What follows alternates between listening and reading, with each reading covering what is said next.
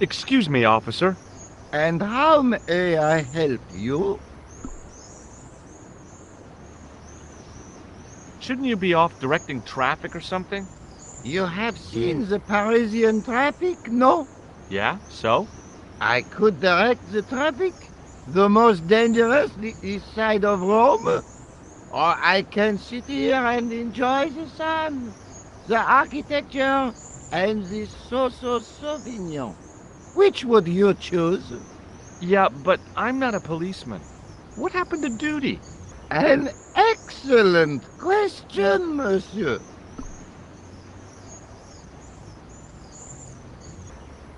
I'll see you around. Oui, monsieur. I'll be there.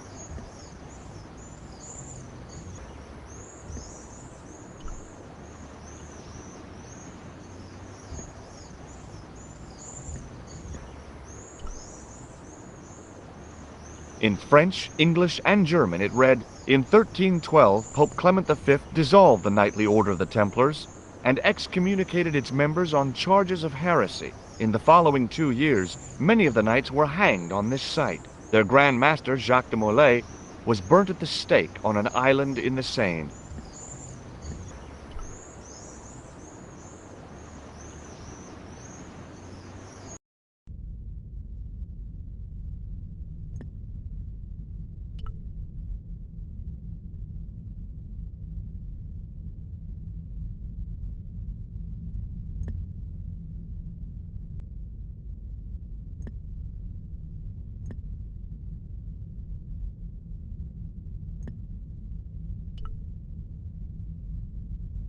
Carrying all that armor around must have been hard work.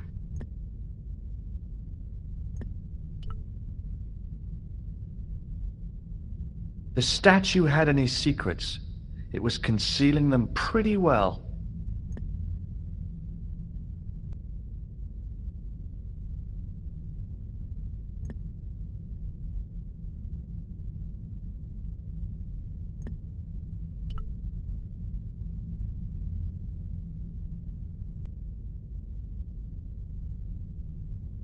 Biblical references engraved into the tomb edge to guide his way to the next world, I guess.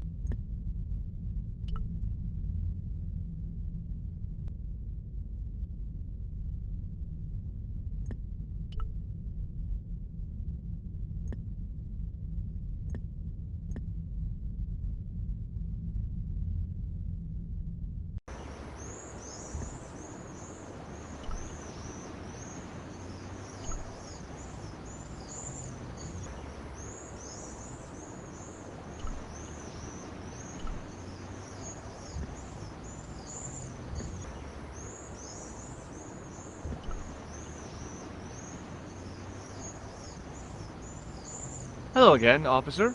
Hello again, monsieur.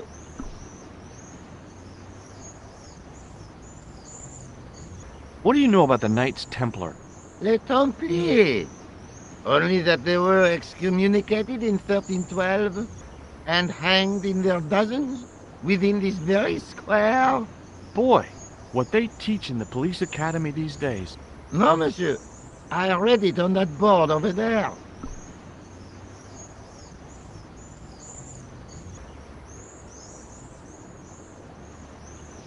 I'll see you around. Oui, monsieur. I'll be there.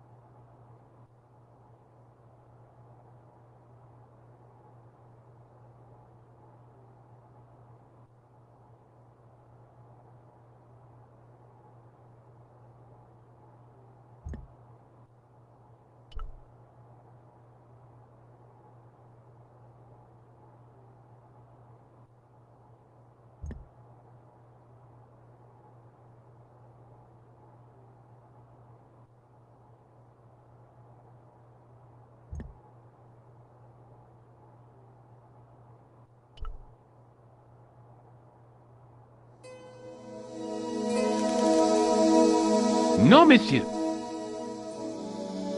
Okay.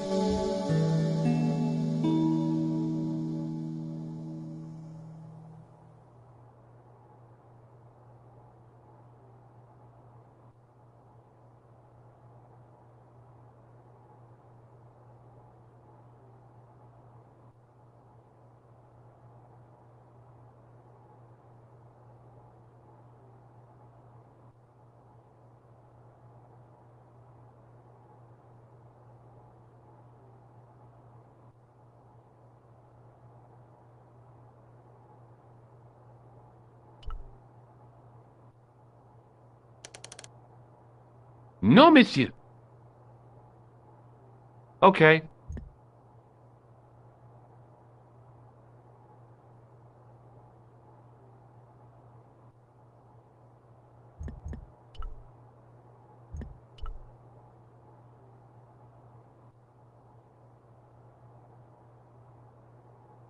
Hi, Andre.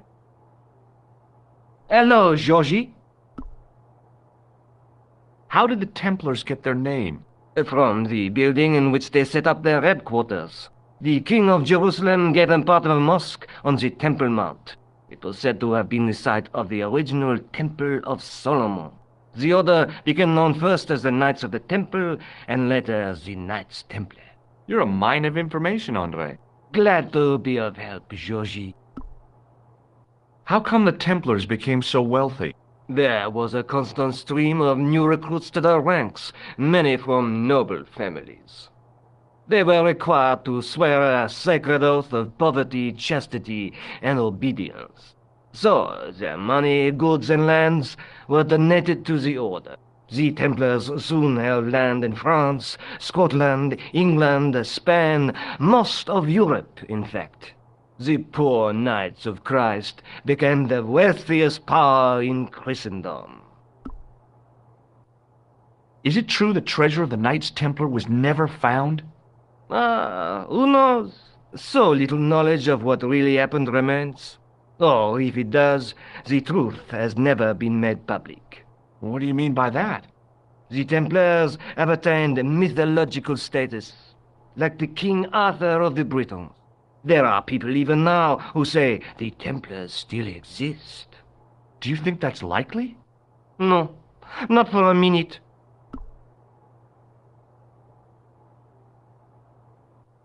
Thanks for your help, Andre. You're welcome.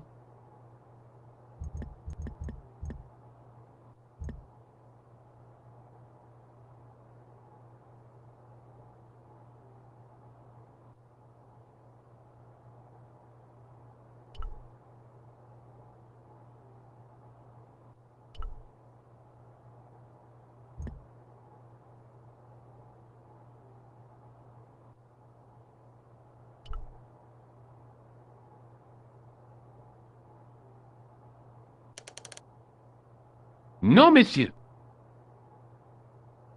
Okay.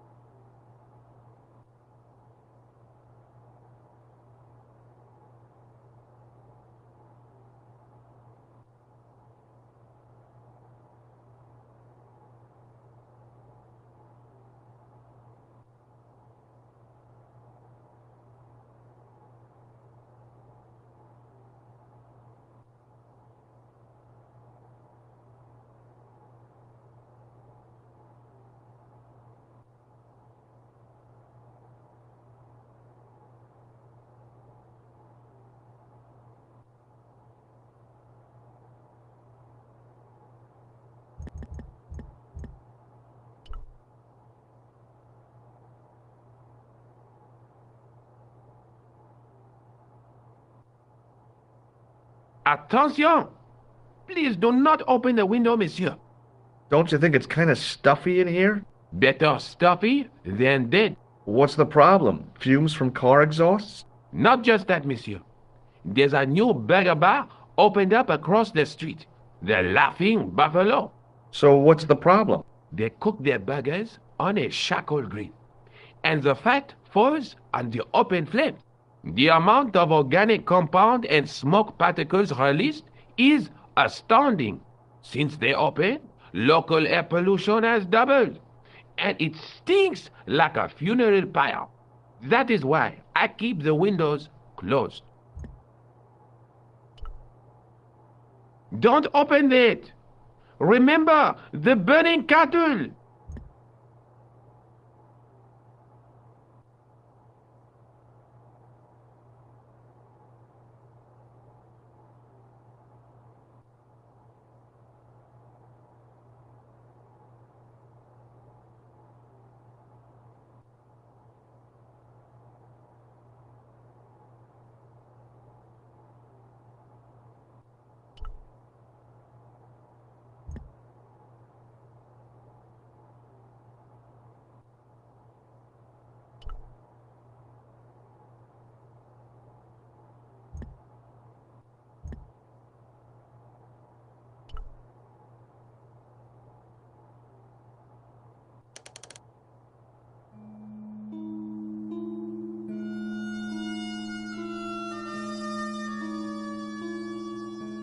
It is closing time, Monsieur Lobineau. Already, there just aren't enough hours in the day. More than enough for me. I can't wait to get home and put my feet up. Eh bien, see you tomorrow.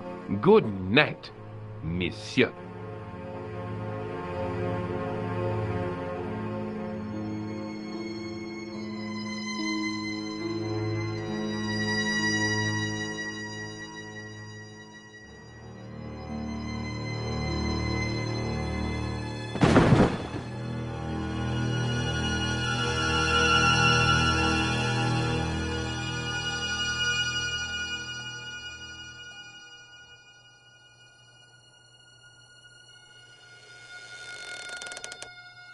Hey, Guido! Look at this! Quit fooling around, you moron! Get your ass over here and bring that flashlight.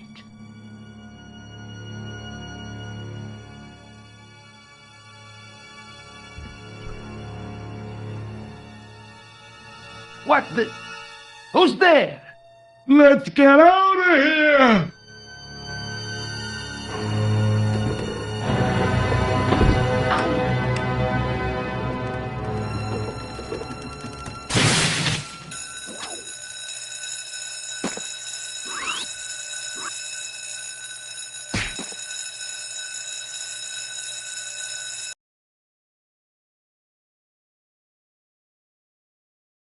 And when I woke up, I was at the police station. Luckily, I managed to persuade Rosso I was innocent. Poor Georges. What a mess. I bungled the whole thing. I don't think so. You made a pretty good job of distracting those two crooks. Yeah, but the killer got away with the tripod. No, he didn't.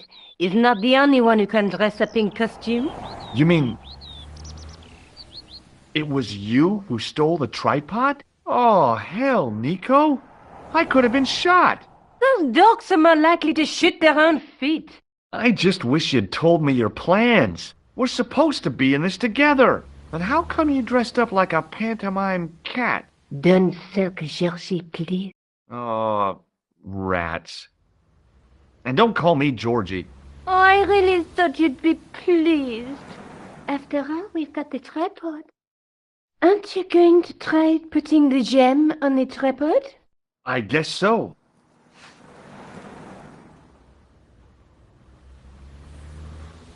Nothing happened. Yeah. The gem fits perfectly, but what does that prove?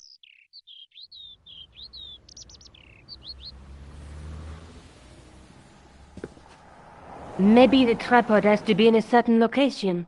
There's nothing on the manuscript to indicate where, though, is there? Oh, by the way, I had a visit from André Lobineau. Oh, yeah. I hope you didn't mind me giving him your address. Not at all. It was lovely to see him again. He was over the moon when I showed him the manuscript. It's not often he gets that excited. He made a sketch of the knight's crest to take back to the museum. I believe he's identified the family who bears that crest. I sure hope so.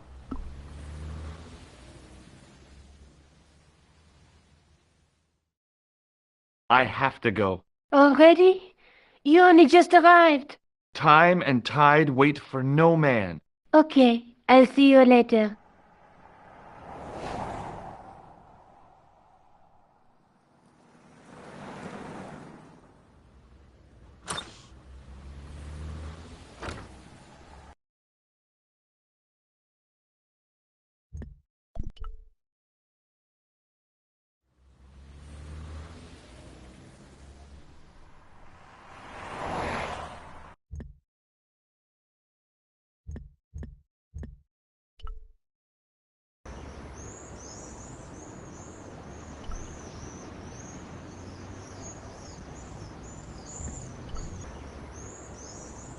Hey, you with the ball.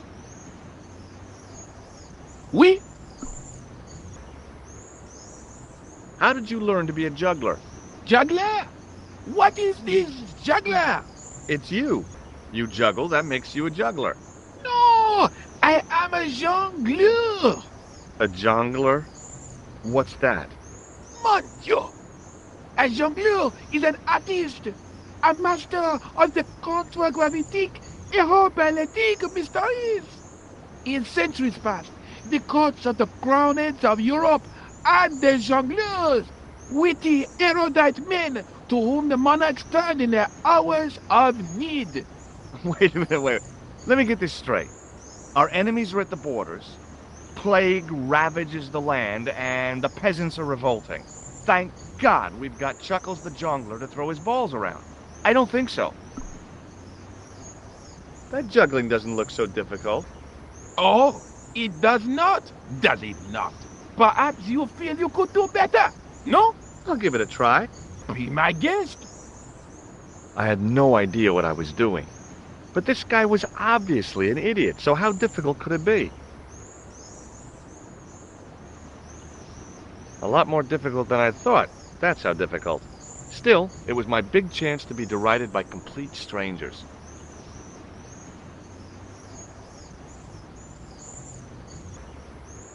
Not so easy after all, is it?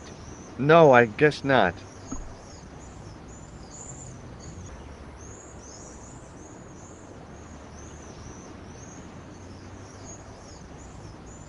Catch you later. Au revoir, monsieur.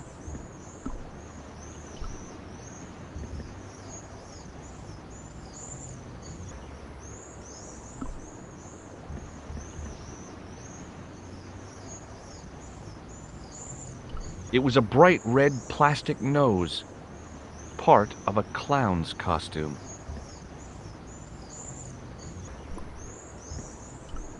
Hi again.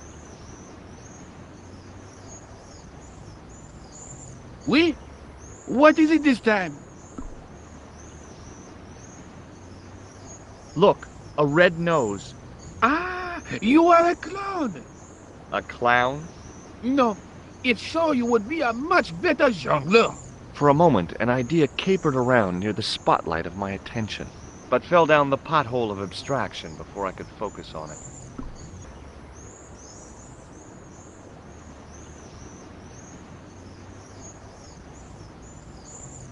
Catch you later.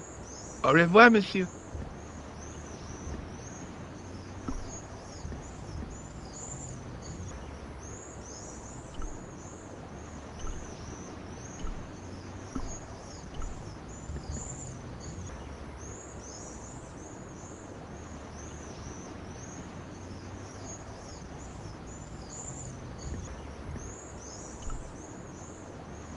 I had no desire to talk to the crowd.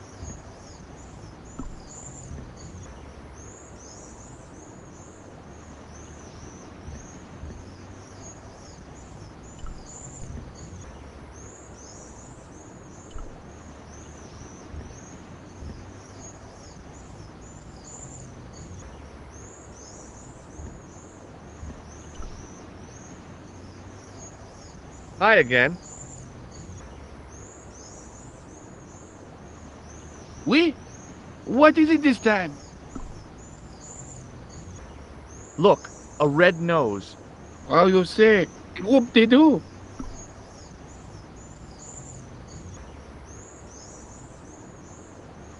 Look, a red nose. Oh, you say, whoop-de-doo.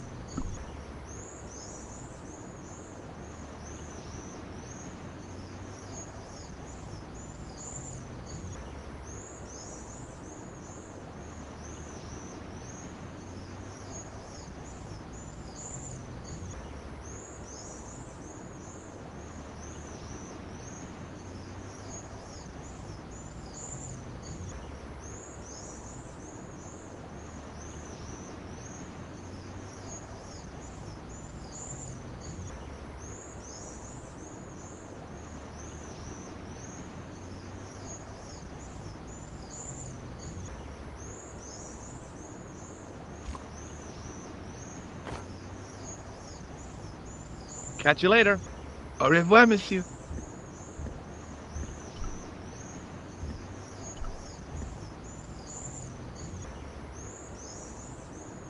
Hello again, officer.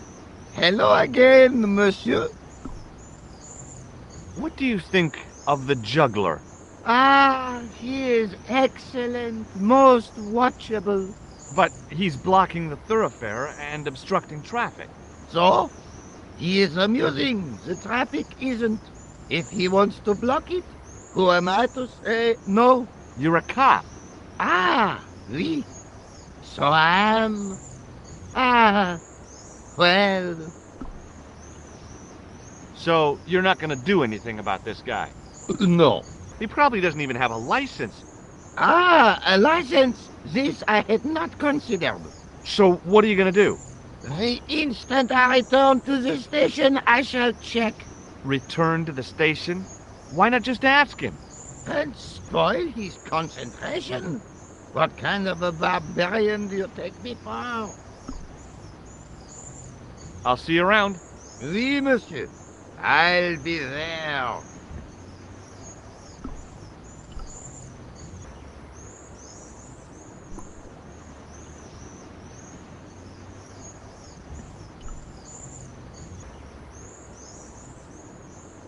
Hi again. Oui? What is it this time?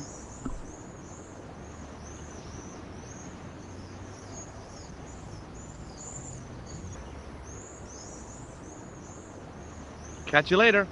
Au revoir, monsieur.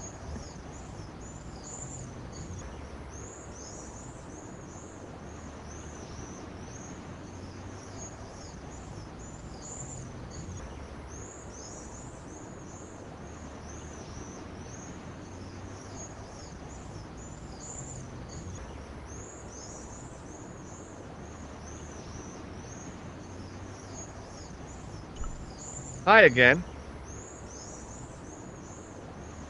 Oui? What is it this time? Look, a red nose. Oh, you say, whoop-de-doo.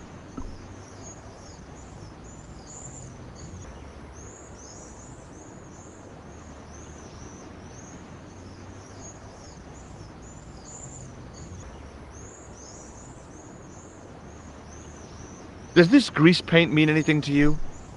A red nose? And now grease paint? You are sure you are not a clown? Well, I was distracted by the idea again. Caper, caper, caper. Plummet. No. Gone again.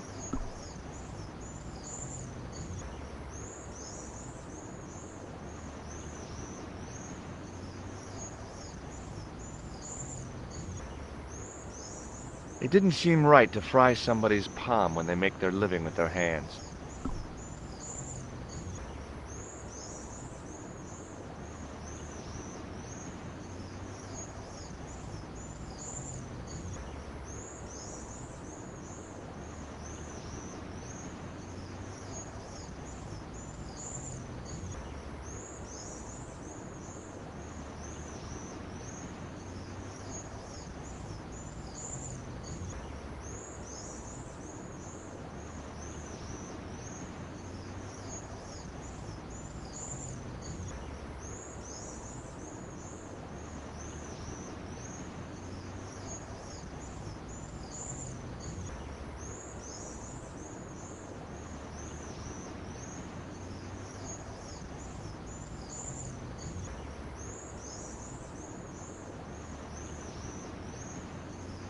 What do you know about the Knights Templar?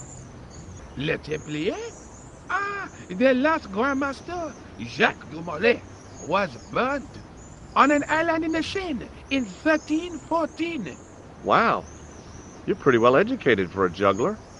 No, monsieur. I read it on that board over there.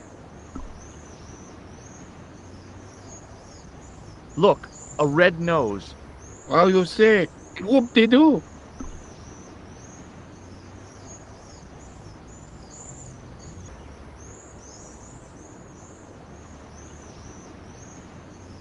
Catch you later. Au revoir, monsieur.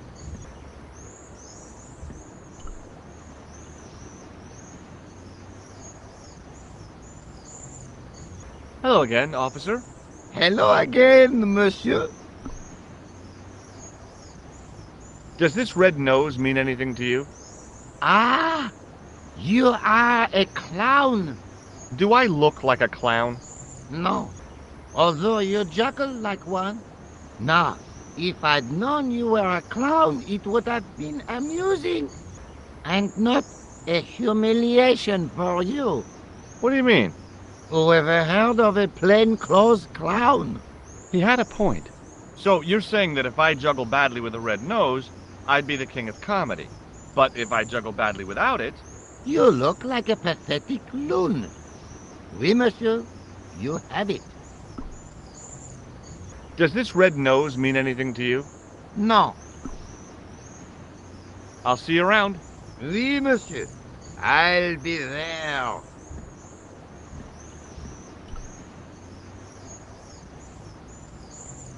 Hi again. Oui? What is it this time? I'd like to have another try at juggling, please. You have gone on a crash course, perhaps? No. I just had an insight into presentation. Huh? Allow me to demonstrate. The balls, please. If you insist on completing your humiliation, monsieur. Okay, now for my secret weapon.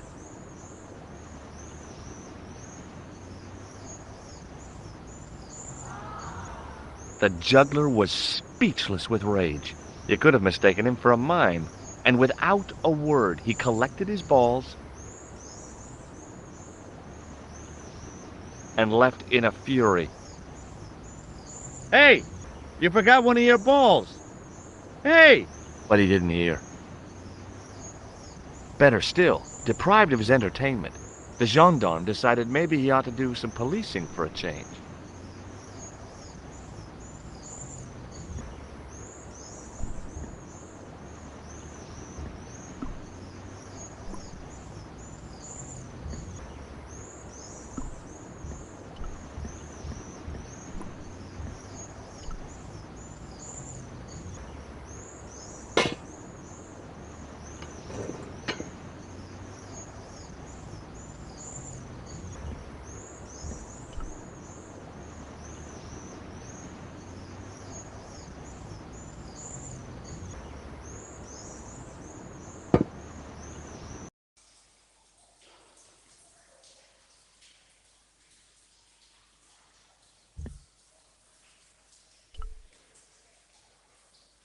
Okay, it's long jump time. Here goes. Do I look crazy or something?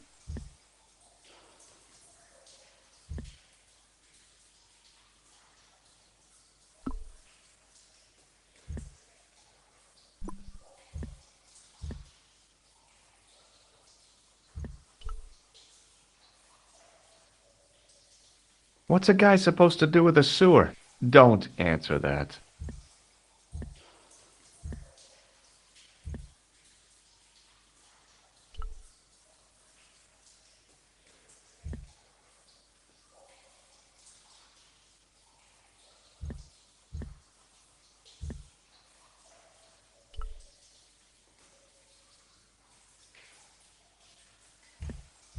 The hook was held rigidly by the tightly wound chain.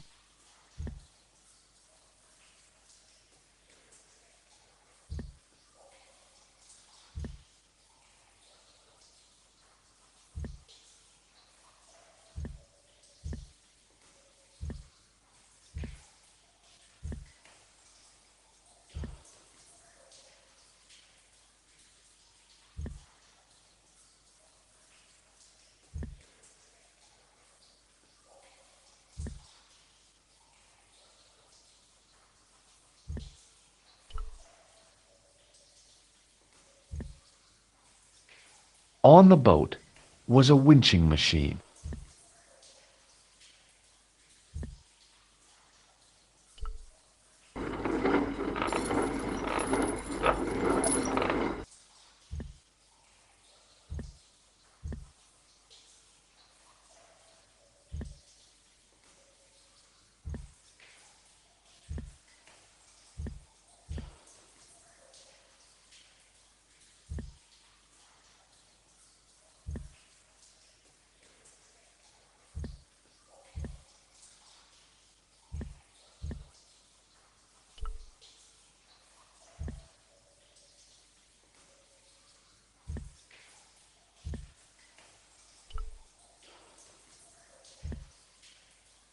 The inscription was hard to read, but I made out Templier and something about innocence.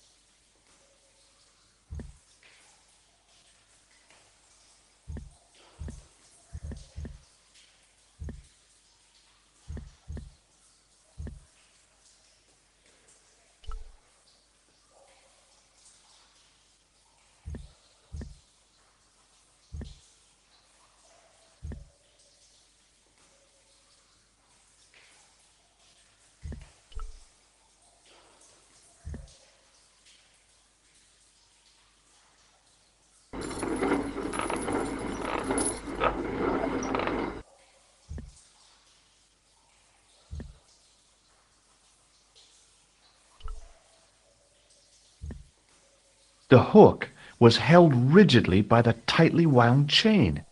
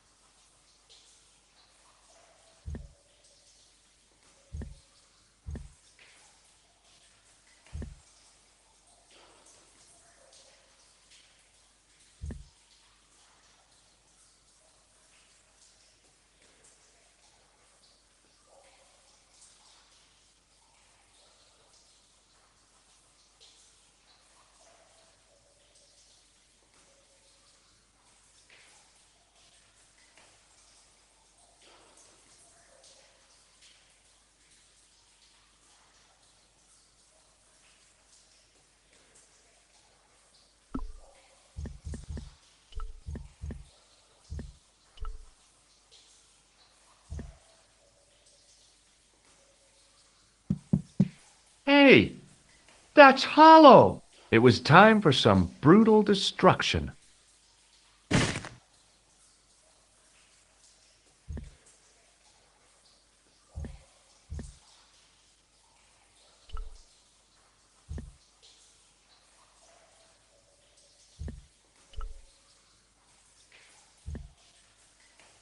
Close up, I could see the plaster was thinner where I'd broken through, and behind it were some cogs and a lever.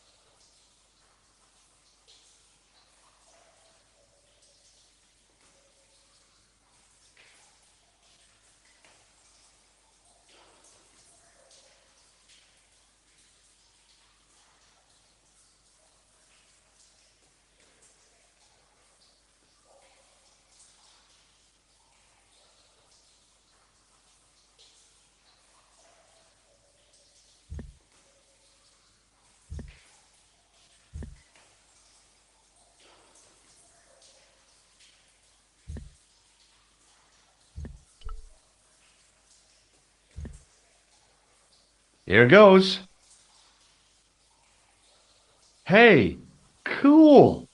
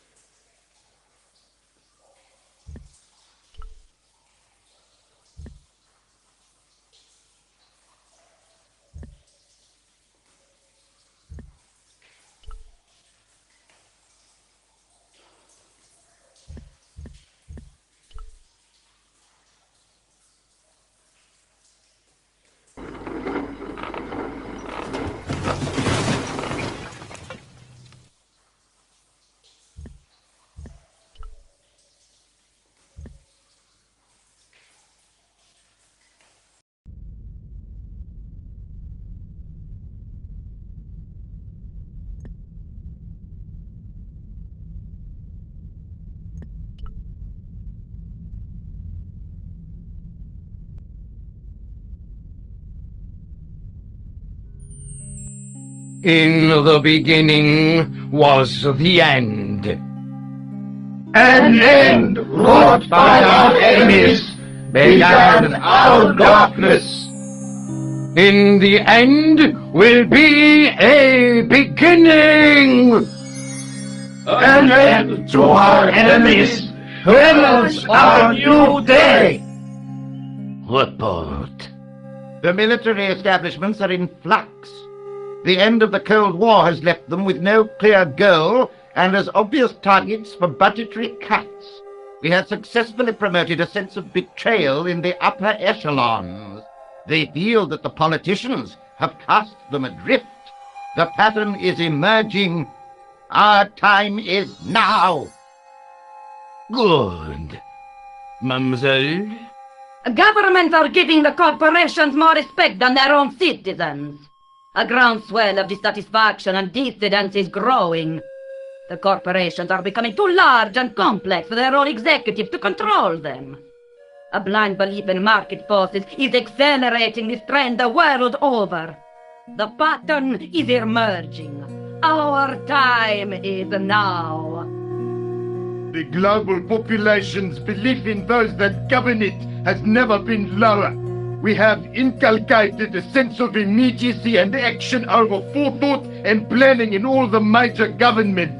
They are acting on hasty decisions that cannot be completed or revoked without appearing foolish. The pattern is emerging. Our time is now. Excellent. The tired old governments are dying a slow death from their own incompetence and our machinations.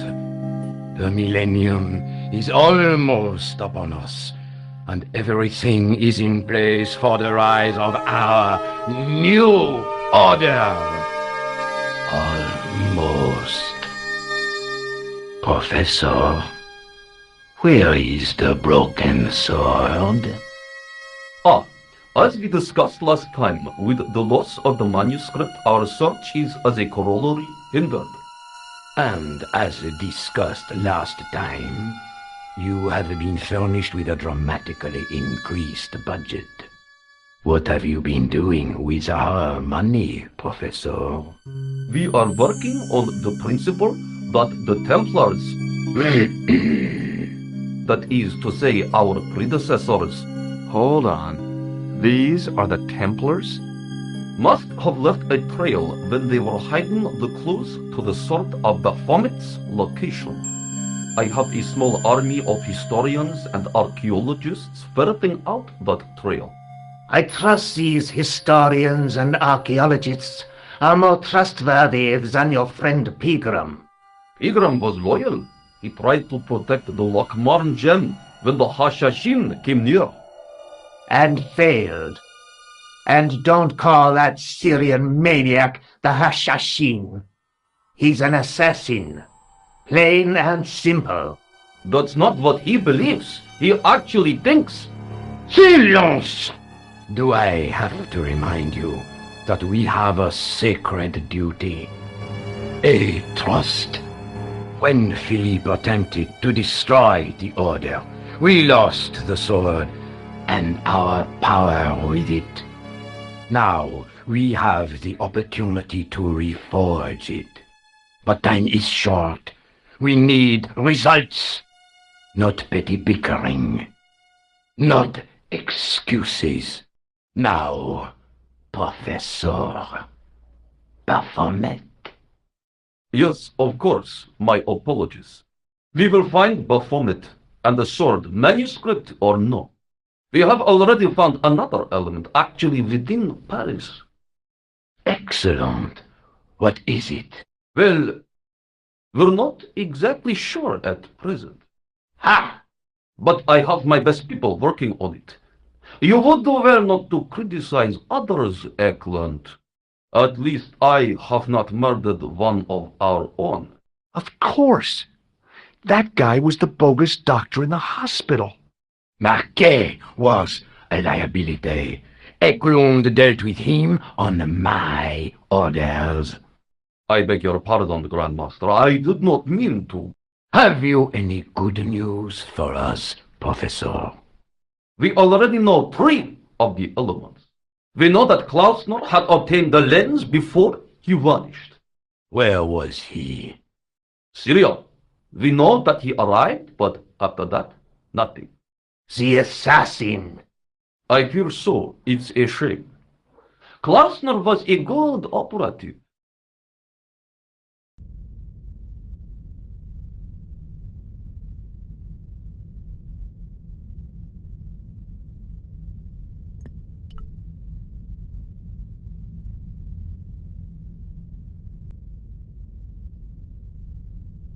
I could hear voices from the lit area.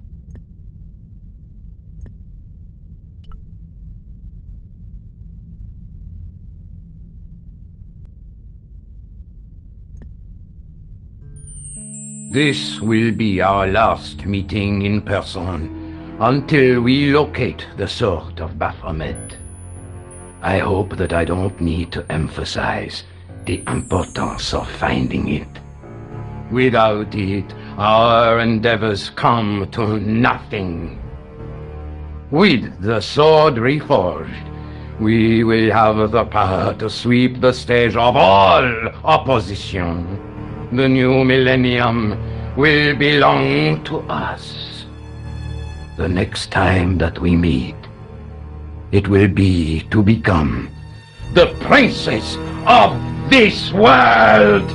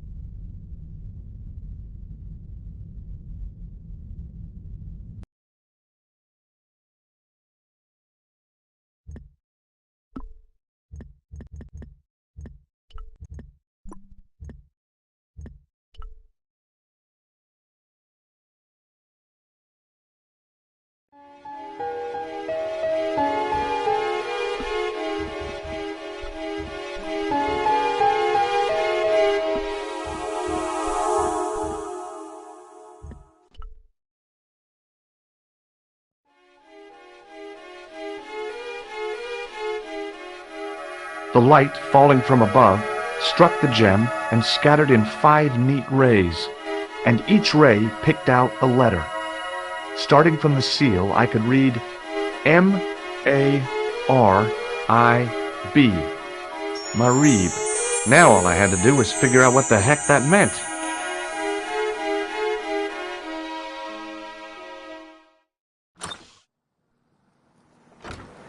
Nico, I've seen them. Who? The Templars. I spied on their meeting in the catacombs. And you saw the Knights Templar? I saw a bunch of guys masquerading as Templars.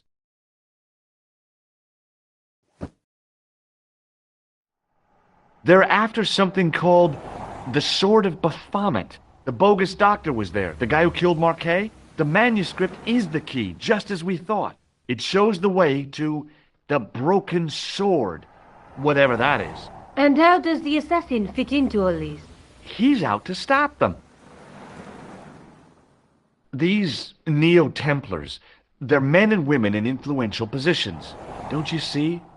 Plantar was one of them. The assassin killed him for the manuscript, to stop them finding the sword. But now we have got the manuscript. Yes. So, how do they hope to find the sword? I don't know. They said something about a lens and a guy called Klausner who's gone to Syria, but they didn't seem to realize the significance of the very site of their meeting. You see, after they'd gone, I discovered a stone pedestal and a carved inscription. I set up the gem on the tripod, directly below a beam of light. The gem split the beam and lit the letters M-A-R-I-B.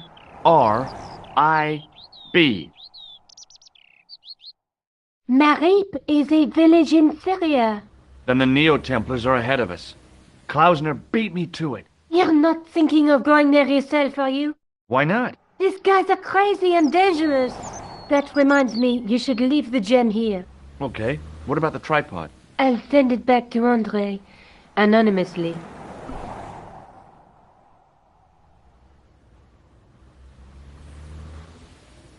Do you think I should go to Marib? Syria is a long way, Georges.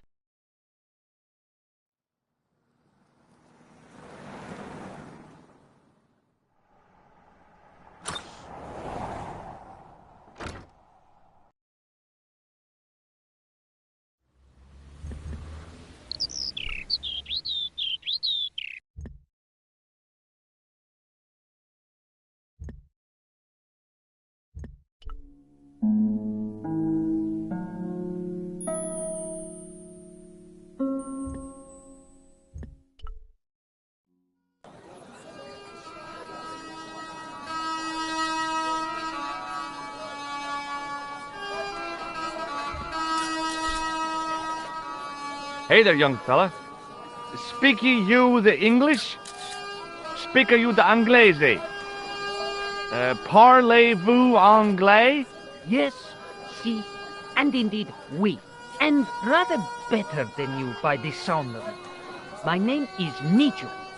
Welcome to my grand emporium of quality merchandise.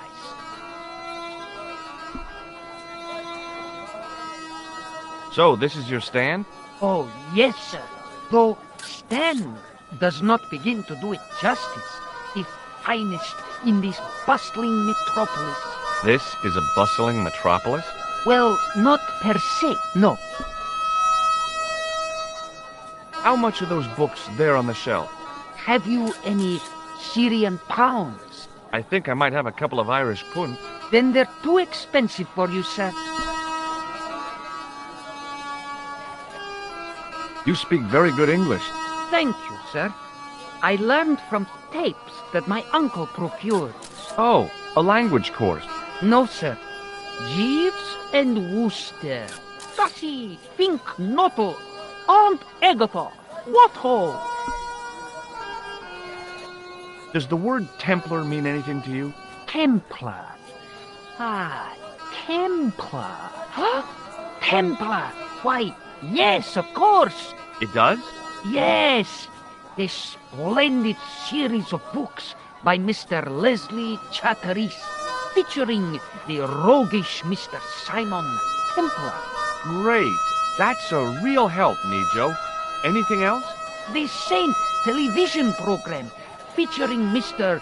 Roger Moore of the quizzical eyebrow and a stick man with a halo. Beep.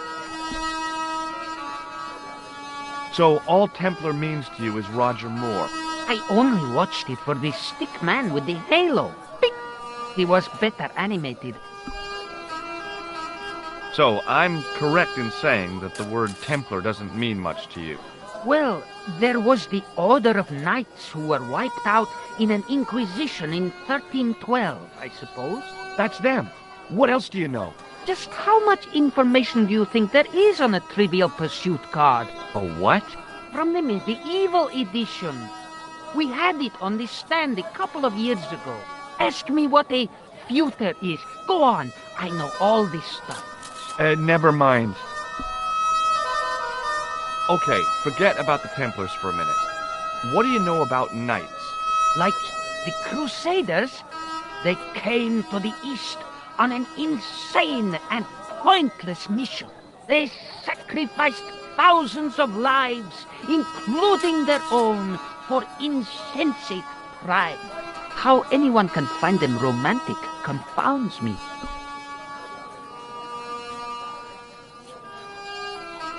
What do you think of this, eh? Oh, sir, what a splendid plaything. One day, when I am rich, I am going to build a world-renowned collection of brightly colored balls. Are you serious? In deadly earnest. People will come from far and wide to see my Yes? collection. The Rockefellers and the Gettys can keep their hoards of so-called fine art. But answer me this. What good is a Picasso, I ask you, if you cannot bounce it off a wall? You may have a point. Seriously, do you really think this thing's so great? Take it away, you tempter. I'll swap it for something off your stand. Due to seasonal financial considerations, I'm afraid I cannot. I thought you wanted this thing. I do, sir. The stand doesn't. Which in translation meant it's not really my stand, and I'll be in big trouble if I swap anything for something that I want myself. Alternatively, is there any service that you require? Not at the moment, but I'll bear it in mind. So long, Nijo. Poodle pip, sir.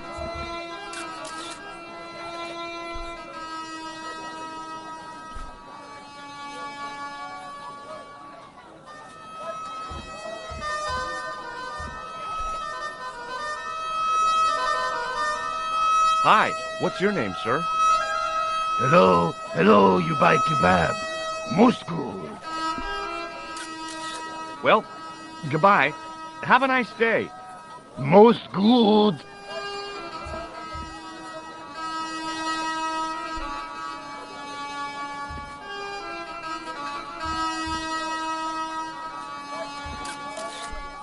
Hi, I was wondering whether you could help me. Why, sure, son. Always got time for a fellow American. The name's Henderson. Dwayne Henderson. Pleased to meet you, Mr. Henderson. Hell, boy. I'm not in the office. Call me Dwayne. Oh, okay. Dwayne. My name's George Stobart.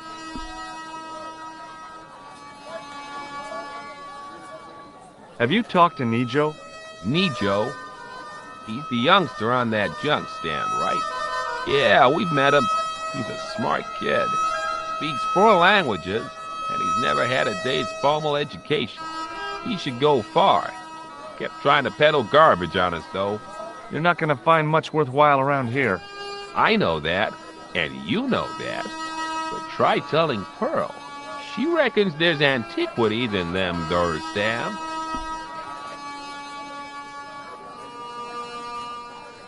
You're a long way from home, Dwayne. Could say the same about you, George. Me? Well, I'm just sightseeing, that's all. Without a camera, kinda lags to come all this way. Not take pictures. Mind if I take a picture of you, George? What? Why? Ow! You could have warned me. You don't mind, do you, George? The folks back home will be real interested.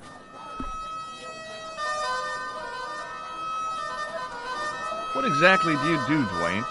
Didn't I say? Oh, I run a greeting card company.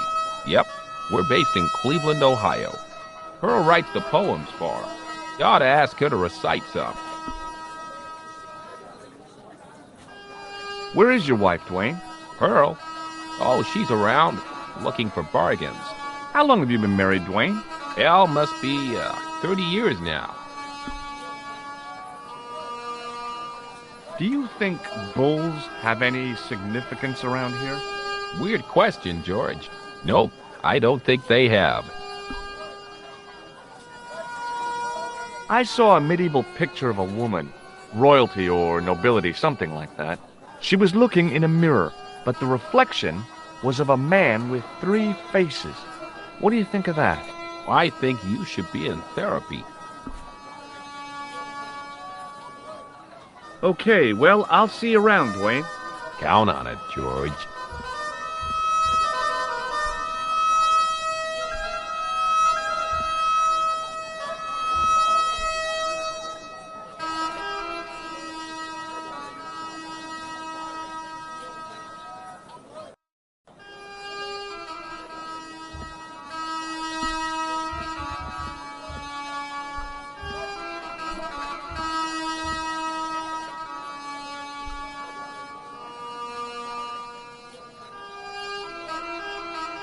Hi.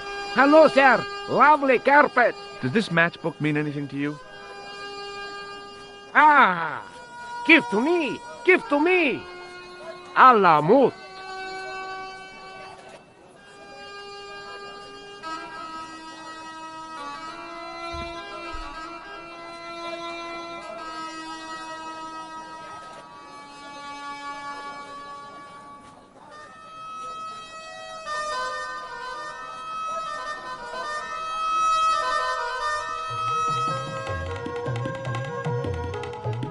Many beneficent greetings, my most fortunate possible friend. Huh? Do I know you, mister? No, no, and again I say, no. But, my friend, do you not see our mutual good fortune in this meeting? How frank do you want me to be? You are a traveler, yes? Boy, you must be the world's greatest detective. No, I am told that is Sherlock Holmes of the big forehead and slipper full of shag. I, as contrast, am world's greatest luxury taxi driver. I can see where this is going. I am Ultar, taxi driver and luxury guide per excellence, yes. This I had to hear. Where does your heart desire to go? Simply mention the name to your obedient servant and we shall fly there, swift as the eagle. Oh, well, I don't really want to leave Marib yet, but I'm sure that if I do, you'll be the first to know. Is good. You know where you want to go, you come to Ultar. Thanks. See you around, Ultar. Be having a pleasant day, full of shining experiences and happiness, my friend.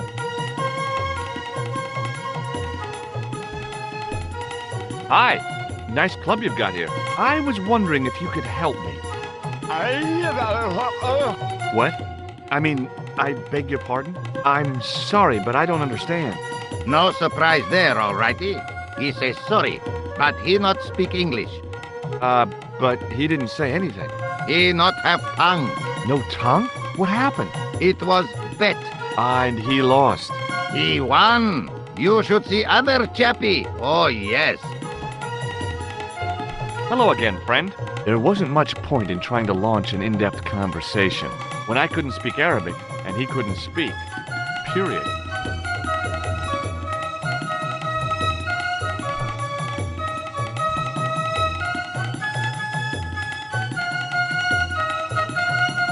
Damn, the door's locked. I'm sorry?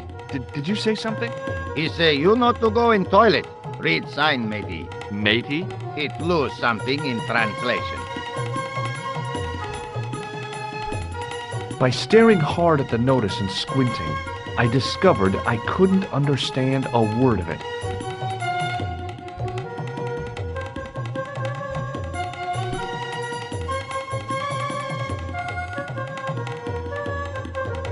Hello again, friend.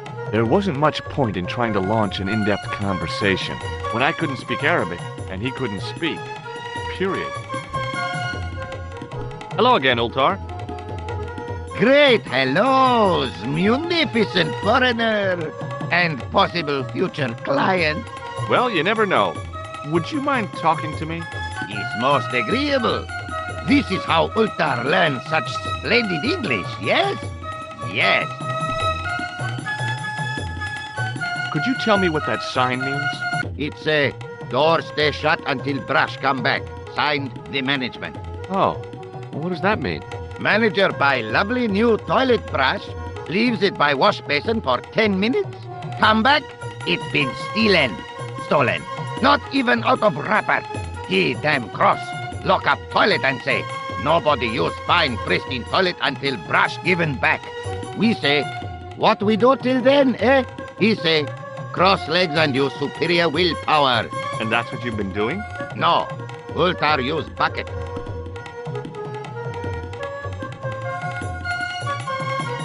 What do you know about the kebab seller? A most miserable man. Ultar say, cheery up, matey mate, it might never happen. And he say, shut up, Ultar. Fancy that. Not at all. Arto has face like the drizzle that falls on the midweek afternoon. Whatever that is.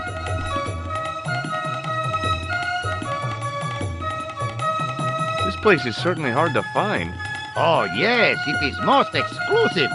The membership can be no more than... Kind sir, what would you guess the population of the village to be? Gee, I don't know, a couple of thousand? Pen, I would estimate the membership to be no more than a couple of thousand. What do you make of that boy in the market, Nejo? Nejo? Ha! Ayub's boy. He's too big for sandals. I speak splendid English, and he laugh. He say, Ultar, you big ox, you split infinitive. I say, I split your head if you stay still long enough. Ha ha ha ha ha! Ho ho ho ho ho ho! Pretty funny, yes? Hilarious. You should be on cable. Have you met the American couple? Have Ultar met them?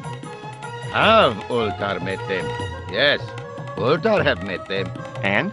They most ungenerous. Ultar offer to show them wonders of countryside. They say, is there anything ancient? Ultar say, yes, of course. Nature is ancient. They say, no, anything ancient made by men. And Ultar say, have you seen Taxi? Fan belt older than Ozymandias. Ha ha ha ha! But they gone.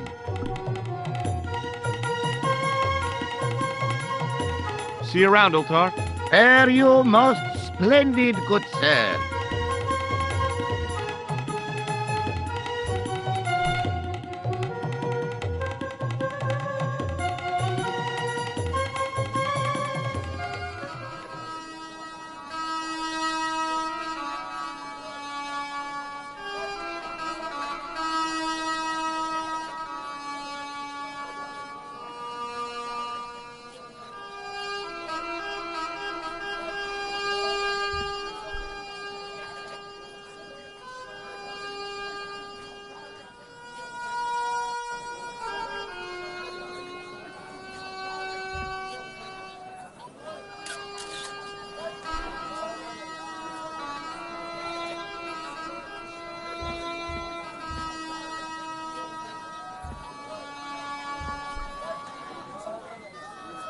Hello again, sir.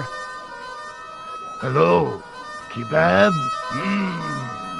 Yes.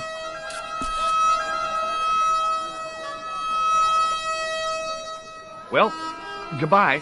Have a nice day. Most good.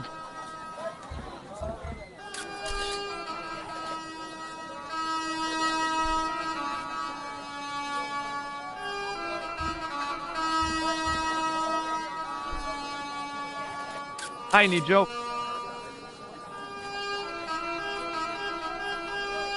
Hello again, sir. And how may I help you this time? Who's the guy selling the kebabs? Oh, that's Arto. A miserable blighter, to be sure, sir. He doesn't seem very happy. He never is. Day in, day out, a face like a wet Wednesday. Whatever one of those is. Does he speak any English? Not cogently. No.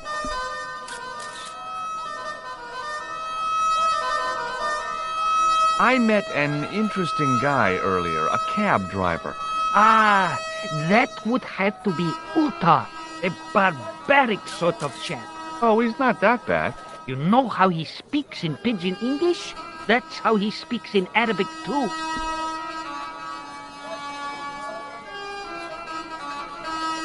What do you know about that couple? Oh, they're American. Is that all? The chap's a little odd. As for the lady, it's a funny thing, but I get the impression she's a lot cleverer than she's letting on.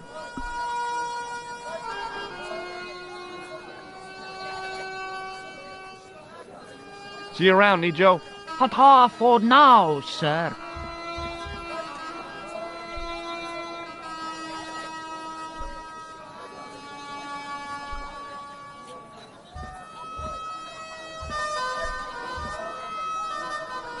Hello again, sir. Hello. Kebab?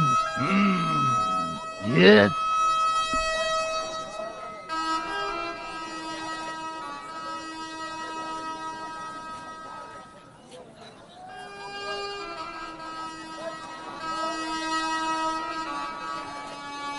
Well, goodbye.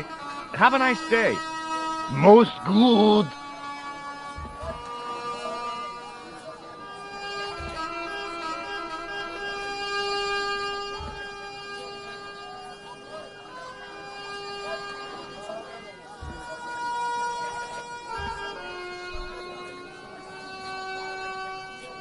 In the still air, the smell hung around like bad smells do.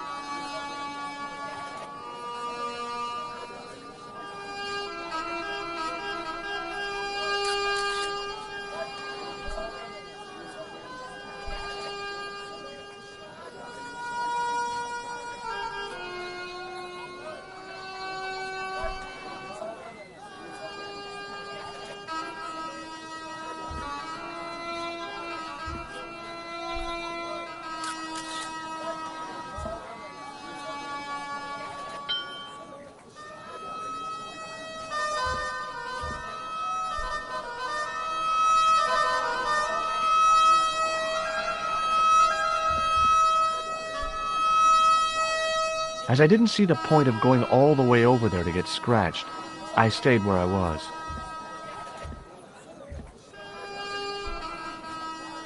I had neither the money nor the desire to buy any of that garbage.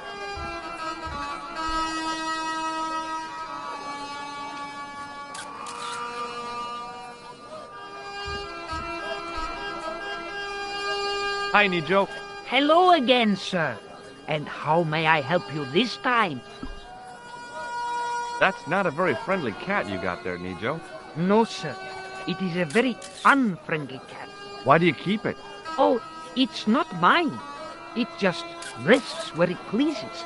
And today it pleases to rest there. As Kipling would say, it is a cat that walks by itself. Fiercely independent. And it smells. Is that your father lurking in the back of the stand? He is indeed a roaring fellow. Ayuk's his name. You don't sound like you respect him very much. Don't I? Not only do I respect him, I rather like him. For all his bluster, we get on very well. So long, Nijo. Poodle pip, sir.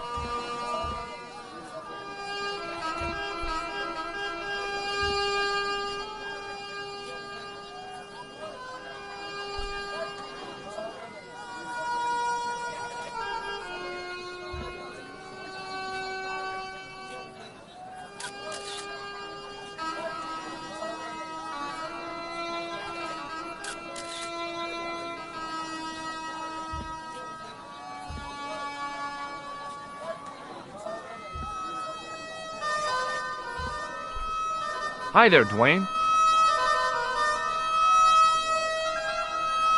Hi there, George. How can I help you, young fella? Have you met Ultar? Almost luxurious air-conditioned taxi ride, mister. Yeah, the cabbie. Tried to pull a bunco on us. Take us on a wild goose chase off into nowhere. Okay, well, I'll see you around, Dwayne. Count on it, George.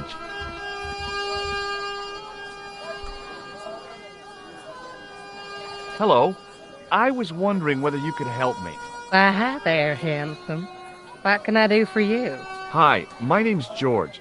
I was just... Well, it certainly is delightful to meet you, George.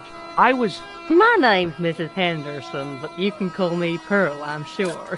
Okay, Pearl. I was... So nice to meet a friendly American face so far from home.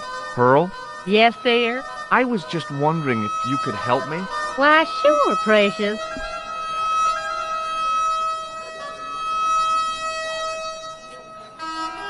Have you met the taxi man, Ultar? Heavens, yes. What a big man. Very muscular. But you didn't go for a ride. Why, George, you're absolutely the most... Oh, you mean a taxi ride? No, Dwayne wasn't interested, so it didn't happen. Have you talked to the boy on the bric-a-brac stand? Oh, you've met him? His name's Nejo, you know. Oh, he's just so cute, I could die. I'd love to bundle him up and take him back to Ohio. He might not thank you. I'm looking for something ancient, you know. Something to impress the folks back home. The poor boy was trying to do his best, but we still haven't found anything.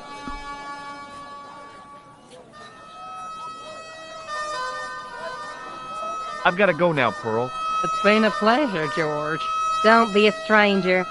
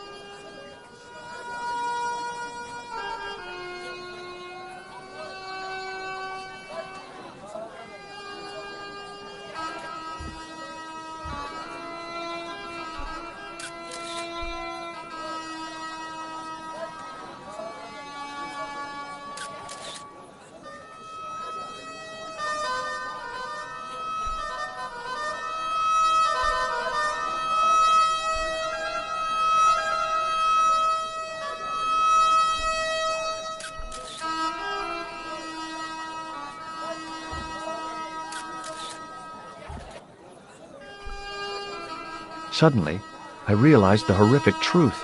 The guy was basting the kebabs with a toilet brush. It may never have seen the inside of a toilet bowl, but it was still hardly appetizing.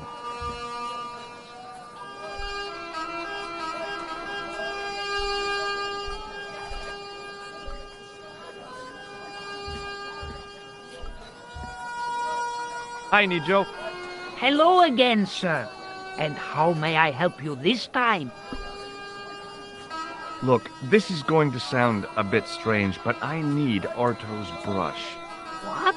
The brush he bastes the kebabs with? Yes. Let me find some dirty postcards for you instead. Nijo, this is serious. Arto stole that brush he's using from a friend, and I want to get it back. Perhaps I could help you, old chap. Maybe? Perhaps? Maybe what? Perhaps what?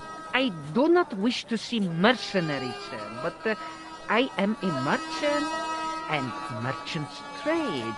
Merchant? This isn't Sears and Roebuck here. Well, if you're going to be disagreeable... No, you're right. What would you like? I seem to recall that you have something that might alleviate my boredom. A globe of delight. A Rubicon spheroid of heavenly pleasure. You mean the ball, don't you?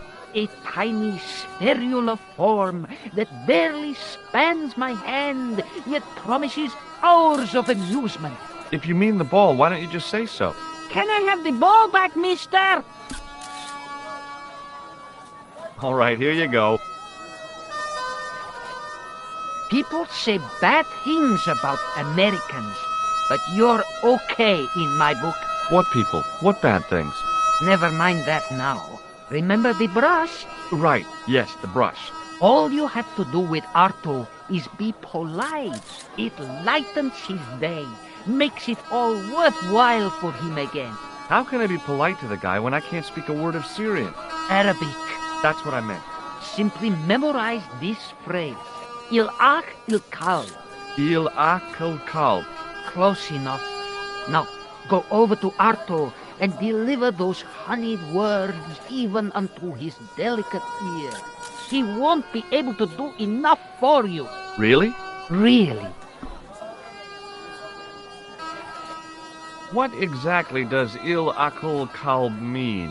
A polite but subtly complimentary greeting. He won't be able to do enough for you. See you around, Nijo. Ta-ta for now, sir.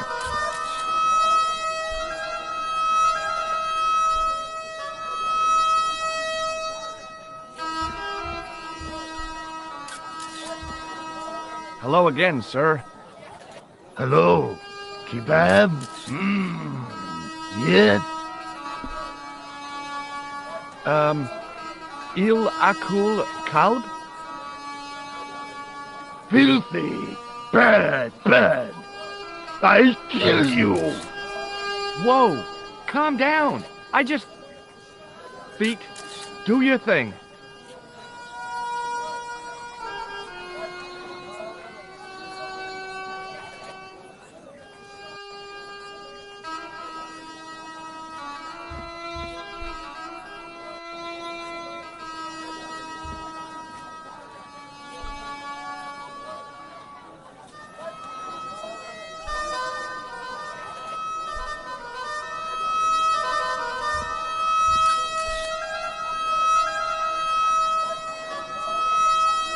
Hi, Nijo. What the heck did you tell me to tell him? Patience, sir. Patience? Patience? I've been chased by a homicidal kebab seller, and you expect me to be patient? But consider, sir, while you were running from the irate Arto wasn't using the brush. Hold on.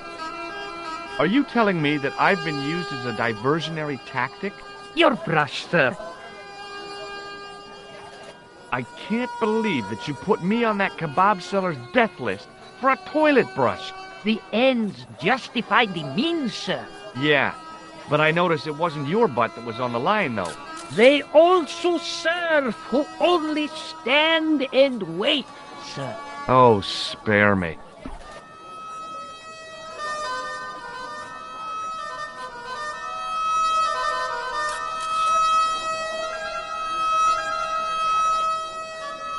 Oh, it's okay. Nothing.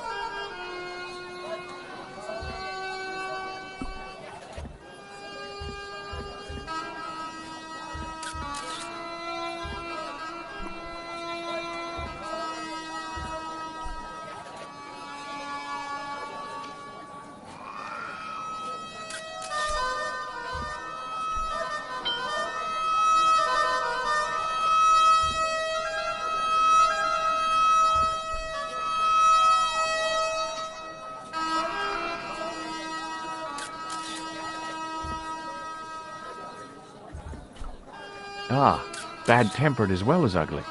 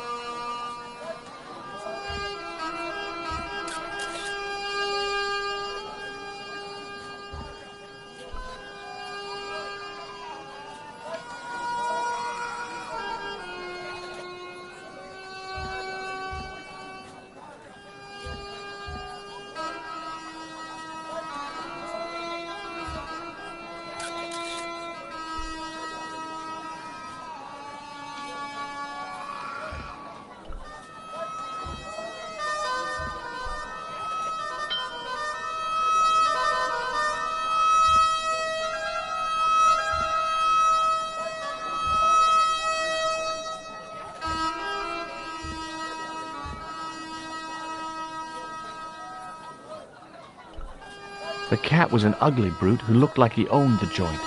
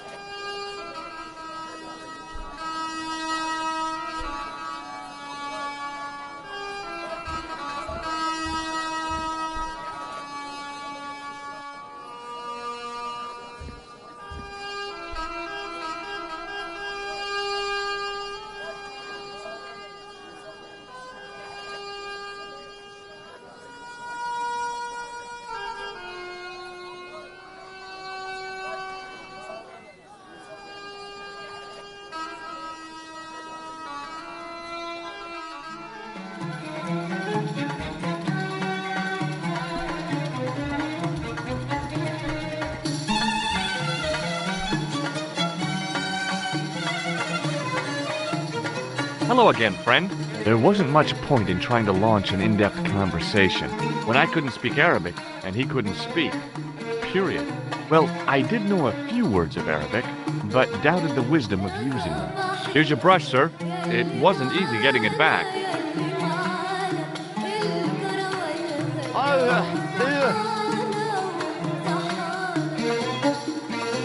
The manager took the brush from me, gave me the toilet keys as my reward, and stomped off.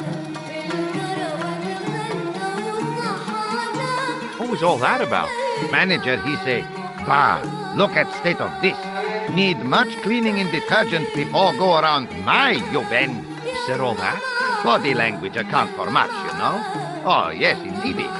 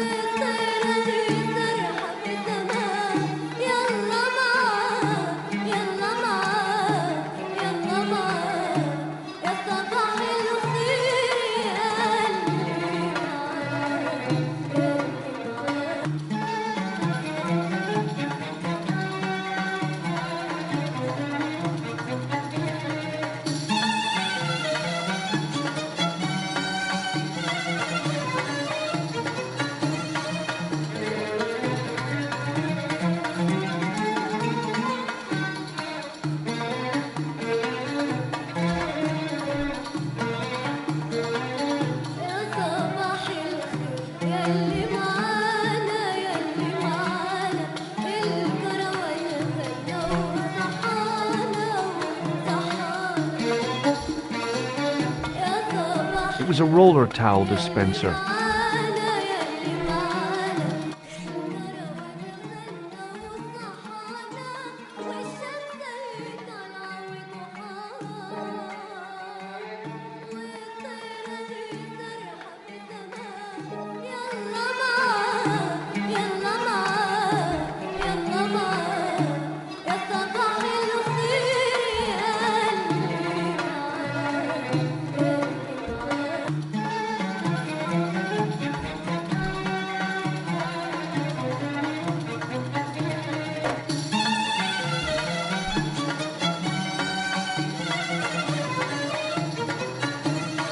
Oops.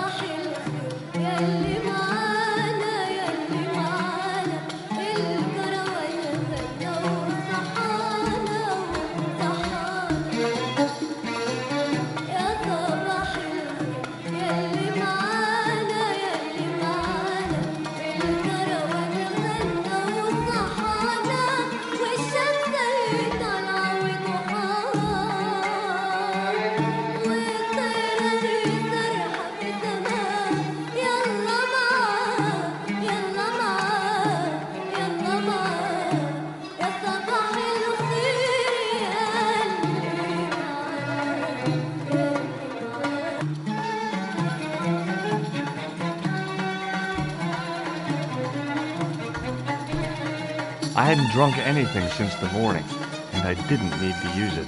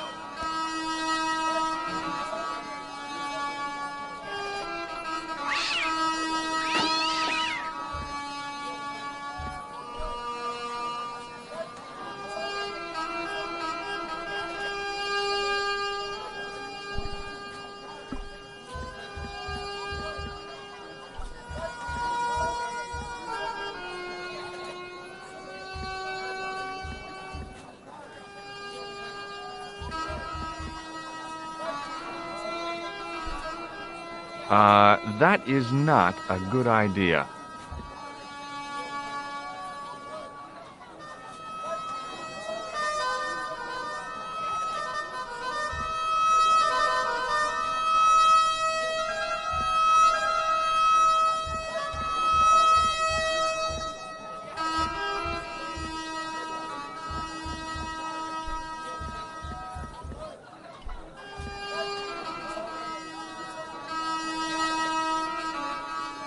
The plaster seemed to soak up the grease paint until it began to look like stone.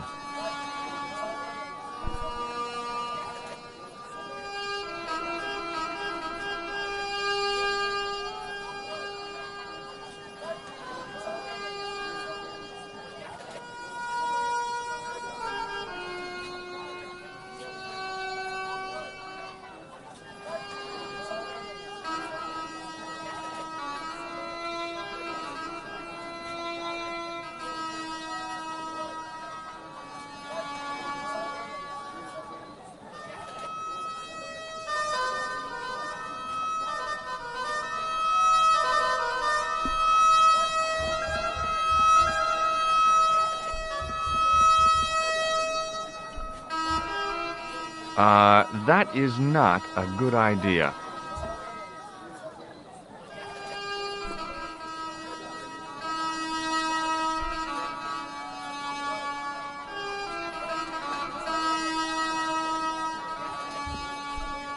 Hi there, Dwayne.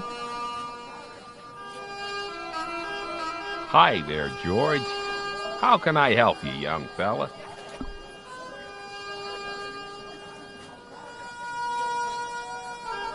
What do you think of this? Good gravy. Looks old. Yeah, I had to turn this town upside down. Boy, your luck's better than ours. Looks Roman. I wouldn't know. What'll they say back home? How much do you want, George? Oh, I couldn't. It's the find of a lifetime. I mean... $50. Take it or leave it. I'll take it. Here you go. And here you go.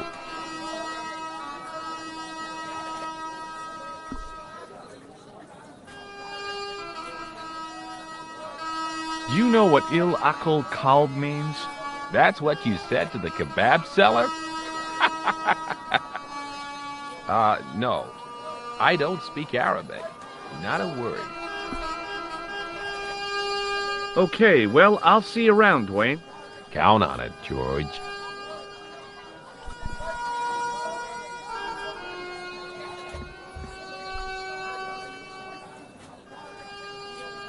Hi, Nijo. Hello again, sir. And how may I help you this time?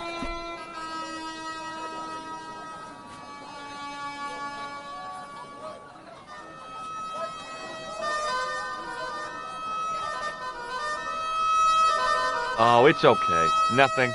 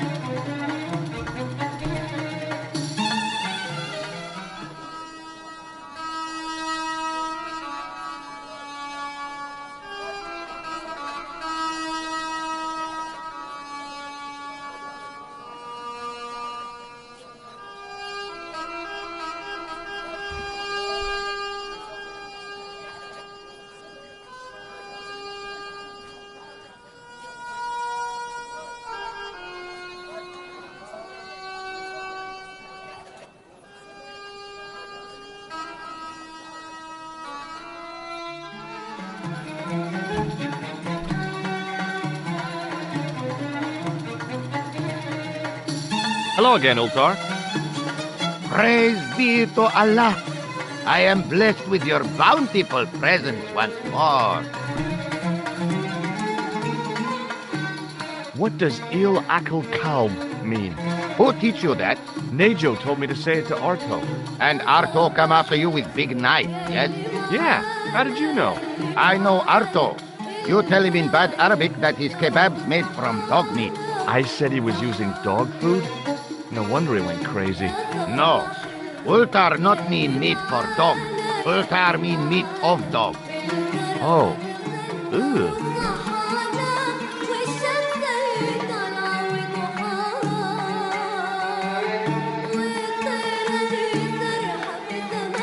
Look, Oltar, $50 US. A splendid sum. Look, Oltar, $50 US. A splendid sum. Do you know anything about the Templars? Of course. Yes? What can you tell me? Great Sheba band of the 60s. No, that's not really... Who put the bop in the bop, bop, bop, bop, bop? Yeah, eternal questions. Have you seen this man before? Oh, most certainly. Was here only yesterday. Here? Yesterday? My God, he's close. Yes, he was asking a lot of questions, just like you. What did he ask about? He asked about American called Stoby. Stobart? Yes, Stobart. You know him. The killer knew my name. What else did he ask about? He asked about German man called Klobner. I tried to remember the name of the man the conspiracy had lost in Syria. Was his name Klausner? Sure, that is what Oltar said. Klausner. I told this man in the picture. Klausner wanted to go up to Bull's Head. Hold on, he wanted to go where? Bull's Head. Big hill, 10 miles out of town. Maybe 60. When was that? Oh, maybe a week ago.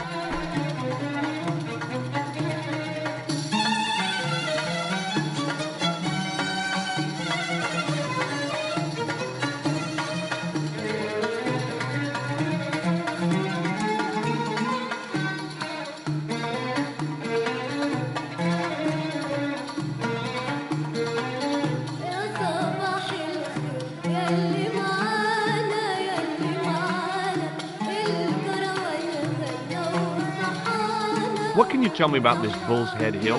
It's most magnificent. Lovely views. Worth visiting. Yes, by indeedity. How do I get there? No. Let me guess. You need fine luxury guide to take you there in air-conditioned taxi.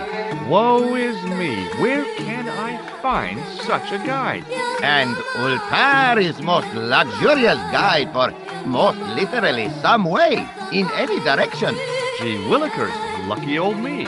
Are you desirous of my pleasant and luxuriant service?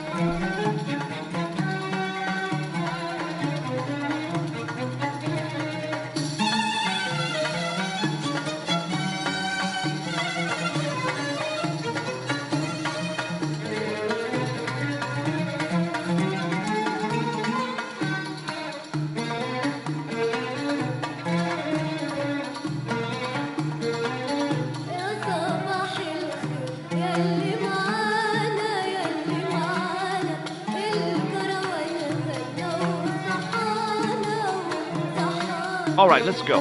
First, I regret the formalities. A trip to the Bull's Head. 50 Yankee dollars, please. $50. It's a lot of money.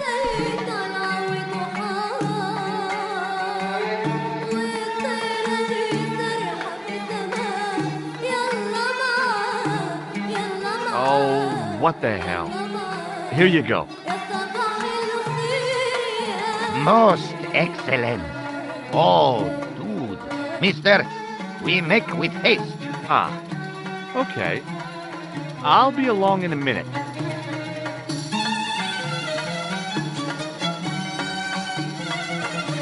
It didn't seem right to take off with the toilet keys, so I left them on the bar.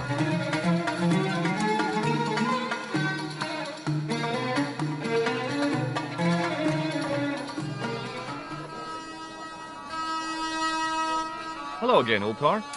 His most splendid and adventurous client.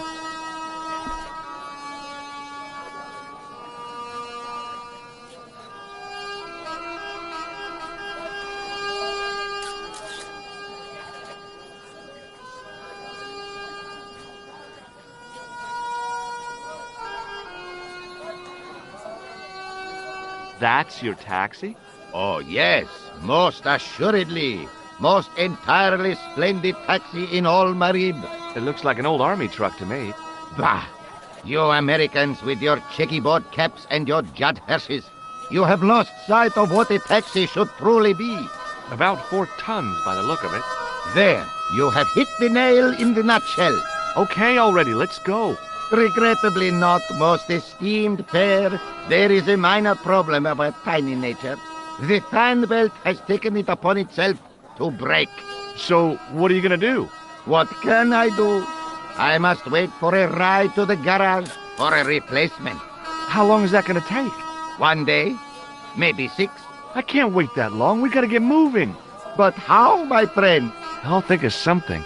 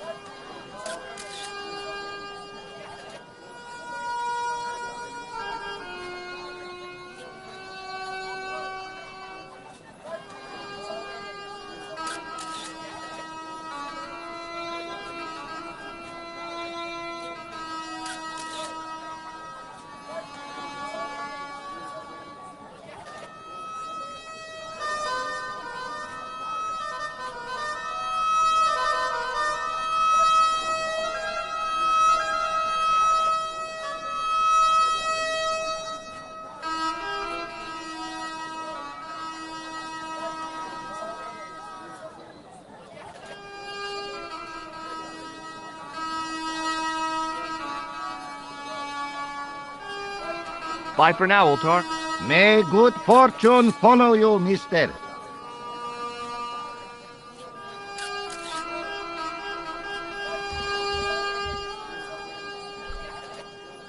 Hello again, Ultar.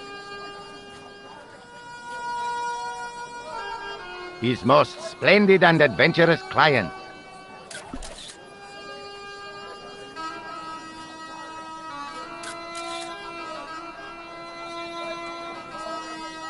Is this any use to you? My friend, the very thing, yes.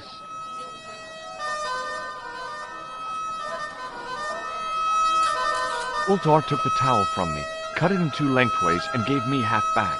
With his half, he did the kind of fan belt replacement that's normally done with stockings. Now, if I knot the ends together, so...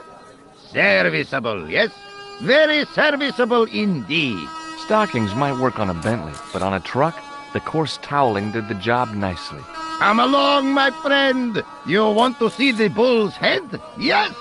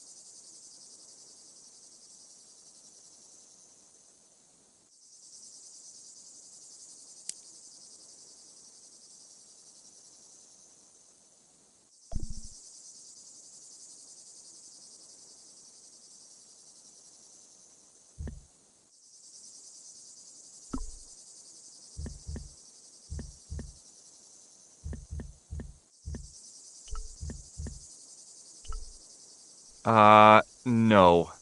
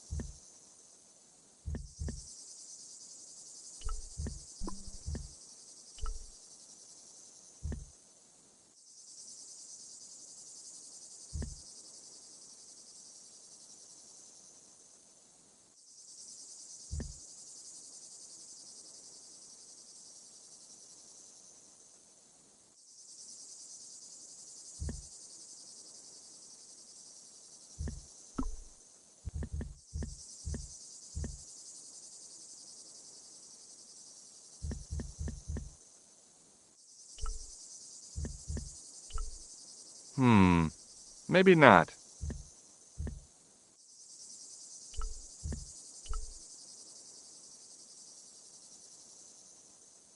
With a flourish, I tied the end of the towel to the stick with a textbook reef knot.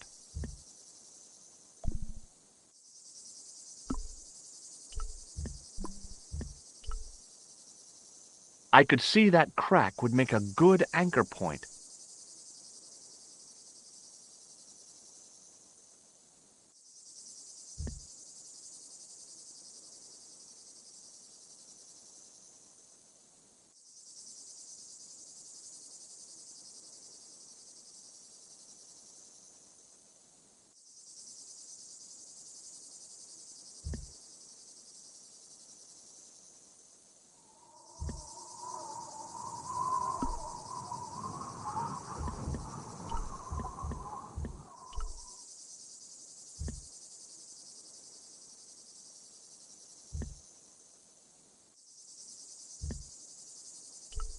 Well, that looked really safe. But I had no choice. I hadn't anticipated going mountaineering when I'd come to Syria.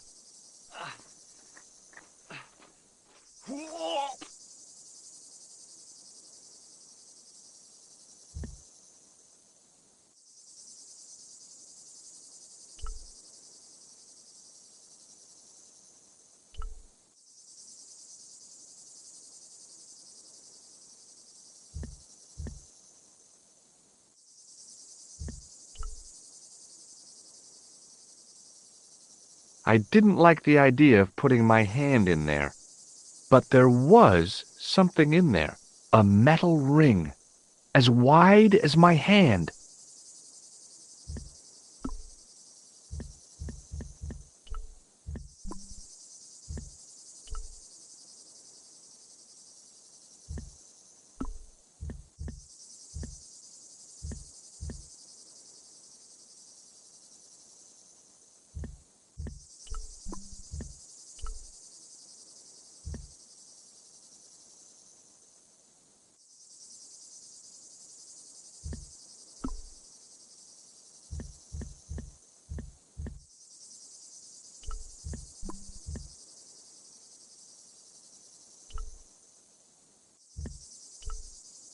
So, there was a metal ring in the niche. It seemed like another calling card from the Templars.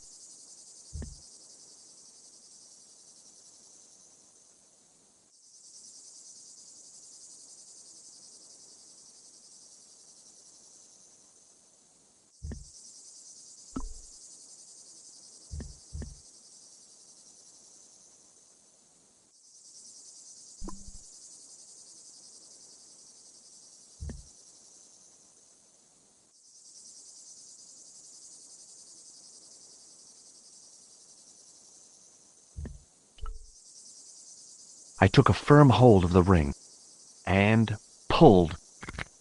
Whoa there!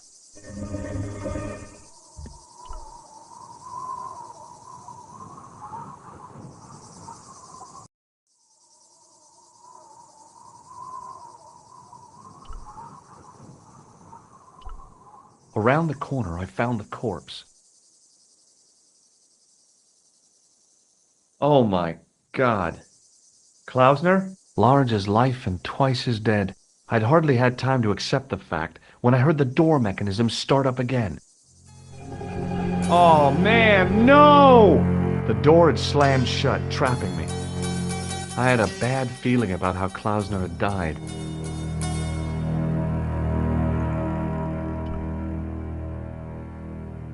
A stone head bearing 3 bearded faces. It was a strange image, but a powerful one, redolent with antiquity and ancient mysteries. Sure was an ugly one, though. I couldn't think of anything to do with the statue, apart from scaring small children with it.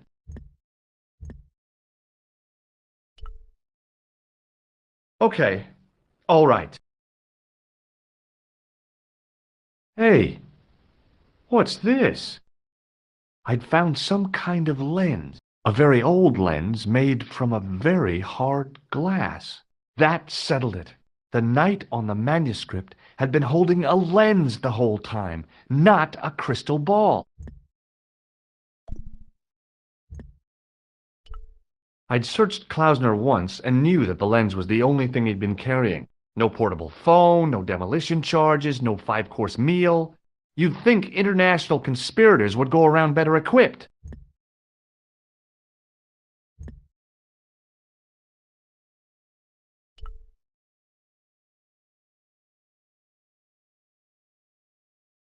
I couldn't take the inscription with me, and I didn't have a notebook or a camera to record it. All I could do was stare at it and try to memorize it. In occidenta cita est, in ora mundi. Okay. That would have to do. The mouth's opening. It must be Ultar. My God. If he comes in, we'll both be trapped. Ultar! Don't come in! It's a trap! Stay where you are! You! Hello, Mr. Stobart. We meet in the most unusual places. Please, do not make any sudden moves. I have no desire to maim you. Did you say maim? I did. Dead men tell no tales, as you say. And I want to hear everything that you have to tell me. And what if I don't want to talk? Then I shall, most regrettably, have to kill you. Rest assured, however, that I am an excellent shot you would not suffer. Oh, that's good. Believe me, I'm really assured. It is rather dark in here. I think we should conduct our business outside. Why should I make myself an easier target? If I fire at you, Mr. Stobart, I shall hit you even in here. But, unfortunately, my marksmanship will suffer. It could be the difference between hitting you in the leg or the groin. Boy, it sure is hot in here. No sudden moves, Mr. Stobart.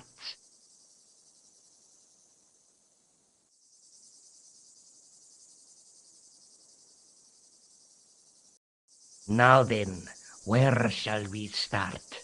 How about being bosom buddies and you putting that gun away?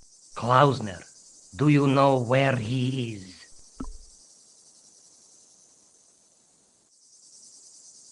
Yep, he's dead. Just around the corner of the cave. You want to look? I'll take your word for it. How did he die? Starvation or dehydration by the look of it. He was caught in this trap you were shouting about. Yes, I suspected as much. The Templars were not ones to give away their secrets lightly. Was he carrying anything of importance? No, nothing. So, why is this location important? What did the Templars hide here if not an artifact? Well, there is something, I guess, but you can't move it. Yes? What is it? It's a treasure map. Yeah, X marks the spot. Come now, do you expect me to believe that? Yeah, okay. You caught me. But round the corner, there is something in Latin up on the wall. Latin? Do you remember it, Mr. Stobart? In accidenta cita est, in ora mundi. Ah, the words of Caesar. Yes, that makes sense. Well, I know that roughly it means to the west, to the edge of the world. But what the heck is that about? It tells me where the sword of Baphomet lies. Mr. Stobart, I am sure that you are just what you appear to be. A gifted amateur. Thanks, I think. But I can no longer tolerate your interference. There is far more at stake than you realize. So what are you going to do? I regret that we must end this here and now. Your only choice now is whether you die like a man or like a dog.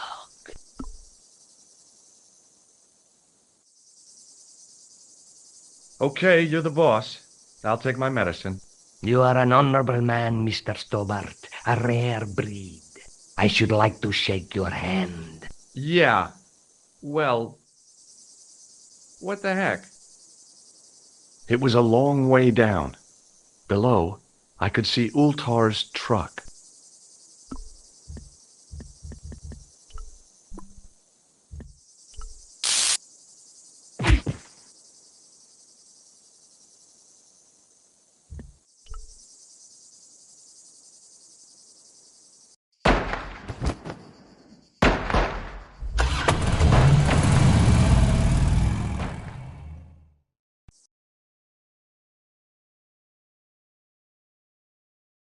Luckily, the canopy on Ultar's truck broke my fall.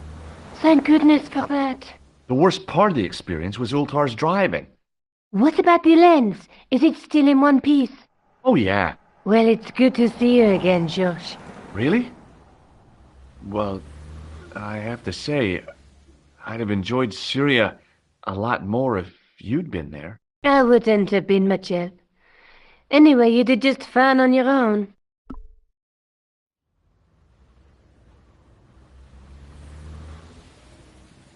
Have you any idea what this lens might be used for? As a magnifying glass, obviously. I'm sure you'll find it very useful.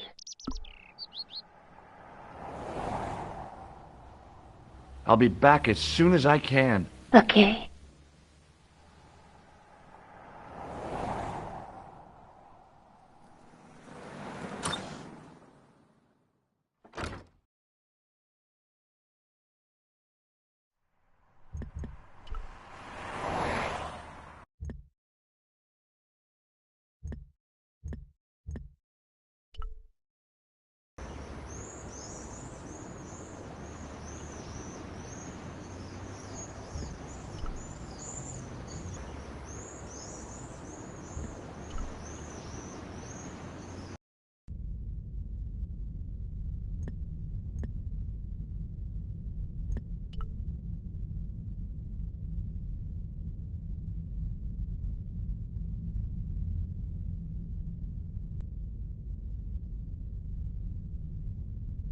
Excuse me, Father. Pardon? Do you mind if I ask you a few questions? Not at all, monsieur. It will be my pleasure to help you. How long have you worked here? Hardly work, monsieur. This is a calling. I have been helping Father Flambert for nearly 6 months now.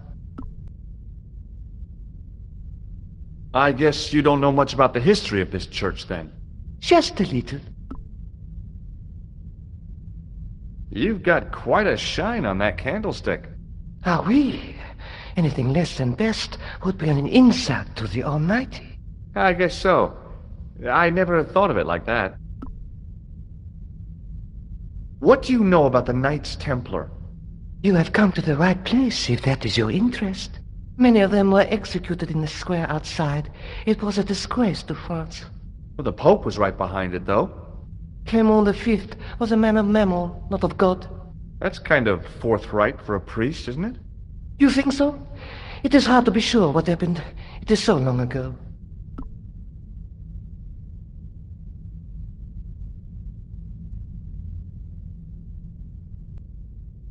Have you ever seen anything like this lens?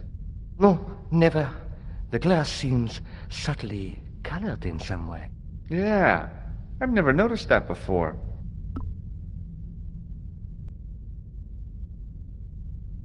Catch you later. Au revoir, monsieur.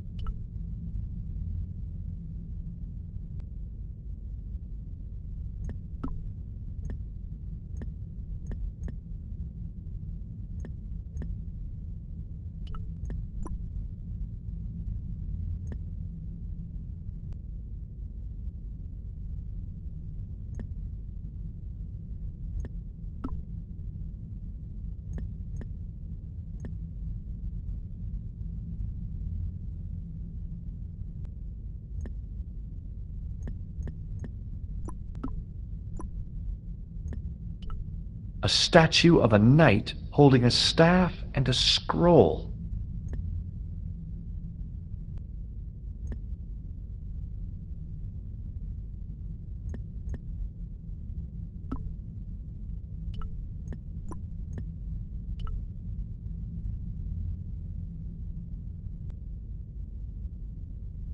The lens fitted into the end of the scroll like a hand into a glove.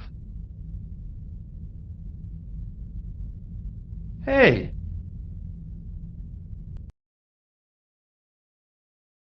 A Knight Templar burning at the stake, and a date. Let me see. MCCC-XIV. That's 1314.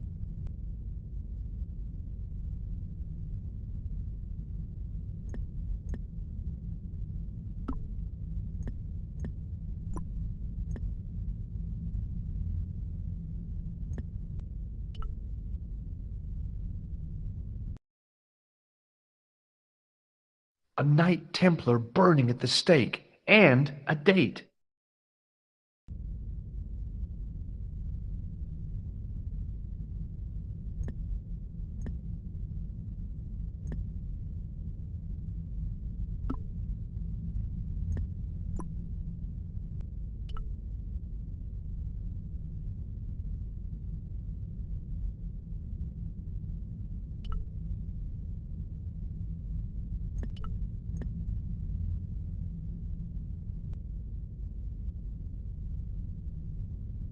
Hello again, Father.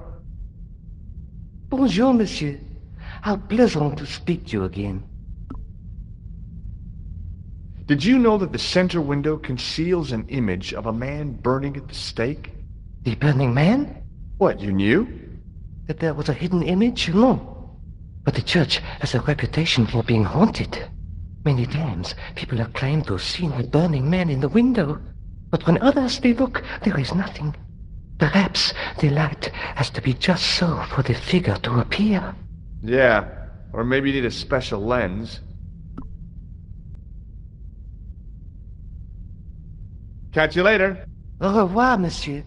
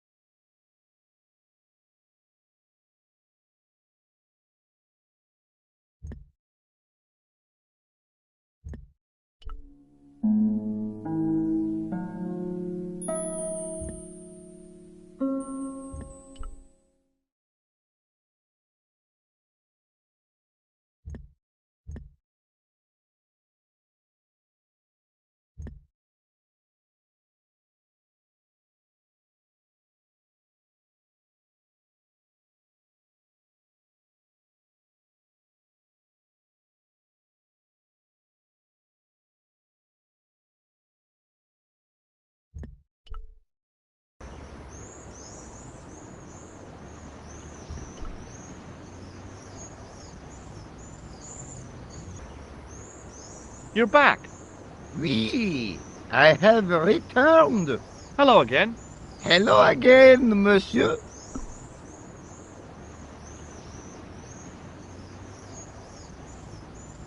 I'll see you around. Oui, monsieur. I'll be there.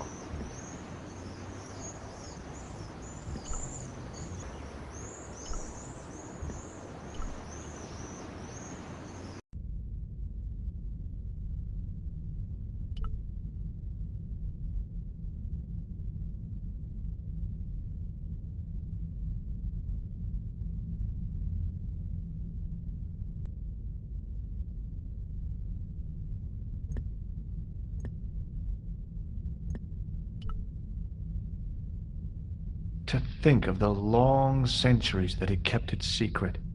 All the thousands of people who must have been through here and seen it without once suspecting.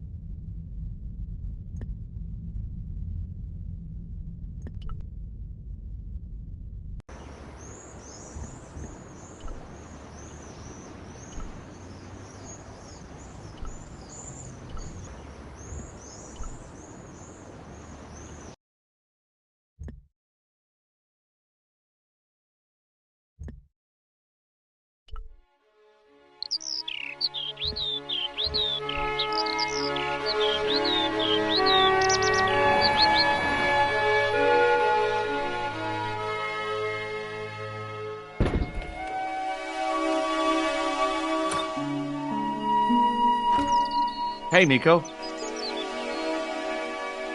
Oh, hi. Come in.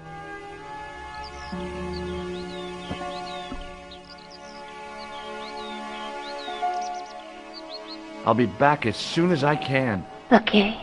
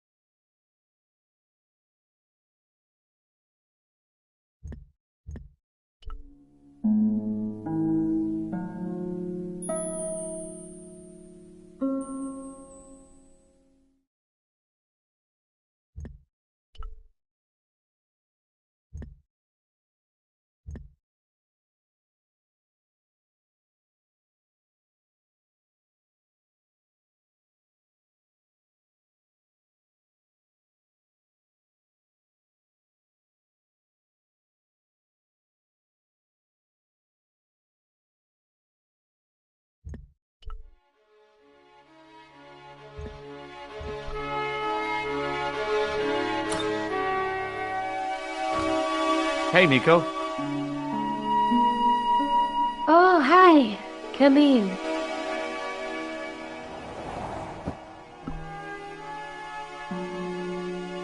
Have you found out any more about the Knights Templar?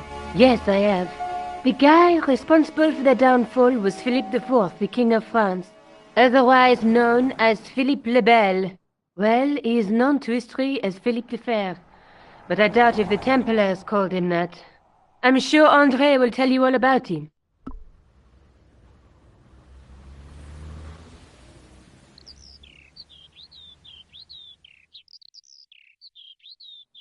I'll be back as soon as I can. Okay.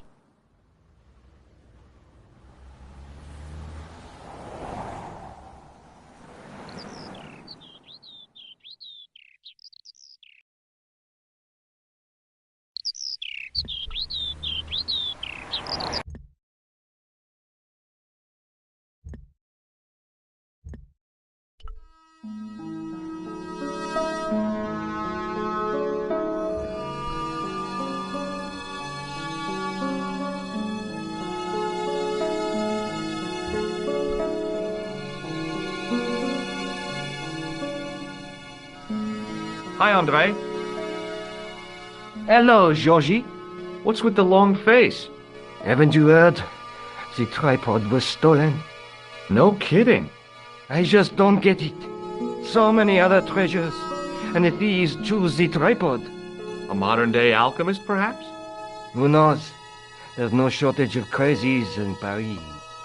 Hey, I visited Nicole's apartment.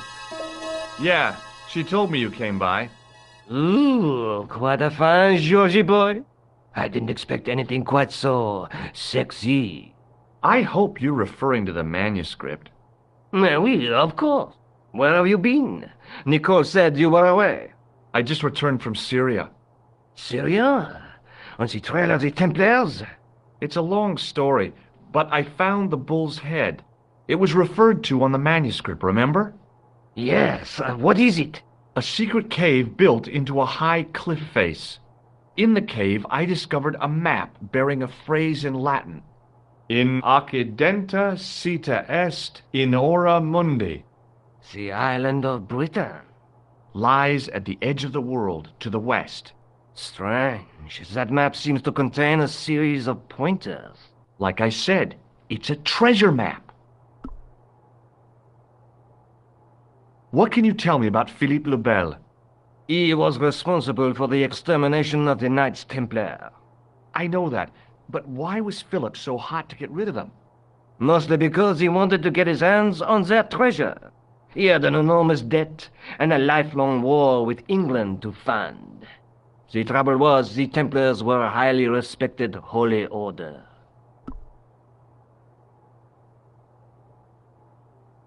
If the Templars were so powerful, how did this Philippe dude wipe them out? By underhanded, dishonorable means, of course.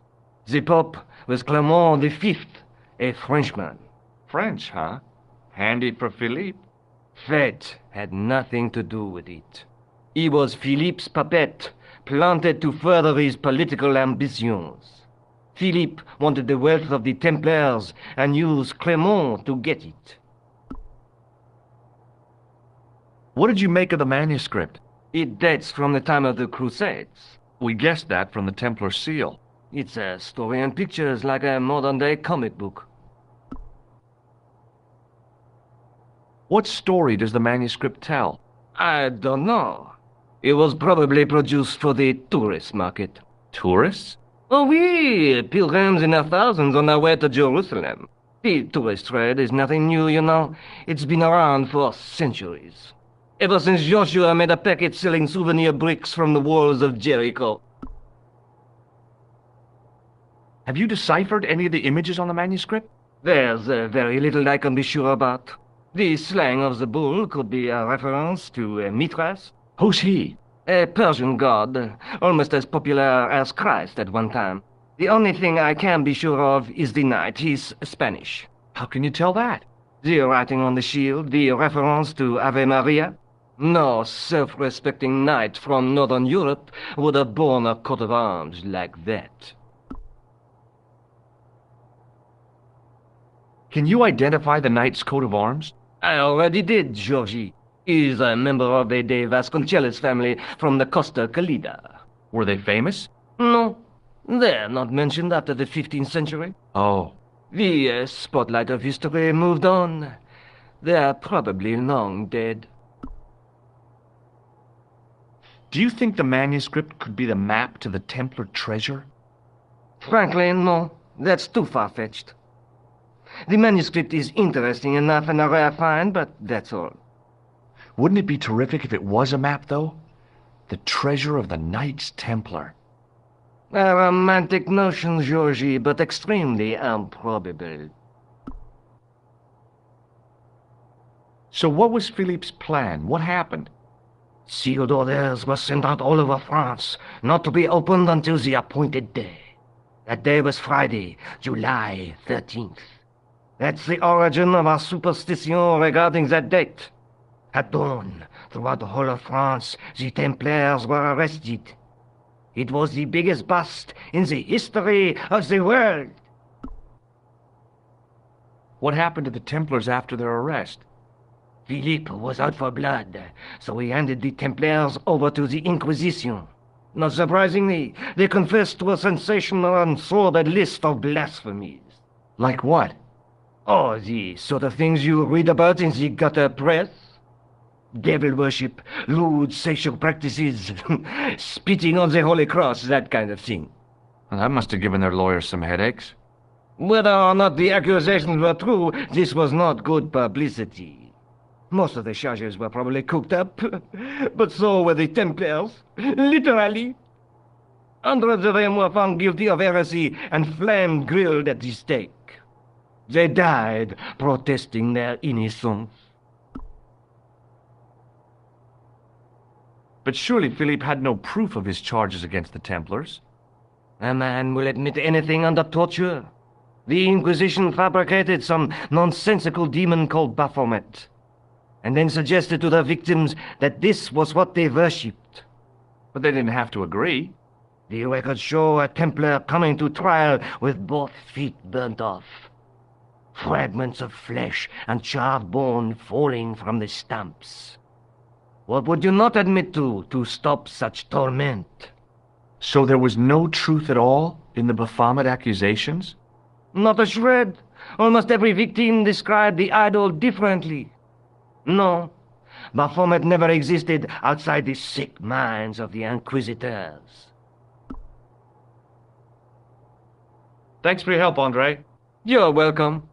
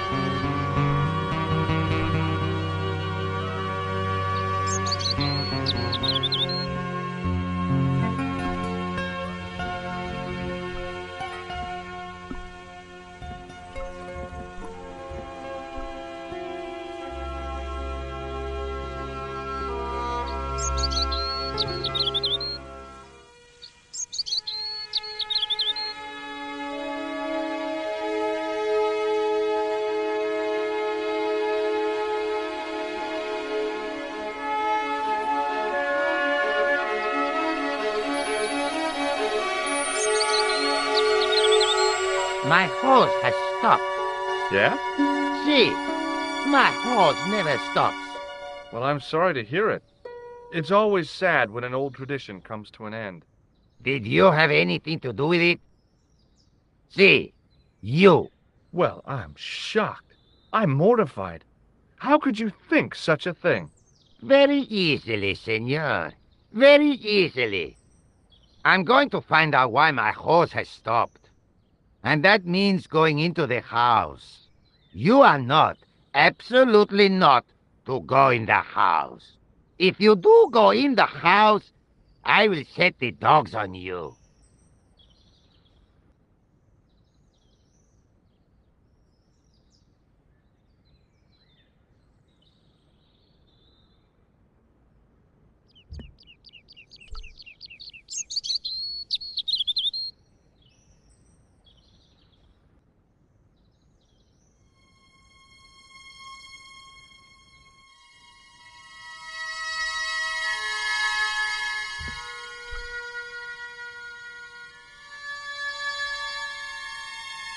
The armor was about my size.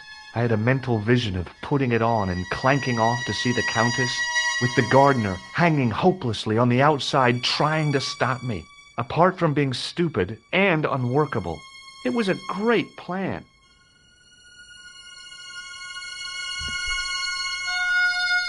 The armor was about my size. I had a mental vision of putting it on and clanking off to see the Countess, with the gardener hanging hopelessly on the outside trying to stop me. Apart from being stupid and unworkable, it was a great plan.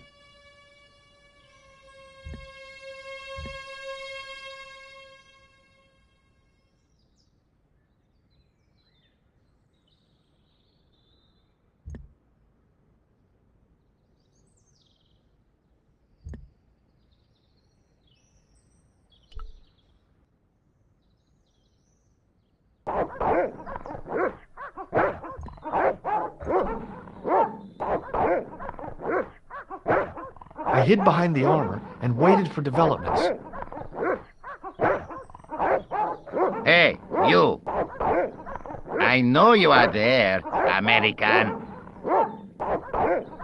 All right, you dogs, I'm coming.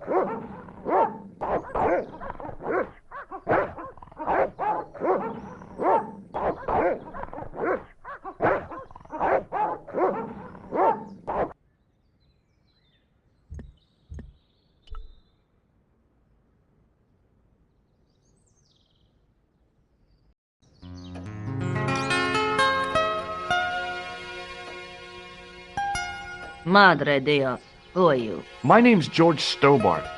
I'm sorry to burst in like this. You must leave at once. You're not wanted here. Please, if you'd just listen a minute. Very well. State your business, Senor Stobart. There's been a series of murders, part of some conspiracy. Anyway, the trail led me here. Here?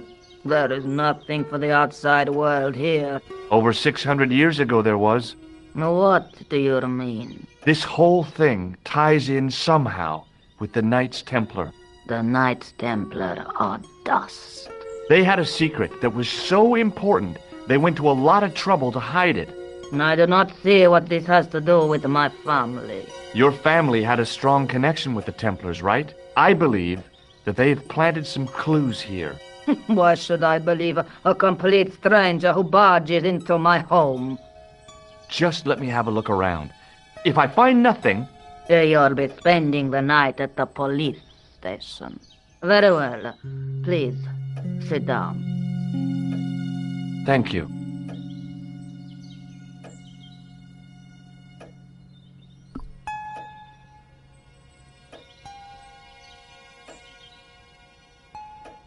I know your family is involved with the Templars, but I don't know how.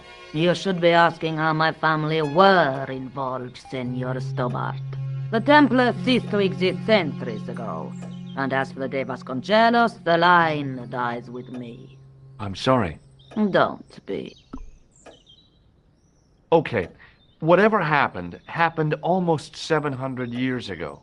So, if the Templars left any clues, they're going to be in stuff that dates back to the early 14th century. Obviously. So, what do you have around here that's early medieval? Early medieval. Let me think. Well, the house is relatively modern, a scant 3 centuries old. Or, of course, the chess set. That chess set is over 600 years old? It must be worth a fortune. Indeed it is. Not that I would part with it, of course. No, I wouldn't either. That's the sort of thing that gets handed down to your children. Sorry. Its value is less than you might think. The set is not complete. One of the pieces is a modern replacement. As to the original, it was lost a long time ago. Nobody has any idea where it is? No.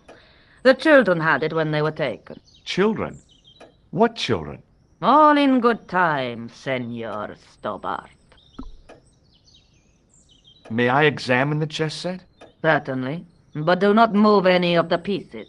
Okay, thanks. Close up, the modern piece stood out like a sore thumb. There was something else odd about the set. All of the original pieces had irregular bases. My lady, I have to warn you, there's a... You! Why, I feed you to the dogs. Lopez, what have I told you about feeding intruders to the dogs? But, my lady... Never without my permission. Senor Stobart, if I find that you're wasting my time, you will be fed to the dogs. Now, I want to show you something interesting. Follow me.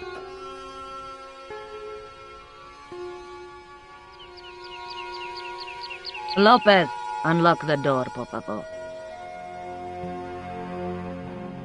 This is the only remaining structure on the estate contemporary with the Templars. Nice. What is it, a summer house? A mausoleum, Senor Stobart. Oh. Come with me. Hey, senor. Yeah? I do not know what you have told my lady to be shown these favors, but I do not trust you. You've got nothing to worry about. Aren't you coming in? No, the dead do not interest me. My garden is a living thing. I will be there.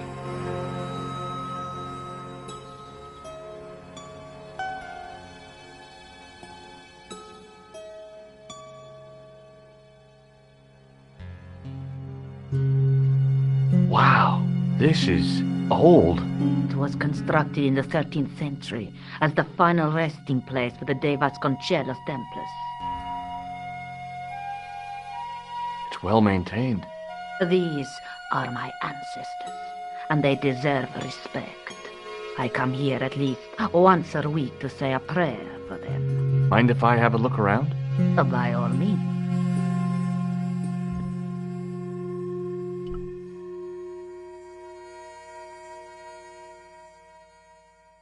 On removing the Bible, I found a pattern on the lectern top. Hey, it's a checkerboard!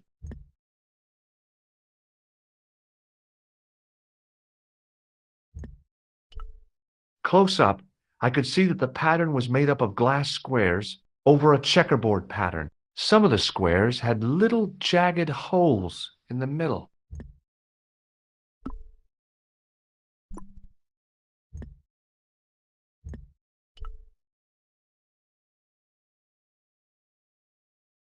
May I ask you something? You may ask. What's the story with the glass chessboard? Glass chessboard. Oh, the pattern on the lectern, purely decorative, I'm sure. There are pieces of glass missing from it.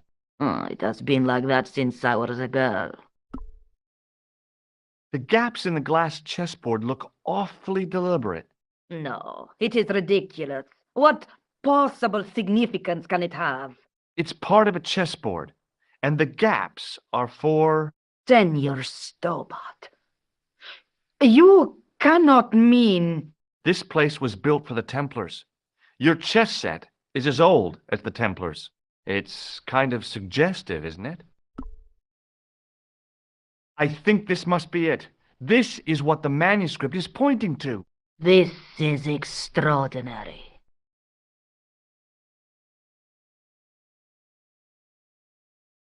Am I to understand that the Templars left a puzzle here? And in all of this time we failed to realize that there was a puzzle? It was wonderful to watch the Countess change before my eyes. Right. Well, no time for wallowing in self-pity, eh, Senor Stobart? This mystery has had a good long run, but it ends here and now. All those years of fatalism were falling away from her. Lopez! Lopez! Put that hose down and listen! Go to the house and get my chess set! Yes! The old chess set! Oh, damn the game! Now, hurry!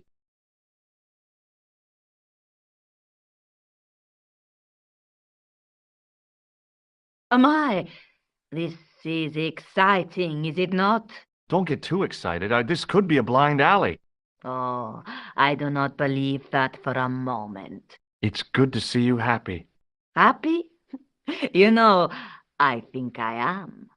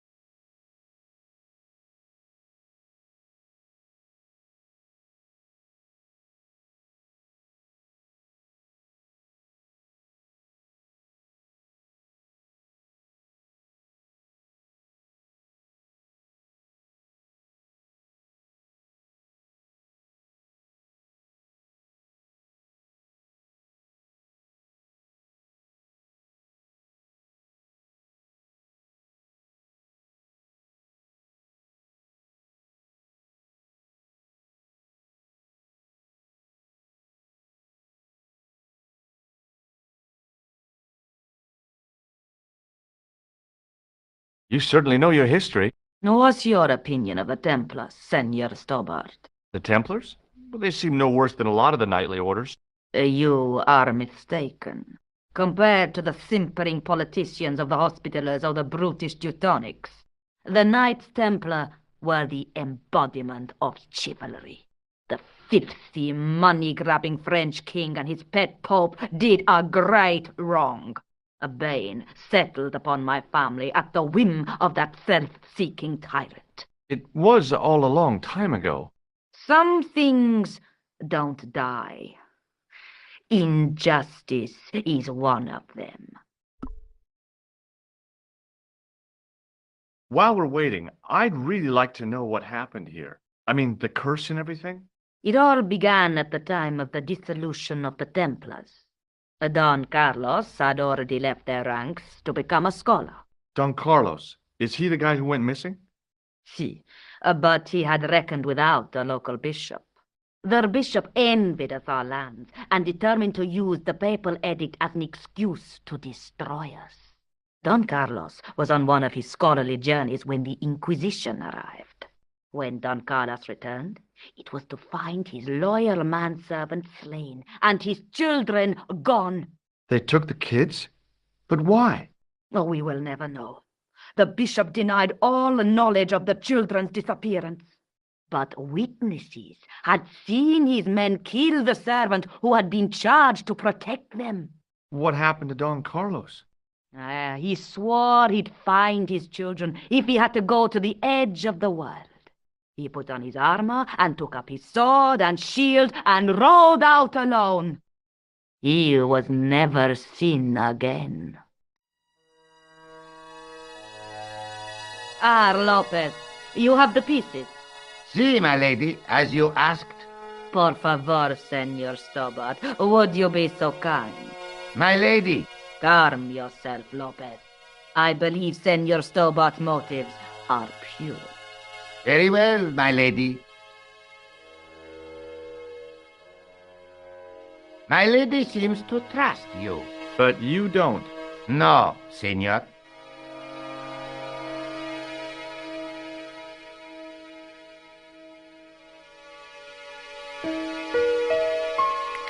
It fits, Senor Stobart. It fits. Working quickly, I found which pieces went into which holes.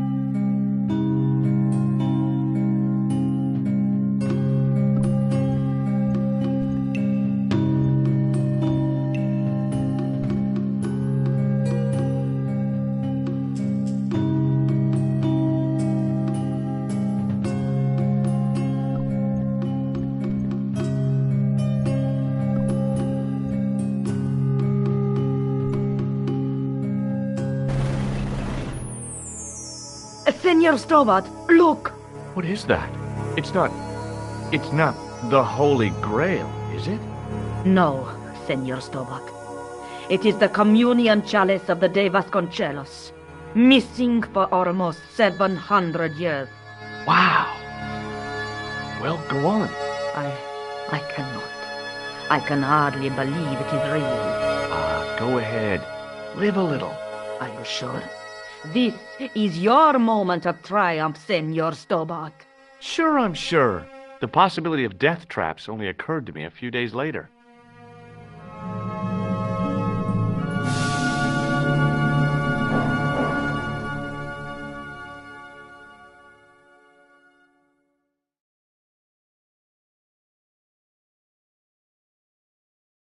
So the curse of the De Vasconcelos is lifted? Oh no.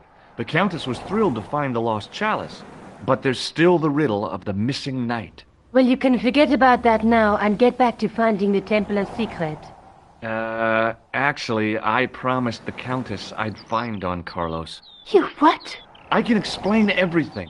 You have got the odds for a withered old Spanish aristocrat? The Countess entrusted me with the chalice and the quest for her ancestor's tomb. You're as crazy as she is. Haven't you got enough problems? Khan and the Templars? It's all part of the same thing. The chalice is important, I'm sure. The manuscript pointed us to the knight, and I have to find him. What then? I don't know. But when the knight and the chalice are reunited, maybe I will.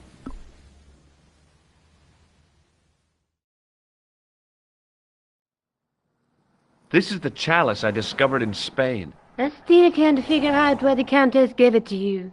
After losing it for all those years, she simply gave it away to a total stranger? She's one prawn short of a paella. The Countess is a fine lady. You shouldn't compare her with seafood. I wouldn't be surprised if there's something going on between you and that Countess. Are you serious? She's old enough to be my grandmother. I'll be back as soon as I can. Okay.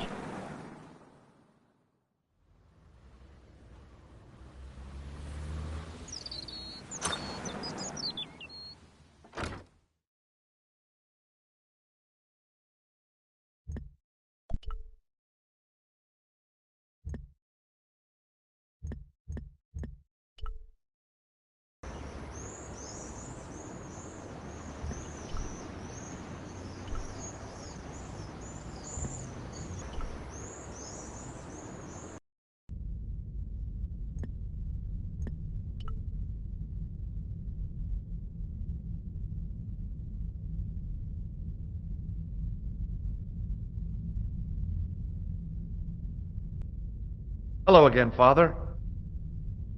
Bonjour, monsieur. How pleasant to speak to you again. You must be proud to have such an incredible collection of stained glass. Pride is a sin, monsieur, but it is hard not to marvel when the light shines through them. It is a fine example of the artisan's genius. What do you make of this chalice? It certainly looks very old.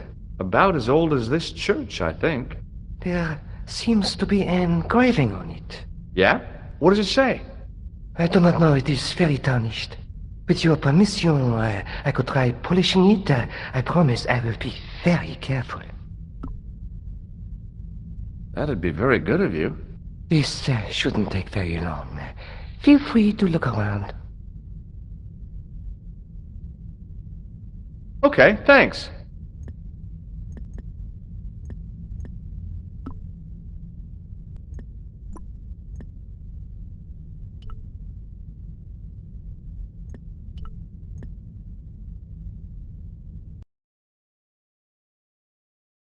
A Knight Templar burning at the stake, and a date.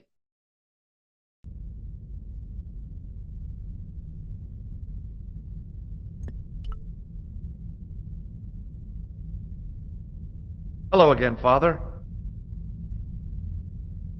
Hey, thanks. It is my pleasure, monsieur. What was the writing on the chalice? It was not writing, my mistake. It was a coat of arms. The remarkable thing is that it seems very familiar. Yeah? Oui, I think I have seen it on that wool tomb in the far corner. That winged horse is quite distinctive.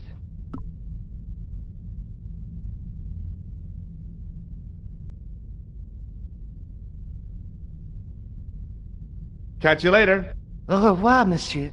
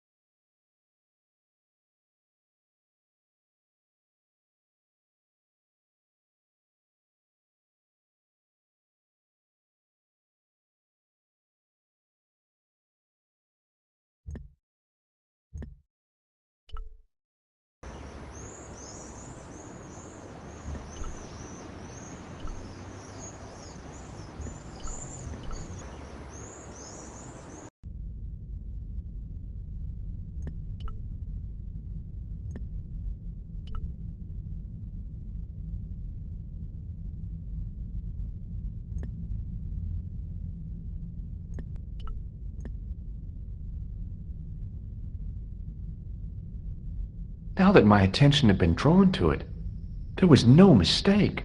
There was no name on it, but the coat of arms was undeniably the Pegasus of the De Vasconcelos family. I'd found the last resting place of Don Carlos. My eye was drawn to the biblical references carved into the edge of the tomb. Hey, maybe these biblical references mean something.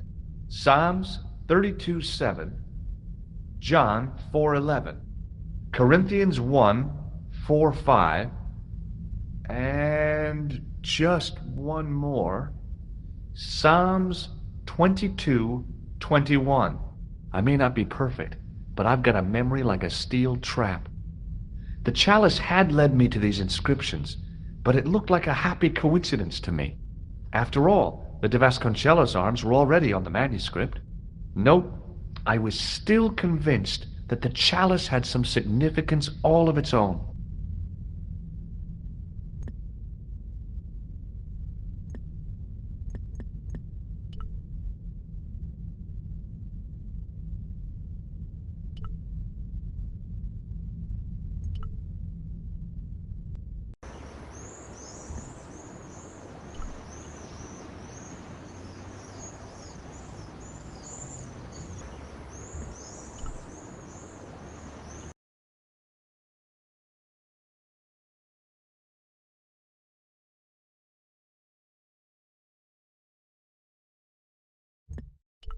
Hi,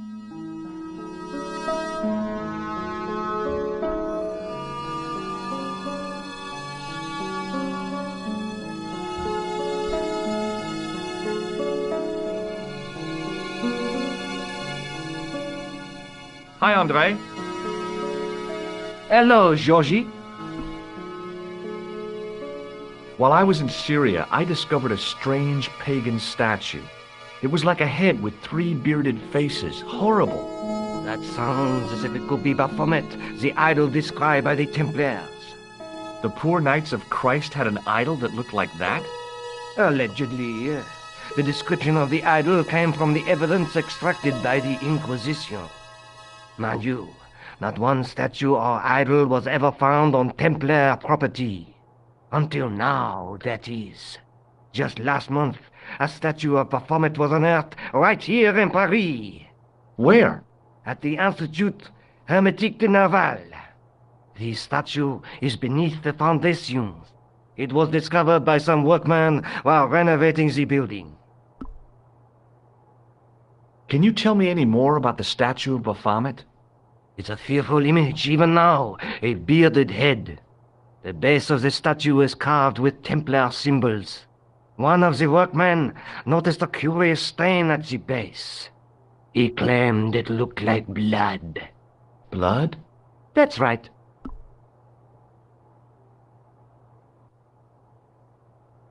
Thanks for your help, Andre. You're welcome.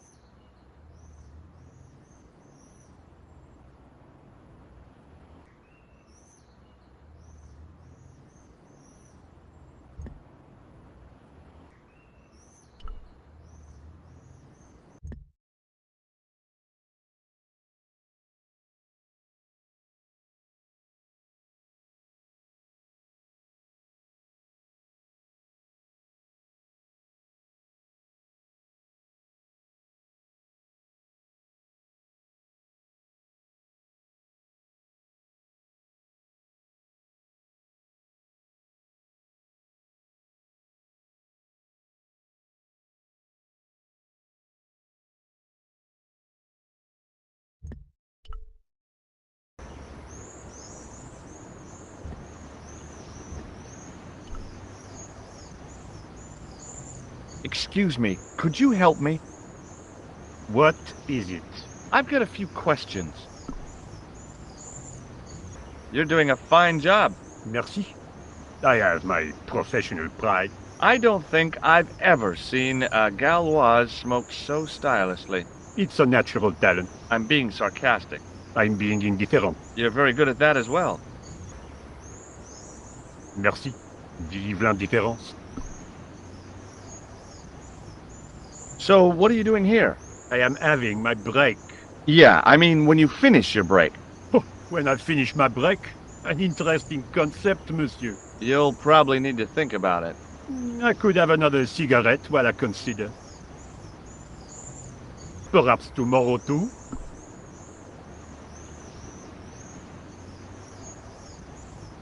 Okay, let me put things differently. What were you hired to do here?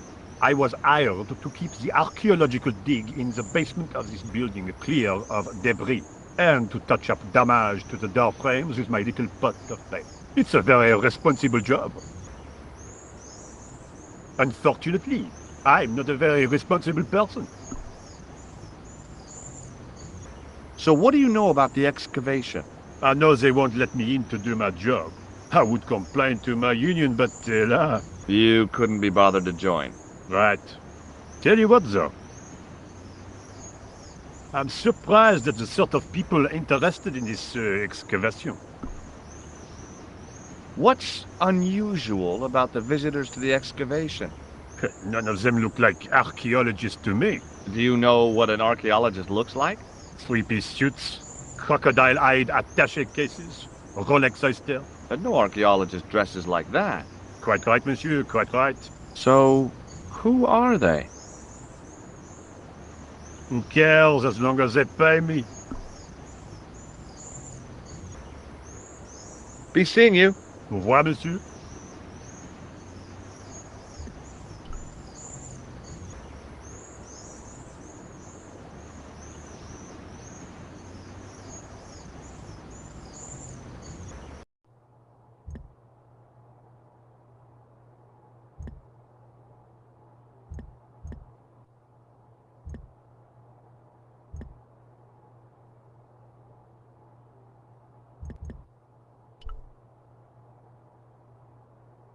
Hi? Excuse me? Oui? So, what exactly are you doing here? I'm guarding.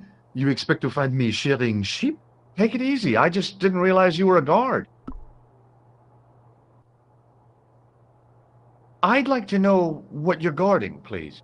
That's a secret. It wouldn't happen to be an archaeological site, would it? Are you asking me or telling me? I'm telling you. Then why ask? I had a feeling this was no normal hole in the ground.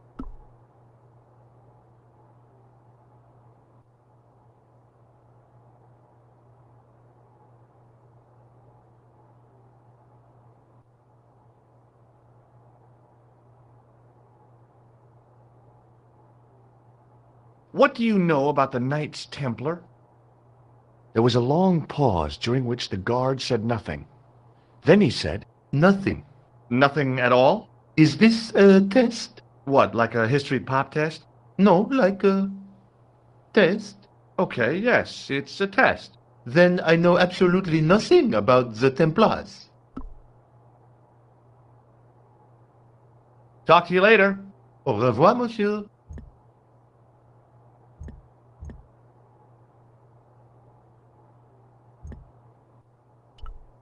I didn't think that the guard would just let me waltz past. Besides, I had a hunch that door was locked.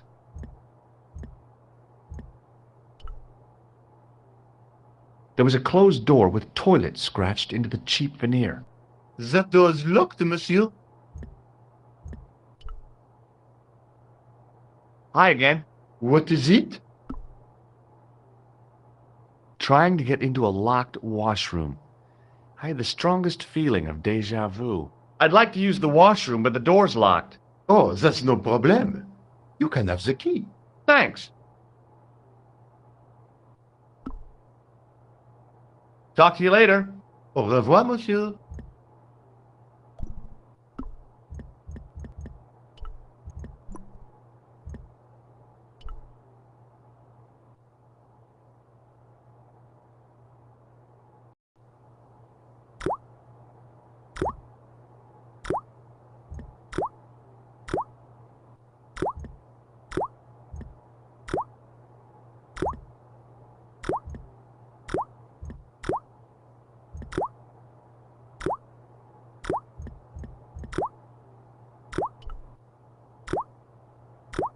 I didn't want to use that unless I really had to.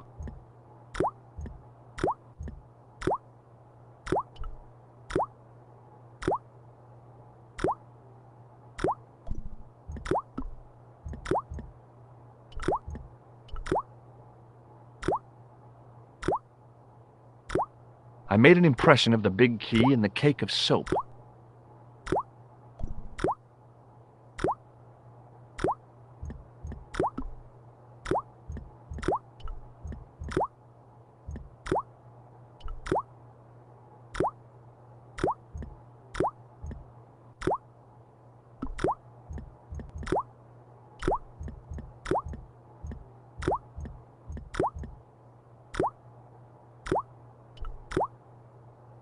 That was a smart way to get a key made out of water. Now all I needed was a nitrogen bath to freeze it in, and I'd have a usable key.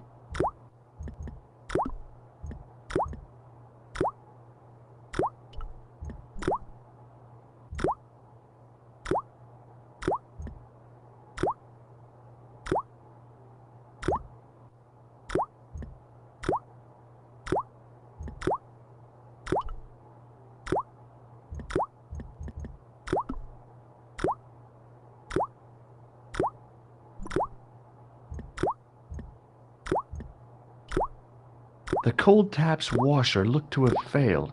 It was just dribbling down the sink.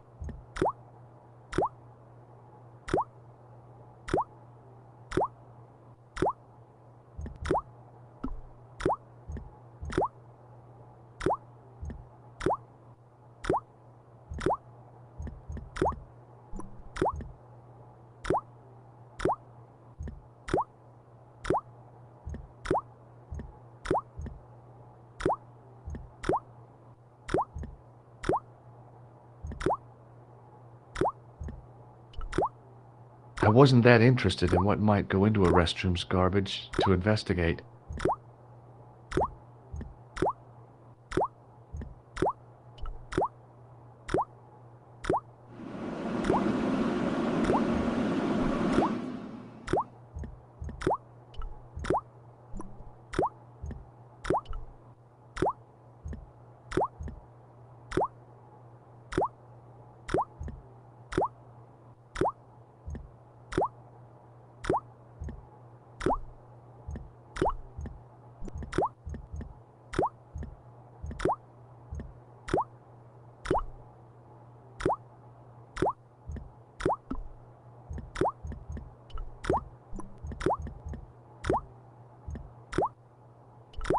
That was a smart way to get a key made out of water. Now all I needed was a nitrogen bath to freeze it in, and I'd have a usable key.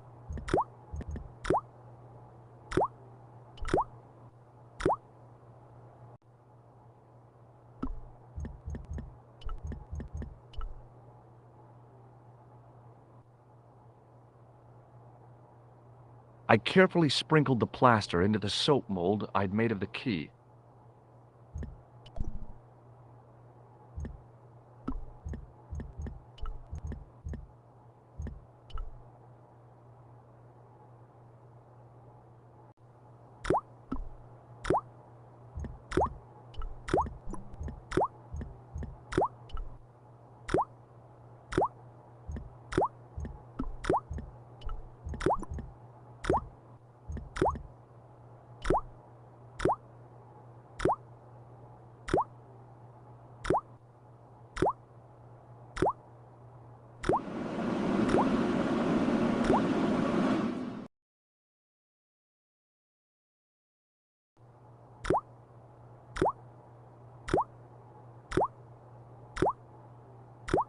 Well, it had taken a while, but I had made myself a completely unconvincing plaster key.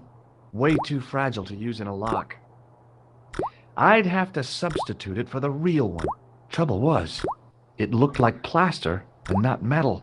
Then again, that plaster statue in Syria hadn't looked like stone until I'd been a bit artful with it. Maybe I could improve the key as well.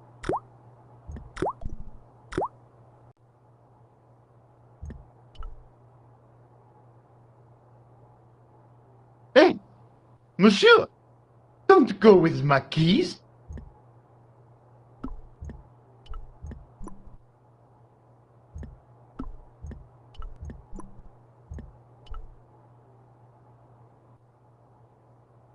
What is it? Here's the keys. Thanks. Merci, monsieur.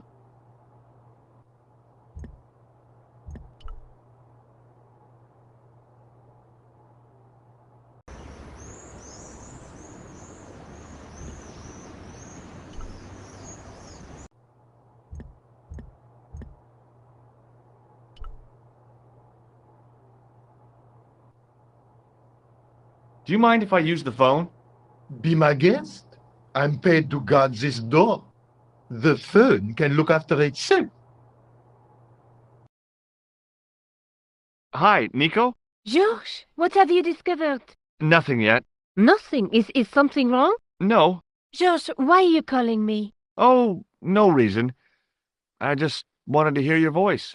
You did? Well, this is my voice saying, don't bother me, I'm busy. Oh.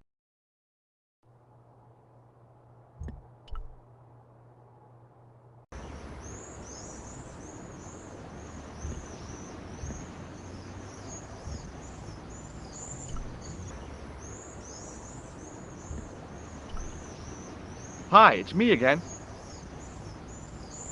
What now?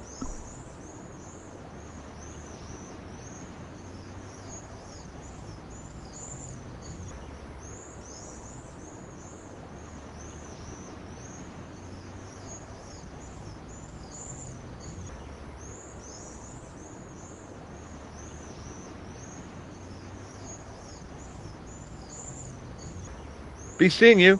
Au revoir, monsieur.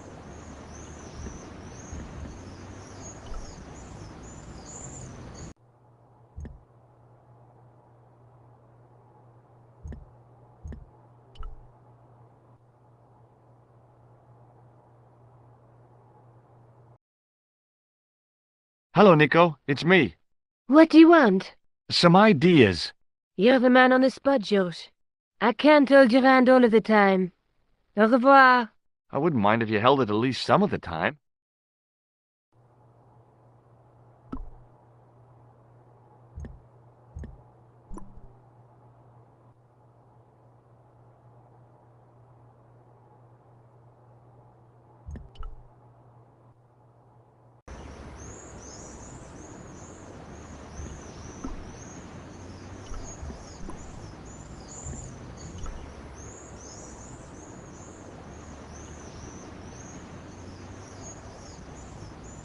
Hey, monsieur! Get away from my paint pot! Okay. I should think so. Meddling with a man's paint pot. Puh!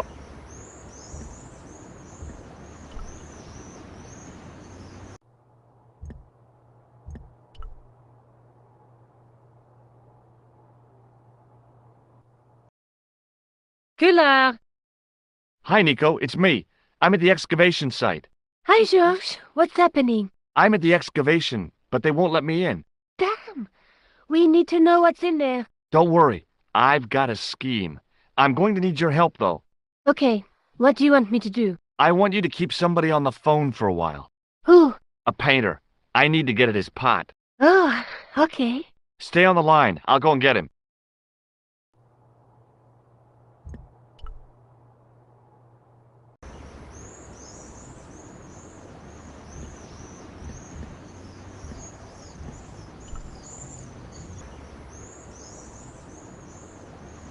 Hi, it's me again. What now?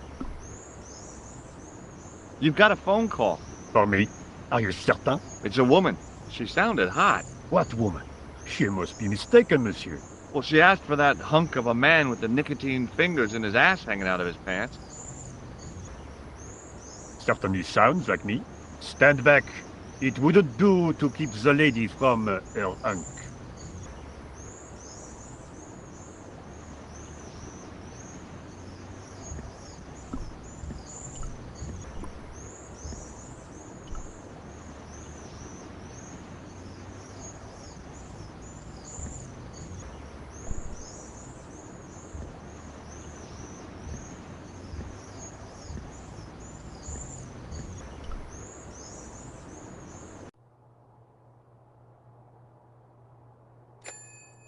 Well, monsieur, what a strange woman.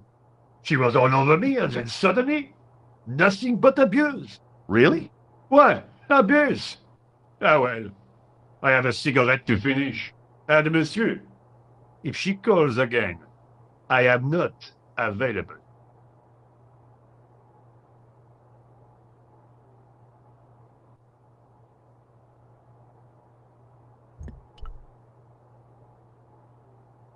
Hi again. What is it? I need to use the toilet again. Again? Already? I have this problem. How technical do you want me to get? Never mind. Here's the key.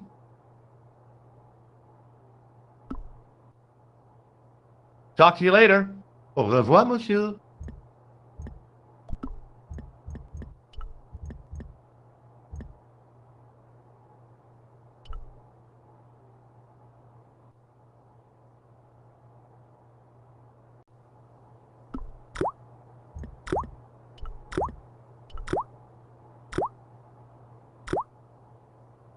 Quickly and without fuss, I swapped the fake key for the real thing.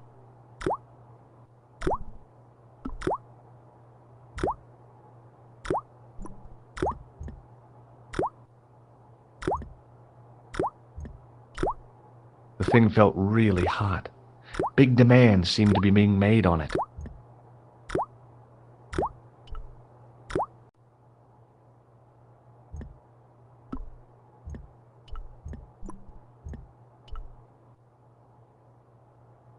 What is it? I couldn't give him the keys. The false key looked pretty convincing, but it felt exactly like what it was. Painted plaster. He was bound to detect it.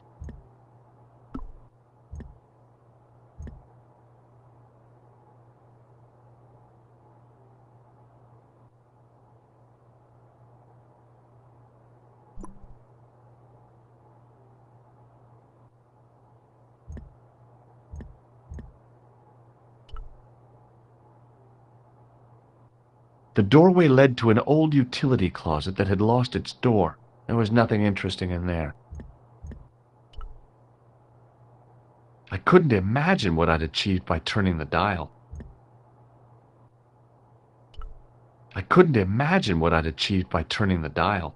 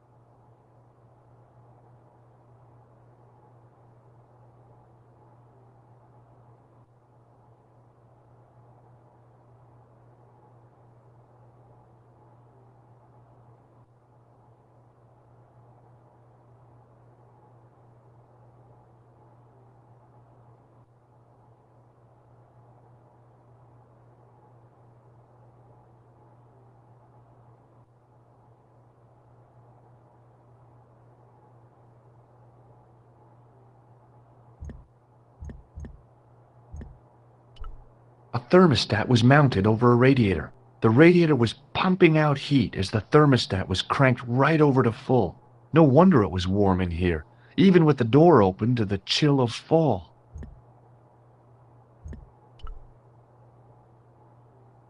Hi again. What is it? It sure is hot in here. I have to have the door open to allow the workmen access, so why not? I turn the heat up. You could wrap up warm. I have my gloves if it gets cold, but why bother when it's warm anyway? Talk to you later. Au revoir, monsieur.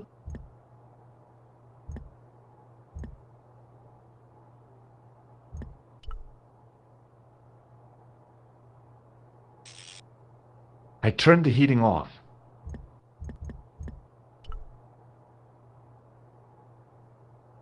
I figured I'd best not bother Nico again until I'd got a good reason.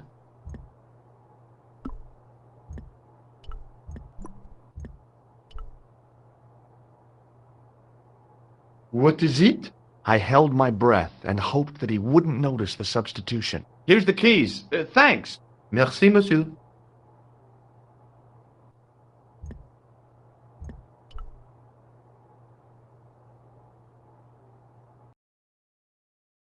Hi, Nico. It's me again. I'd guessed. What do you want this time? What did you say to the painter? I shan't repeat it, Josh. Look, I need to get the guard out of the way. Could you call back and ask him to get the painter again? Okay, I'll call back soon.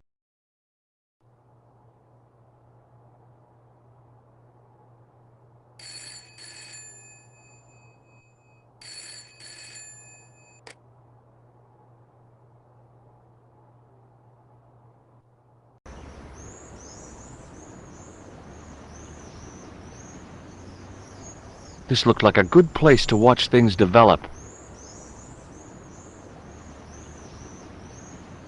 Hey, you! It's the phone. Yes? Who is it? How should I know? What am I, your social secretary? It's not a chick, is it? Yes, it's a woman. Are you going to answer it? Does she have a warm, sensual voice like molten chocolate? Yes, she has a really sexy voice. Now get a move on. I'm not talking to her. I can see that. You're wasting time talking to me. No, you don't understand. I refuse to talk to her. You refuse? You refuse? I'm wasting valuable time. Don't make me laugh. Your time valuable? You just stand around all day. I have a highly responsible job. Ha! Don't me, you elephantine oaf. My job is important. Impossible. They would have hired somebody competent in that case. Meaning what? Instead of which they hired a dismal rent-a-cop like you. All epaulettes and no brains. Why, you... This looked set to carry on for some time. It was too good an opportunity to miss.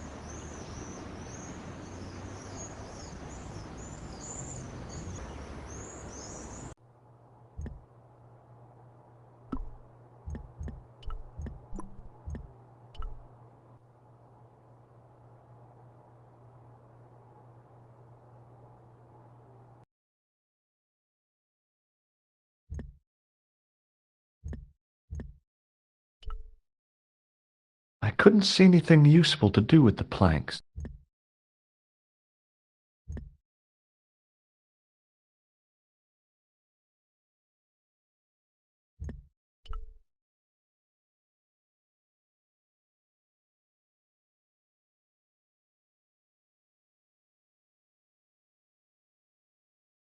There was no doubt about it. It was the same sort of idol I'd seen in Syria, a Baphomet. The Templars had certainly been through here.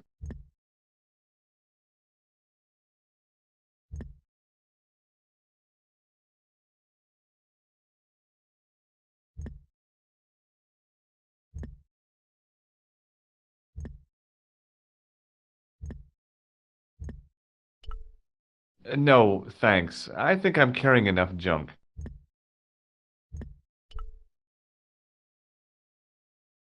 Close up, the pattern didn't make any sort of sense. It fanned out around an axis point, a kind of focus to one side.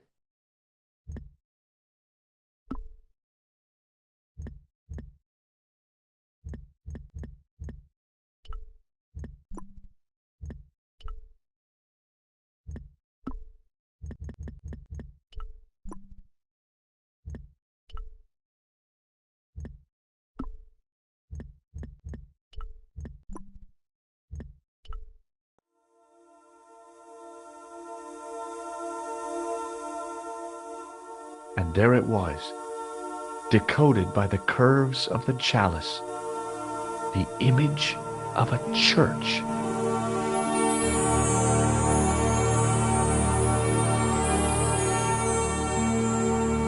I found out what the chalice was for. You've solved the puzzle? Yeah, there was a distorted picture at the Baphomet site. When I viewed it in the polished surface of the chalice, it changed. What did it show? A picture of a church with a square tower.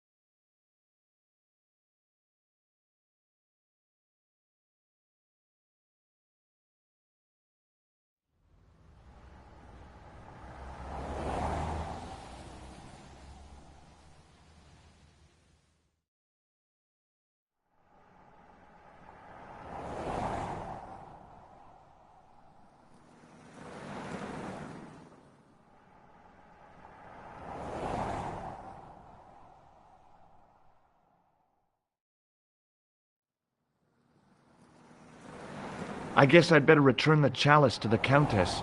Hurry back, Georges.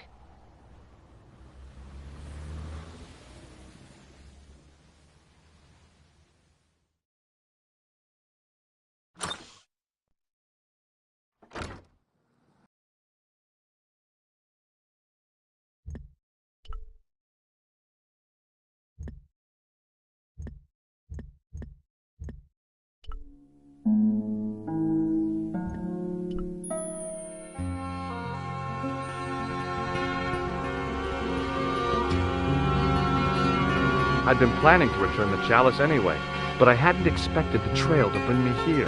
The Villa de Vasconcelos was as picturesque as ever. The weather was still clear, and Lopez was still watering the damn lawn.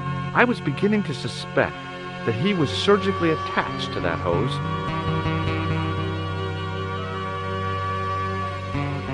Hi there, Lopez. How's tricks? Senor Stobart, how pleasant to see you. You are well. Fine, thanks. Is the Countess in? She is waiting for you. I will show you up. It's okay, I know the way. Senor Stobart, I feel I owe you an apology. No, you don't. I was impolite on our first meeting. Look, Lopez, just forget about it. I came on like a snake oil merchant. I wouldn't have trusted me in your shoes. You do not understand. Finding the chalice has given my lady a new lease of life. It's a marvel. She smiles, she laughs. The tradesmen are saying that she is on Prozac.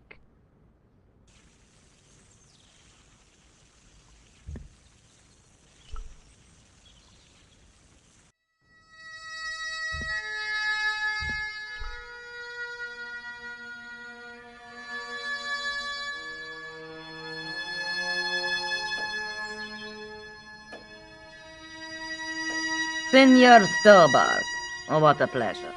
Please, sit down. Hi, Countess. The pleasure's all mine. I've brought back your chalice.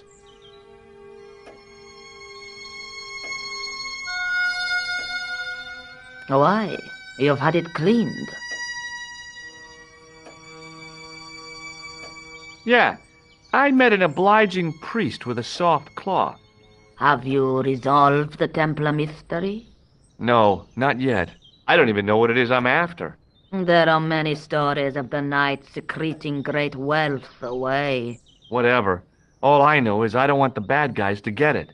Ah, to be young and live in a world of moral absolutes.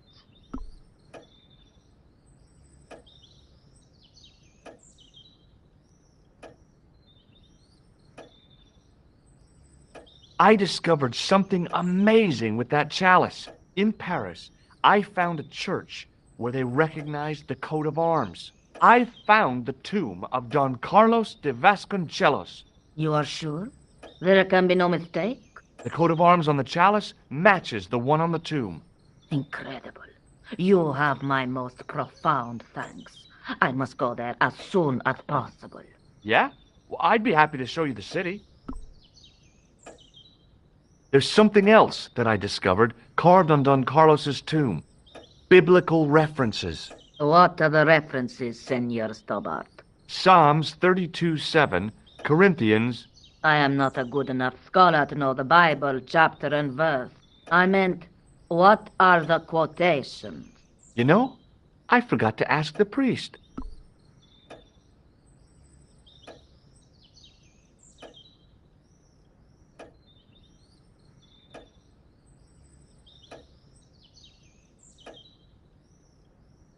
I'll have a look around if that's okay. My home is your home. I shall remain here.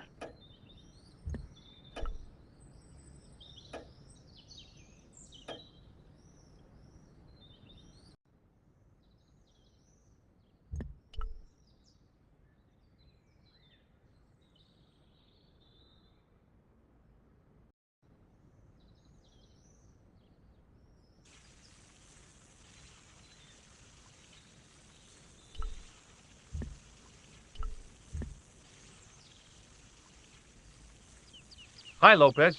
Got a minute? Certainly, senor. How can I help you? What's the story behind the chalice vanishing? When the Inquisition raided, in the absence of Don Carlos, it was believed that they had taken it.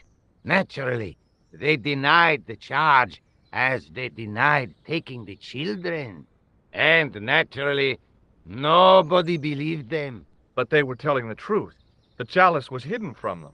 You don't suppose they were telling the truth about the children as well, do you? Madre de Dios! I had not thought of that. But then what happened to them? I don't know. If the Inquisition didn't take them, then who did? You must speak to my lady of these. Count on it. So the Countess feels that the curse is lifted. I would not put it so strongly. Your discovery of the chalice was proof that the Templars never abandoned the de Vasconcelos. It counts for a great deal with my lady.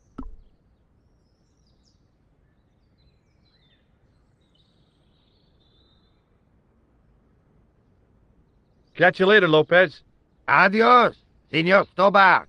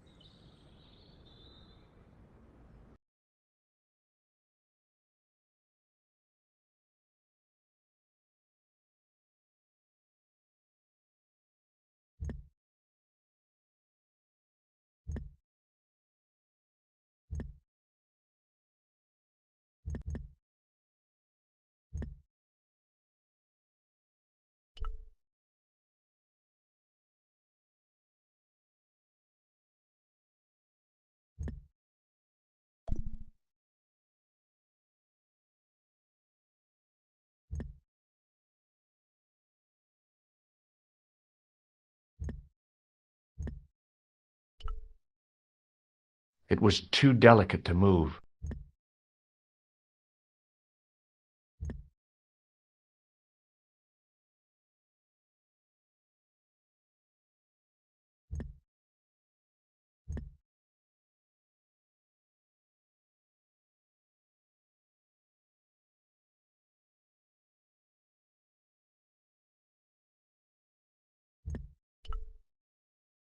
I couldn't climb up there without breaking something.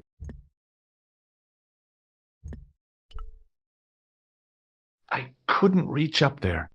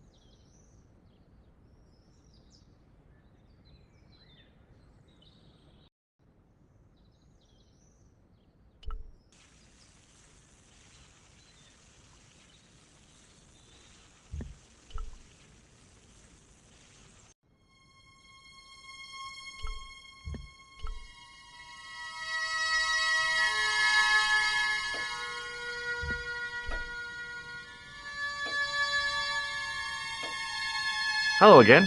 Mind if I sit? Please, be my guest. There's still the mystery of that missing chess piece. I do not think that it will ever be discovered unless the fate of the children is revealed. The Inquisition were suspected of taking the chalice and the kids, right? We know now they were innocent of the first crime. What if... They did not take the children either. Then what happened to them? The Inquisition admitted to killing Don Carlos's manservant. Now, this guy had been told to protect the kids at all costs, right? That is correct. I think he hid them, and the chalice, when he got wind that the Inquisition was coming. With him dead, and Don Carlos driven mad with grief, there was nobody left who knew the secret. You know what this means, don't you? I fear so. The children are still here somewhere. If this is so, then it is small wonder that the de Vasconcelos are cursed. Here's the Bible from the mausoleum.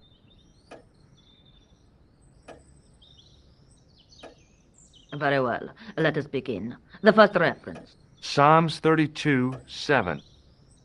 Thou art my hiding place. Thou shalt preserve me from trouble. Thou shalt compass me about with songs of deliverance.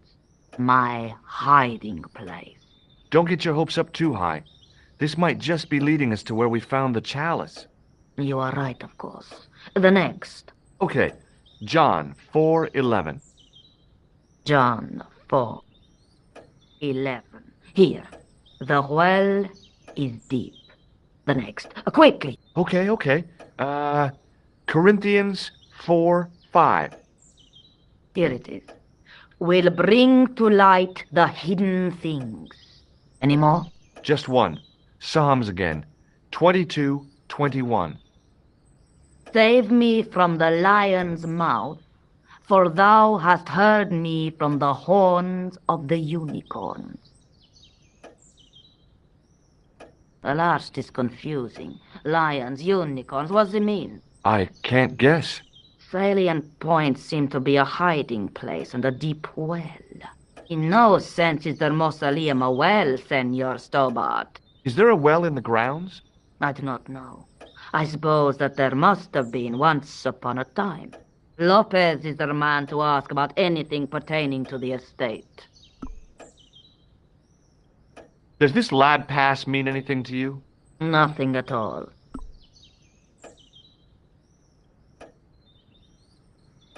I'll just have another look around. Very well.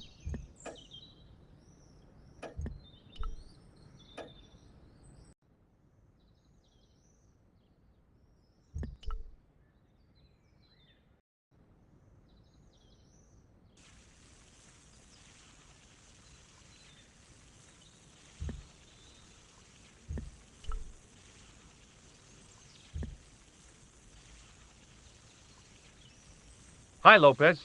Got a minute? Certainly, senor. How can I help you? You must know just about everything that there is to know about this place. See, I have lived my whole life here in the service of the Vasconcelos. Do you know of a well anywhere around here? A well? Si, senor. This used to be a fortified villa. How can you last a siege without water? Great! So where is it? How should I know? The well was covered over in the last century. It was dangerous, you see. And you have no idea where it was? None. It was hidden even before my grandfather's time. You must have a vague idea of where the well is. It must have been in the old house's courtyard, so that would put it around here. Here? Okay. Now, how do we find it? There might be a way. Let me think about it. Any ideas yet? Not as yet, Senor Stobart. I shall give it more thought.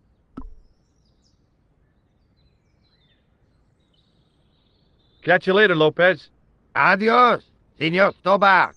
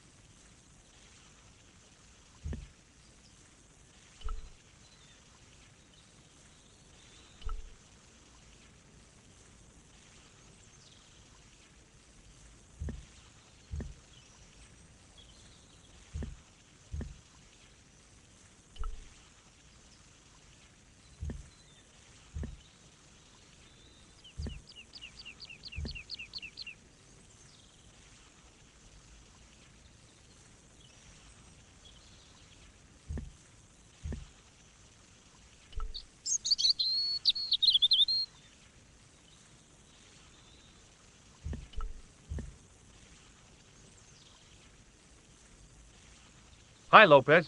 Got a minute? Certainly, senor. How can I help you? Catch you later, Lopez. Adios, Senor Stobart. Hi, Lopez. Got a minute? Certainly, senor. How can I help you? Any ideas yet? Not as yet, Senor Stobart. I shall give it more thought.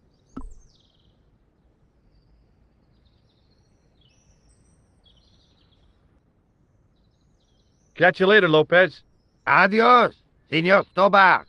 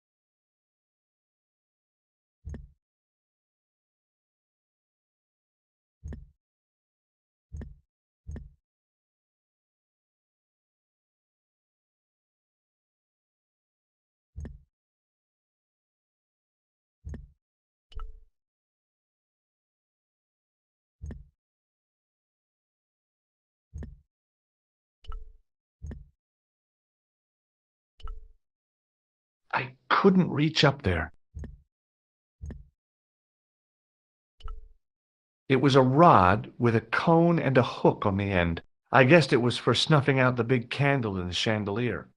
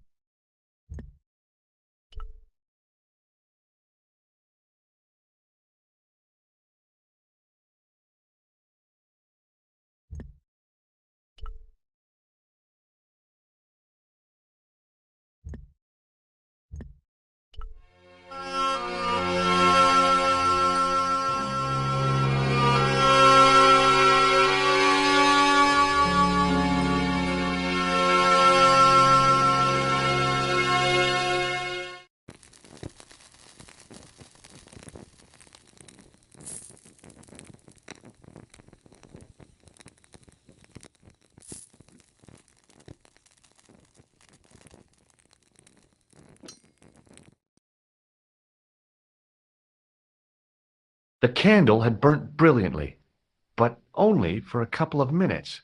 Some kind of special formulation, I guess. And had yielded up this.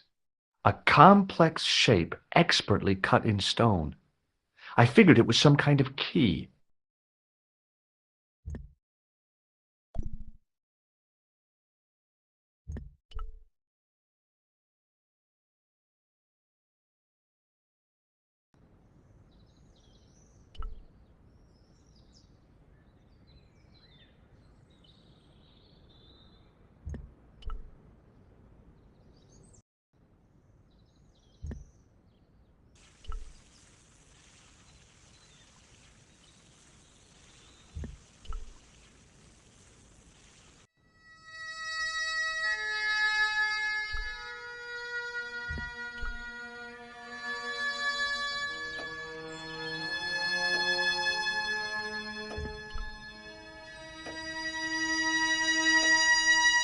Hello again.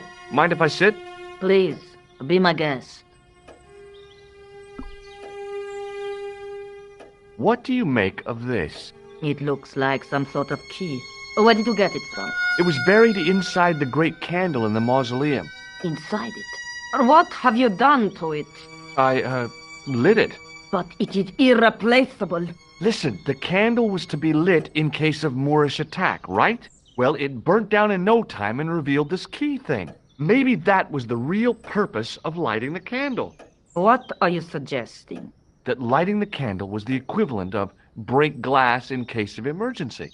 Sentiment must not stand in the way of solving this mystery. You did the right thing.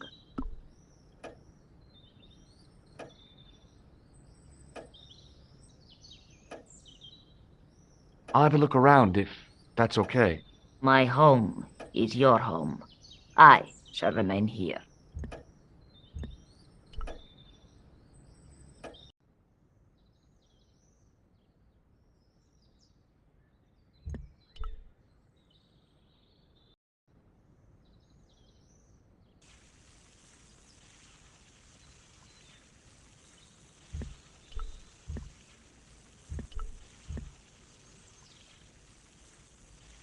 Hi, Lopez. Got a minute? Certainly, senor. How can I help you?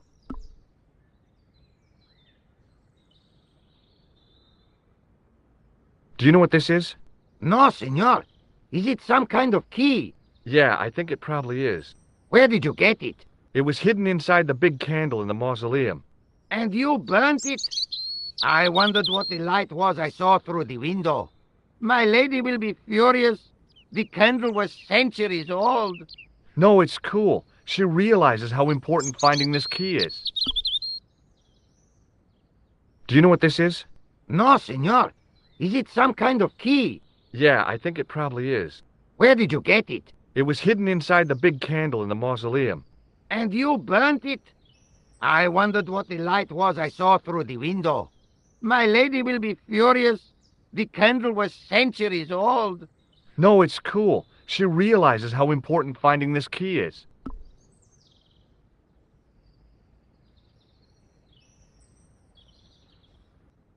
Any ideas yet? We are looking for a source of water, see? Yes? For generations, the Spanish country folk have had a secret way of locating water, even if it is meters beneath the ground. Ah, you're not talking about water dousing, are you? Eh? You know, you get a stick and walk around until the stick twitches and dig there. Oh, you've heard of it.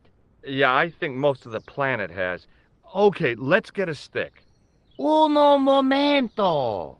It must be a special stick. A Y of hazel. Right. Do you have any hazel trees? See, here. That is hazel.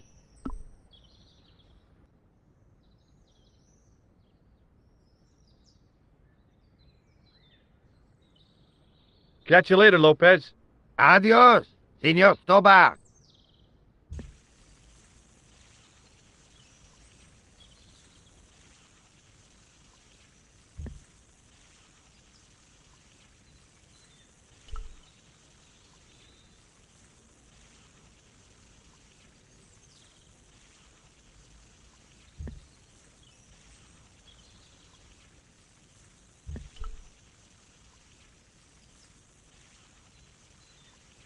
I went over to find a suitable stick. Aha!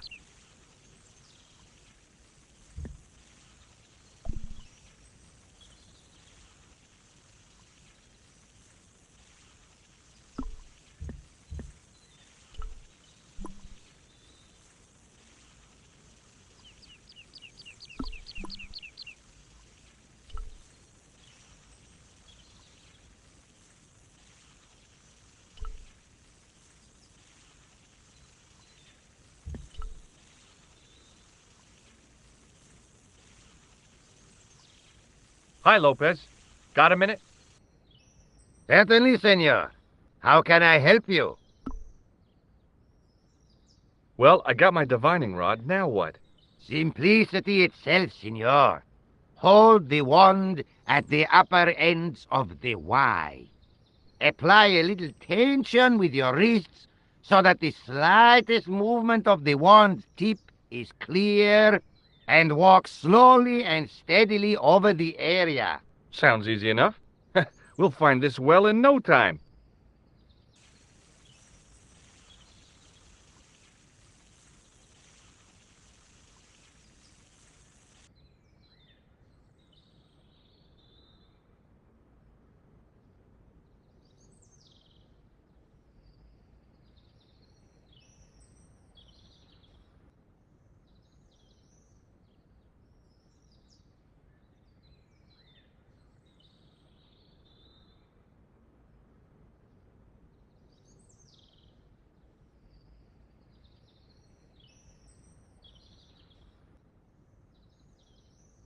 Senor Stobart, you've found something.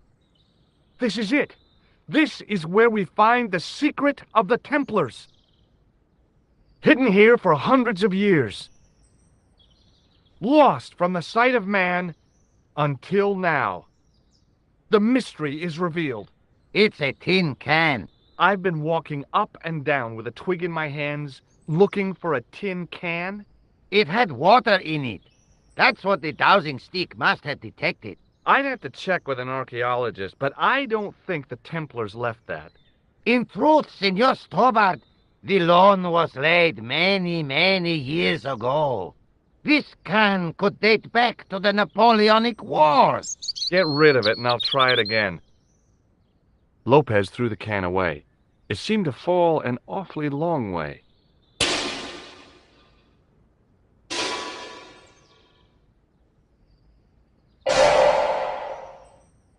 The splash at the end confirmed what we both suspected. Well, I'll be a monkey's uncle. It has been here all the time. All those years and nobody found it. Stood in awe for a moment, marveling at the secrets all around us. I could have fallen down that.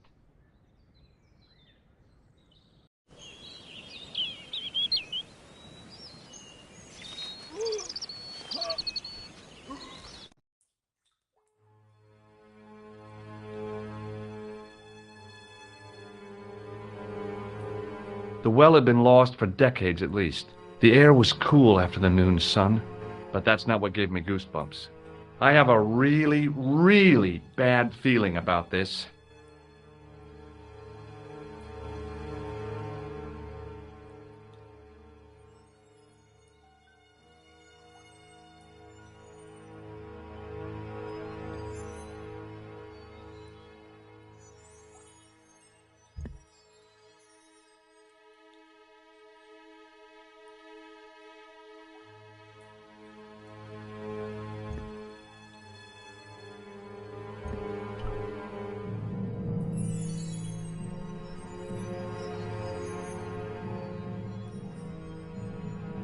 From a distance, the lion's head had been impressive.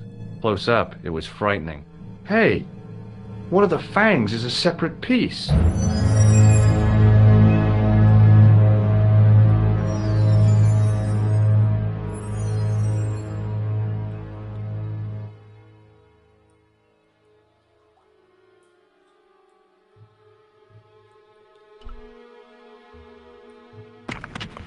I could hear the sound of a lot of stone moving, and I knew I was in danger.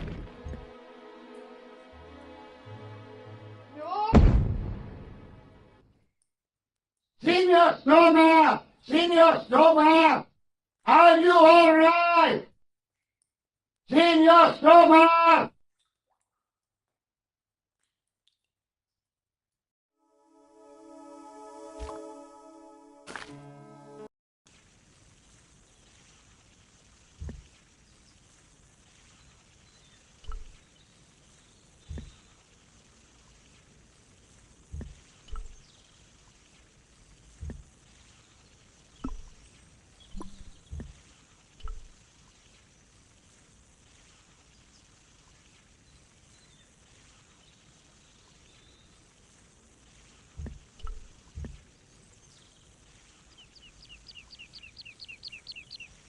Hi, Lopez. Got a minute? Certainly, senor. How can I help you?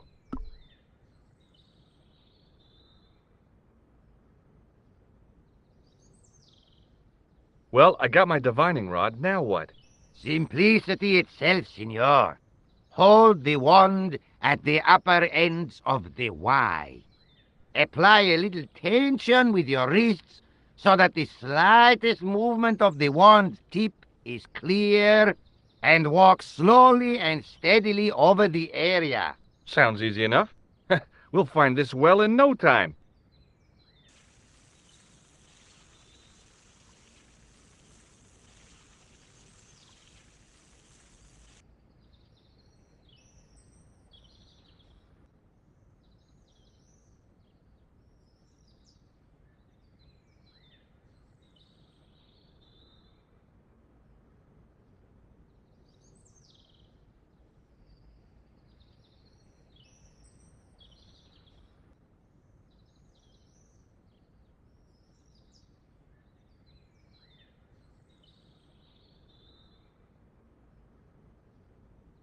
Senor Stobart, you've found something.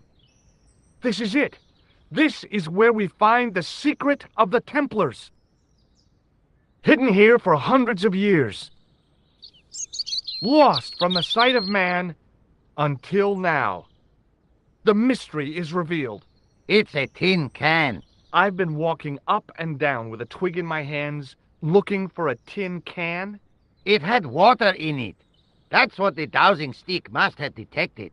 I'd have to check with an archaeologist, but I don't think the Templars left that. In truth, Senor Stobart, the loan was laid many, many years ago. This can could date back to the Napoleonic Wars. Get rid of it and I'll try it again.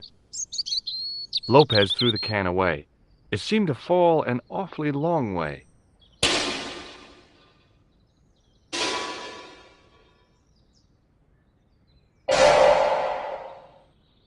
The splash at the end confirmed what we both suspected.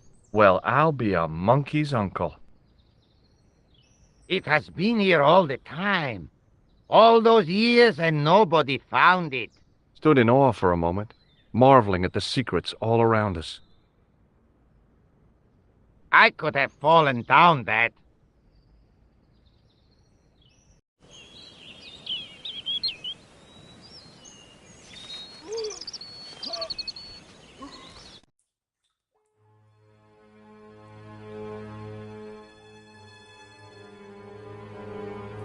The well had been lost for decades at least. The air was cool after the noon sun, but that's not what gave me goosebumps.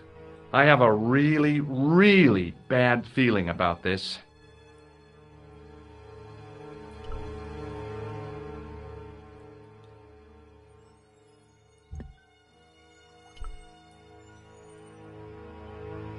From a distance, the lion's head had been impressive. Close up, it was frightening. Hey! One of the fangs is a separate piece.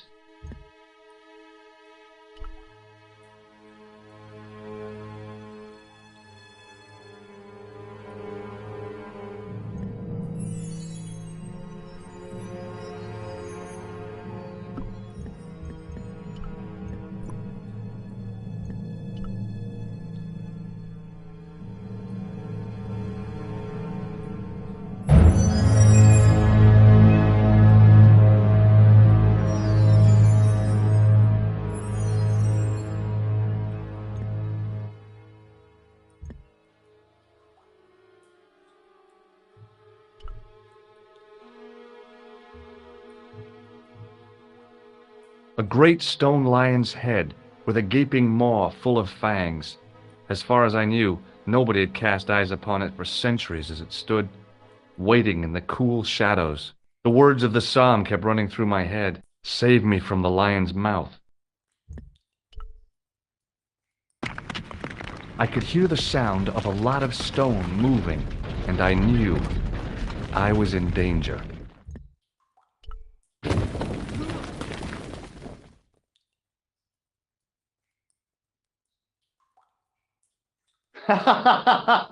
Oh, very funny, you psychos. Signor Stover! Signor Stover! Are you all right? It's okay, Lopez, I'm fine! Che tutto mi has done? You gave me a scare! Nice try, Templars.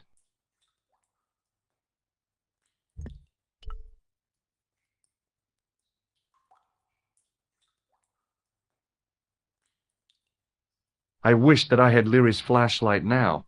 It just felt like a pitted stone wall. I'd almost been killed for the sake of a red herring.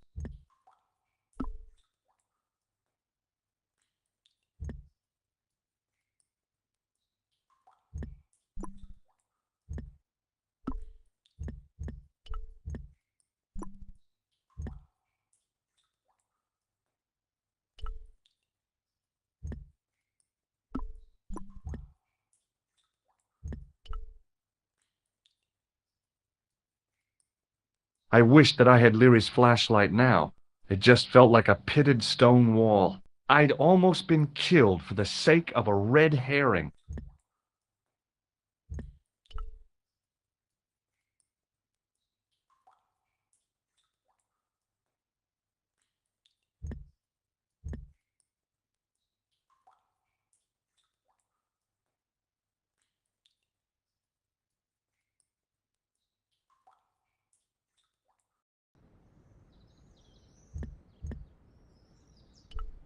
Hi, Lopez. There's something I'd like to talk to you about. Certainly, senor. How can I help you? It's really dark down there. Do you have a flashlight or something? No. I broke my torch only last month. Damn. It's so bright up here, but the light's just not getting into the corners. See, the light, it goes in straight lines.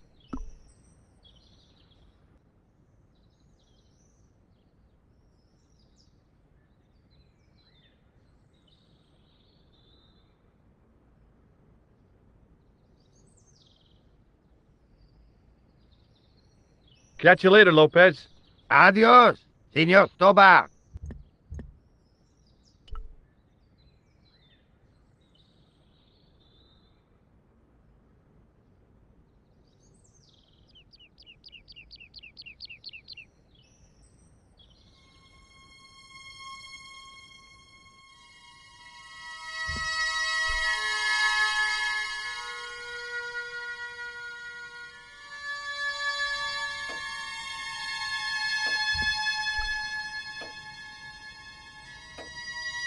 Hello again. Mind if I sit? Please, be my guest.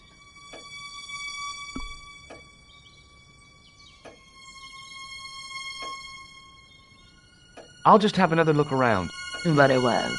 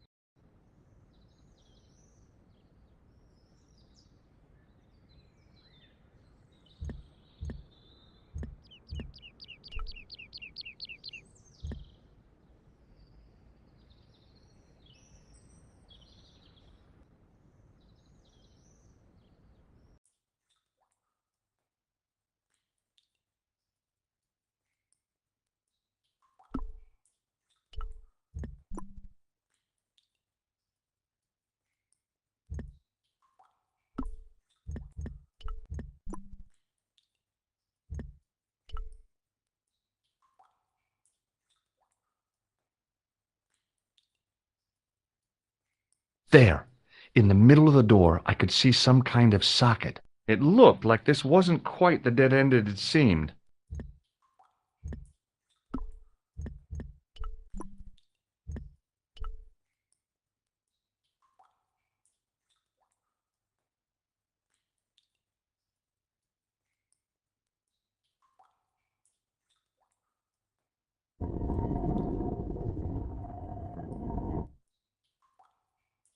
Open sesame! Another secret door.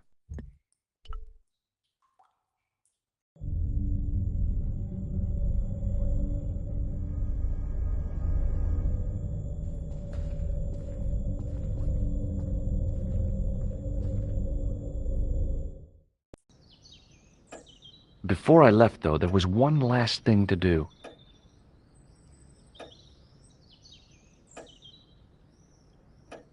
You won't be needing that replacement piece anymore, Countess. I found it with the children. You'll probably want to be alone for a while. I'll be out in the garden with Lopez.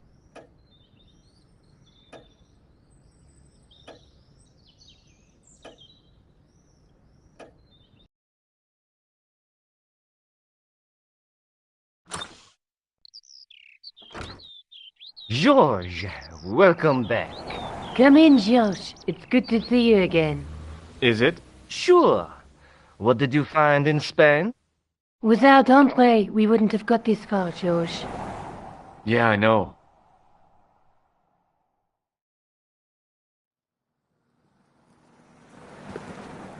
The clues led to an underground chamber at the bottom of a well. The Templars had left a tapestry showing a chessboard.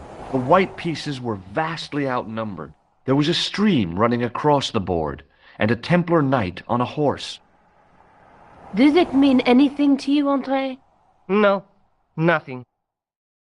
Maybe we should tell Andre what else you found, George. There's a map and a Latin inscription to the west at the edge of the world. George found that in a cave in Syria. Yeah, where the assassin almost killed me. Then we've got the burning of Jacques de Molay and the date, 1314. From the window of the church in Montfaucon Square, one of the few places where nobody tried to kill me. Then we have the image of a church that George found at the excavation. I don't recall anyone trying to kill you there either, George. And finally we have the tapestry in Spain. Did I mention I almost got killed there? Not yet, but I'm sure you're about to. It was only my cat-like reflexes that saved me from certain death. Cat-like reflexes, eh? And while I was risking life and limb, where were you, Andre?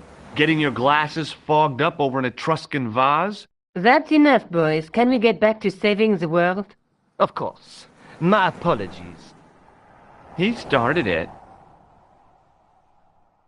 Well, the Latin phrase are the words of Julius Caesar. He was describing the island of Britain. Are you sure? The map didn't look much like Britain. How come Caesar described Britain as being at the edge of the world? To the Romans, the Mediterranean was the center of the universe.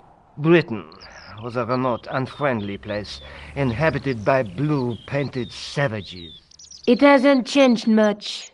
They've stopped painting themselves blue. Except when they go to a football match. They used an extract from a plant called woad, Icetis tinctoria.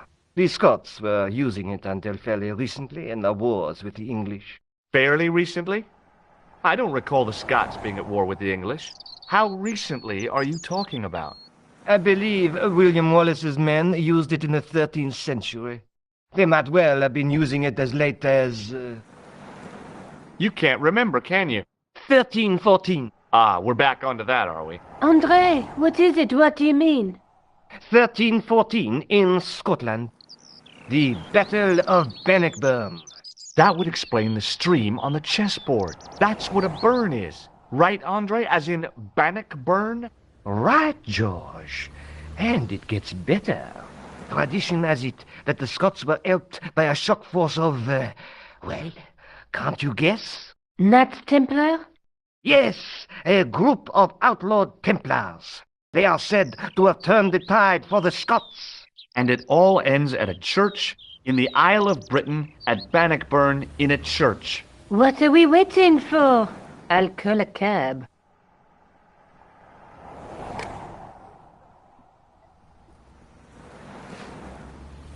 I can't go.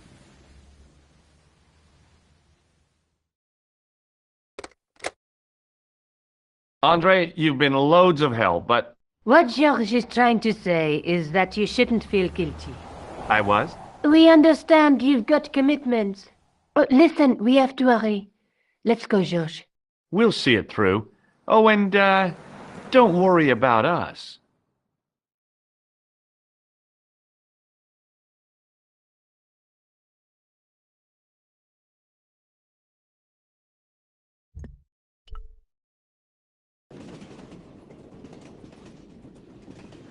Oh, it must be dawn.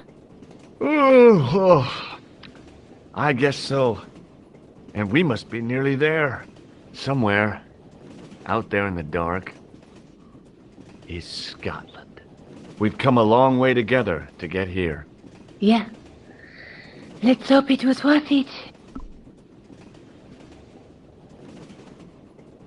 There's something I've been meaning to say to you, Nico.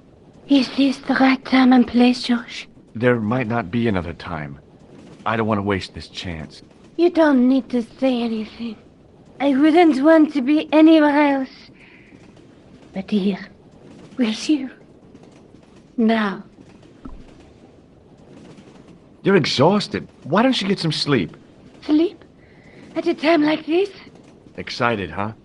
Would you like something to help you sleep, dearie? I've got some tablets in my bag. Oh, no. Thank you. Thanks all the same, ma'am.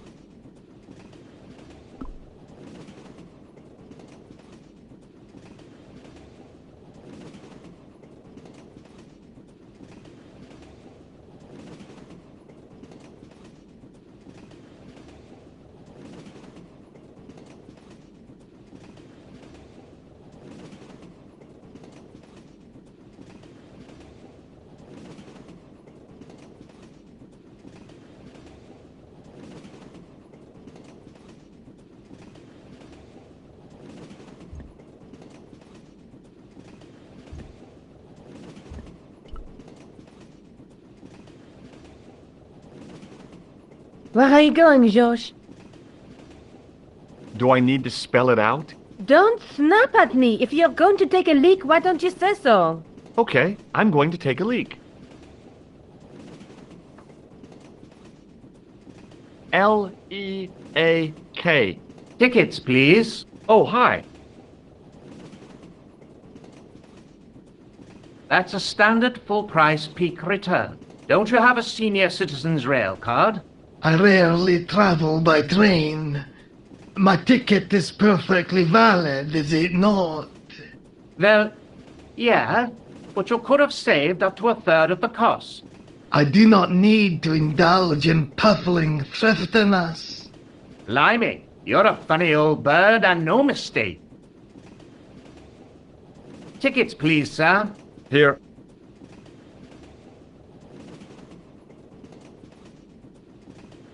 Off to Stirling, eh? Yes, we are. Well, I hope you won't be disappointed. It's a miserable place this time of year. Still, there's plenty of pubs and a lovely view from the castle. Thank you.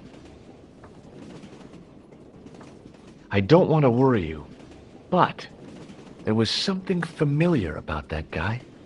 Are you sure? You're tired. Perhaps you're mistaken. Maybe. But I didn't like the look in his eyes when he spoke to you.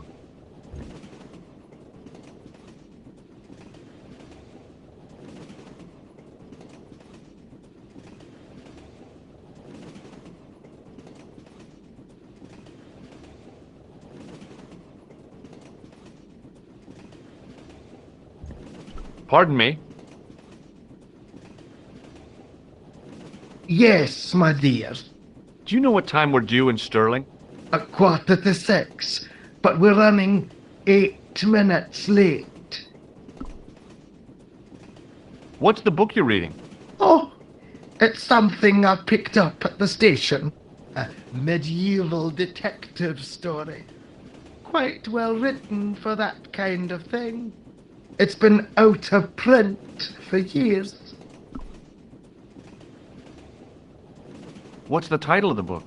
The Crooked Crusader Caper by Molly Pegram. I assumed the author was a woman, but apparently not. His real name is... Professor Nigel Pegram. That's right. Do you know him?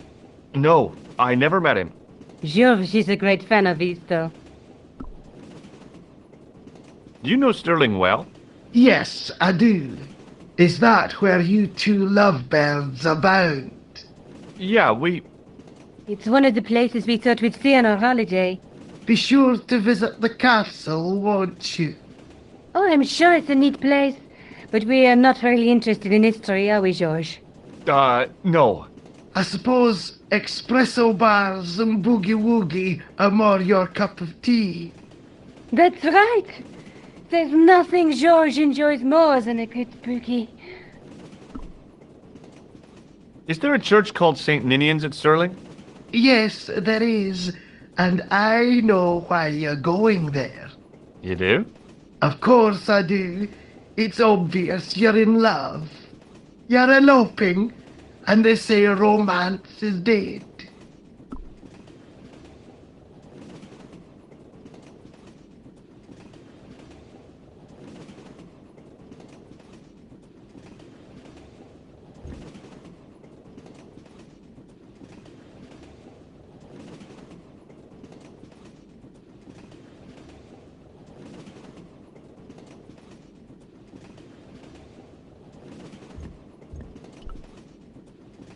Can't you sit still, George? I need to go to the John. While you're there, check out the buffet car, George. Unthinkable though it is, I am hungry enough to eat English food. Okay.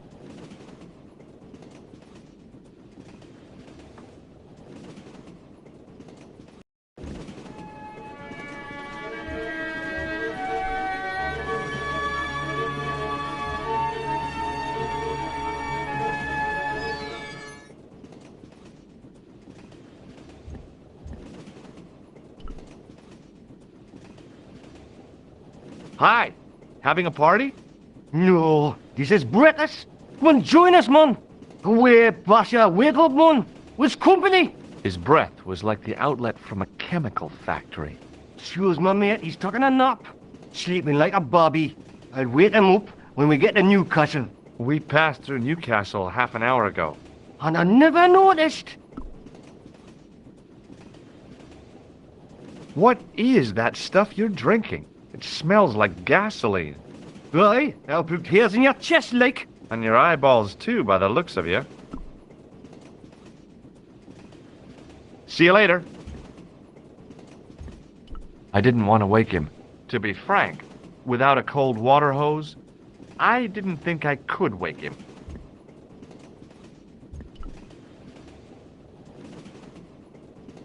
You haven't opened that window, pal.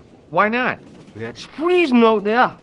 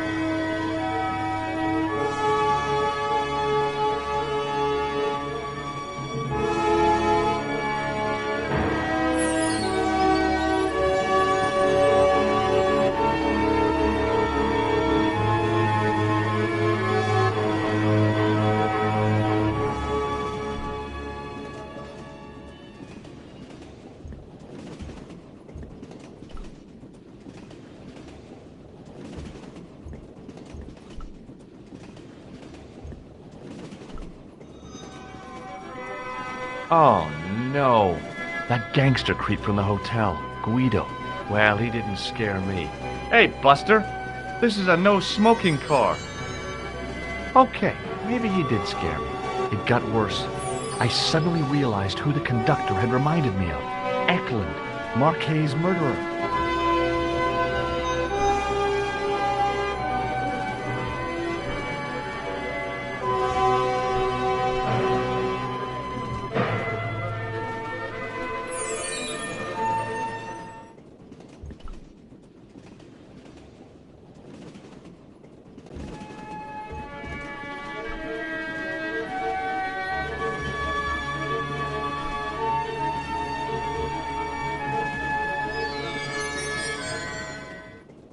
I should have known better than to leave Nico and the old lady alone.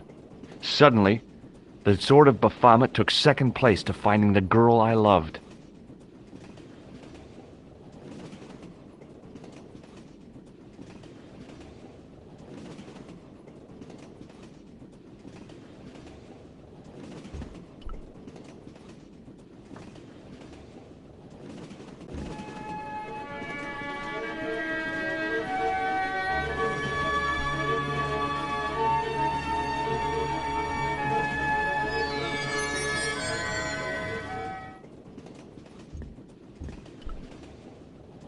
Hey, buddy.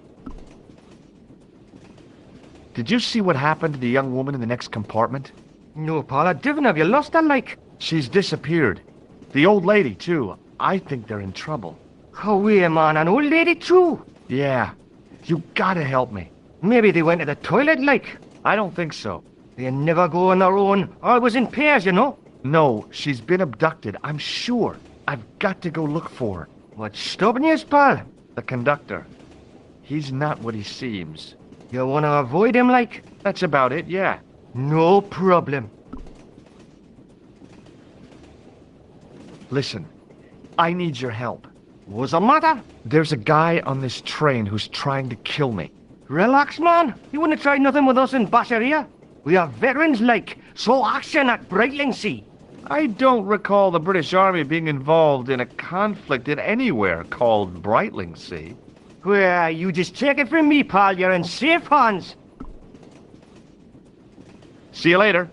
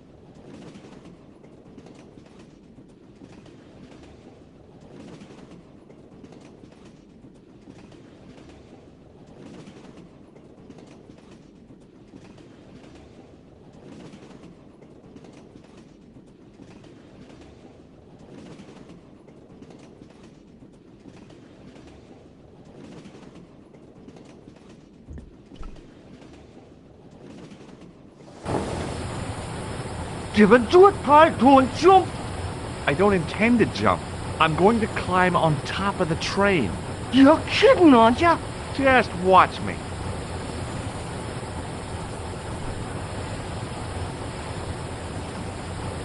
Hold on there, pal. I'll give you a hand, like.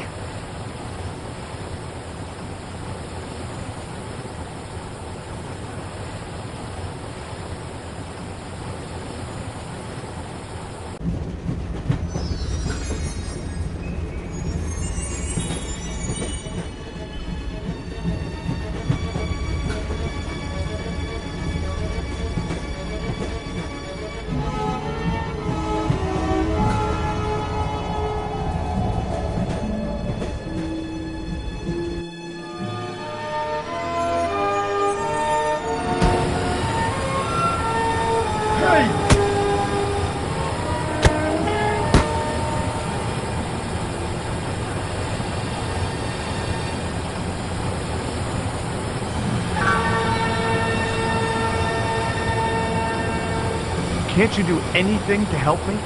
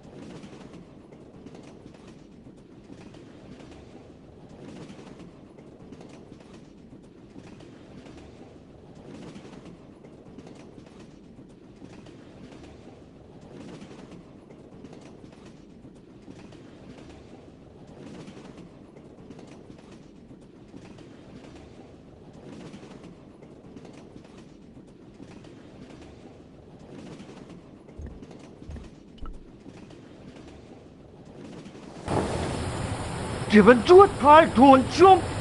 I don't intend to jump. I'm going to climb on top of the train. You're kidding, aren't you? Just watch me.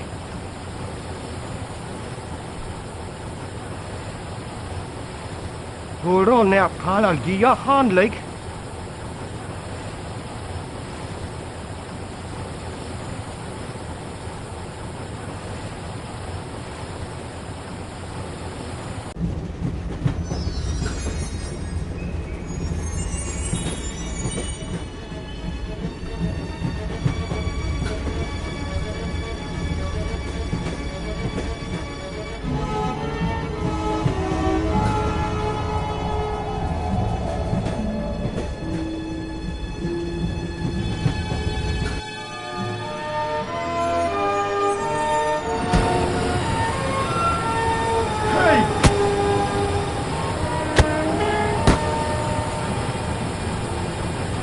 I always wanted to stop the train, and now was my chance.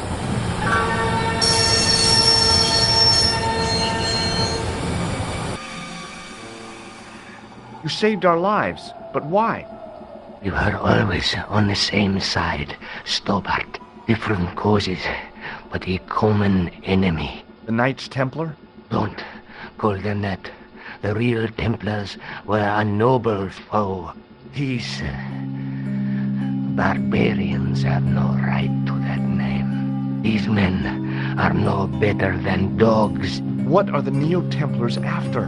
What is the Sword of Baphomet? Not what you think, my friend. It is a weapon, yes, but one which our enemies will find difficult to wield. A double-edged sword. A power older than Timolay, older than Solomon. We'll stop them. You and me together. And Nico. No, George. My journey ends soon at the Garden of Paradise. You're talking in riddles. Can't you tell me straight what they're after? The sword symbolizes a colossal energy caused by the alignment of the Earth's natural power fields, which are focused at St. Ninian's. The energy endowed the Templars with the power which made them great. A power which made them charismatic to such an extent they could control the will of all around them.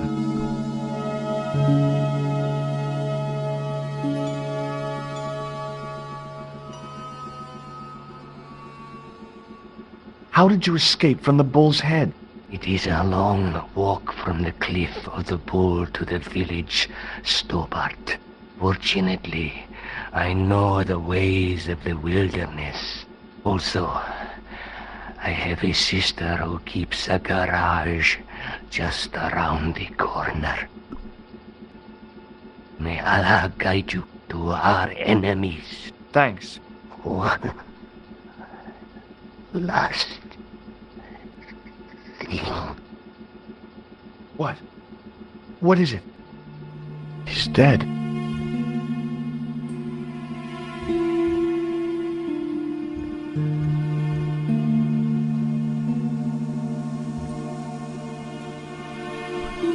The rear exit was barred and padlocked. Don't even think about it, Josh. What? Who? Look me straight in the eye and tell me you weren't thinking of using that axe on Eklund. Don't be foolish, woman. I was going to use it on you.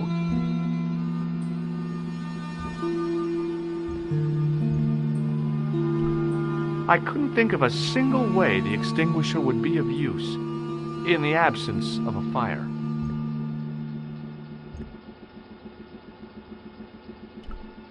Underneath that heap of tumbled crates was Eklund. I wasn't about to help him out.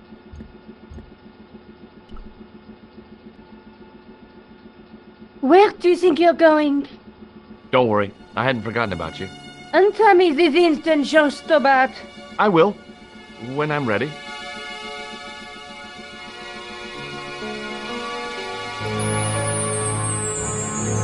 That's not fair, George. No. You took advantage while my hands were tied. When Eklund pointed that gun at me, I thought I was gonna die.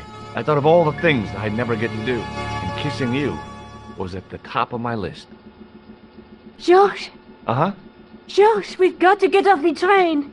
Eklund could recover at any time. So what are we waiting for?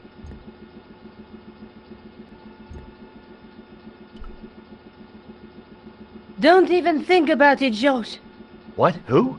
Look me straight in the eye and tell me you weren't thinking of using that axe on Eklund. Oh, come on. You think I'd kill a man in cold blood? Of course not. I just don't trust you not to cut your own stupid foot off.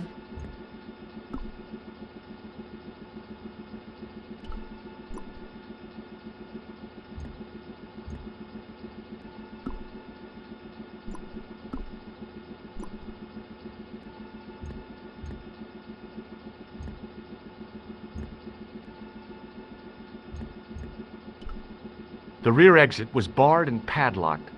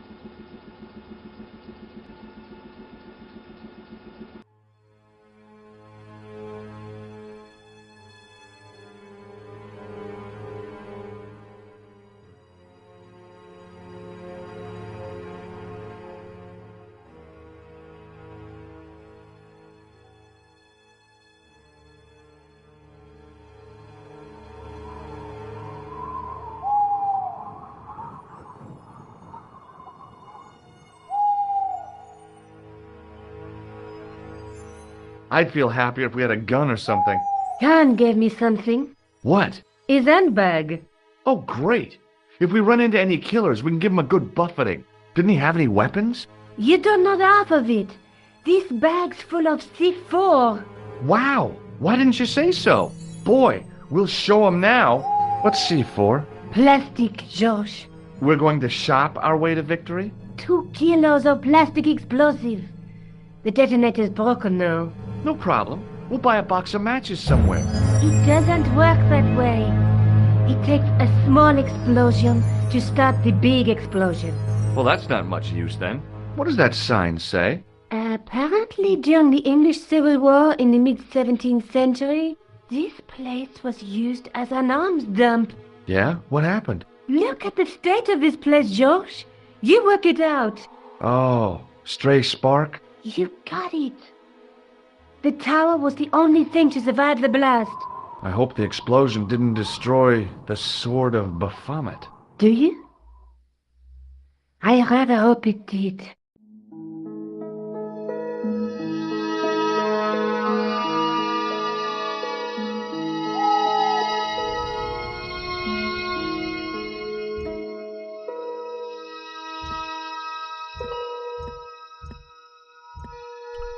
Nico? Uh-huh.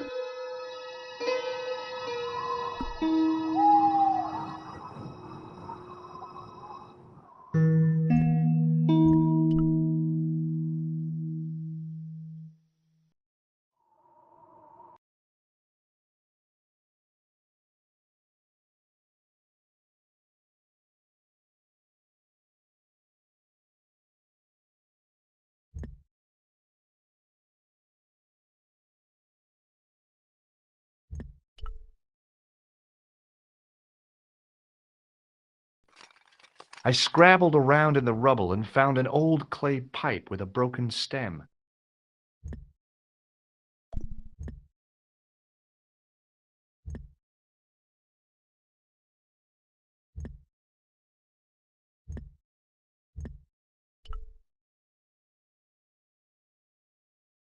The wheel turned reluctantly with a creak of complaint.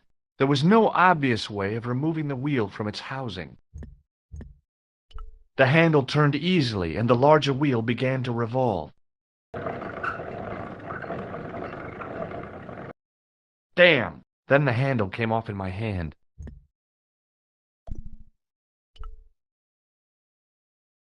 Now that the handle was gone, it was easy to remove the cog and spindle.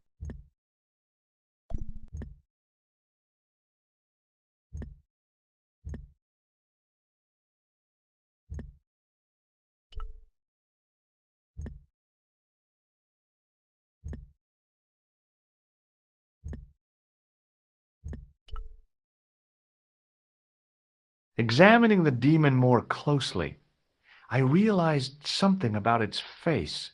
It was a clever illusion. No matter where I stood, the eyes weren't looking at me. There was a simple reason. The demon didn't have any eyes.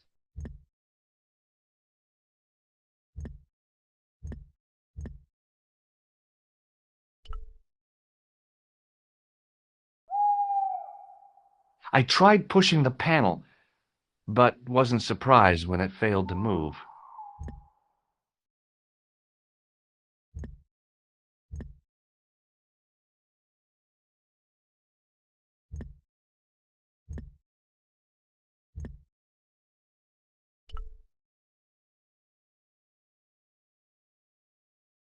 The wheel turned reluctantly with a creak of complaint.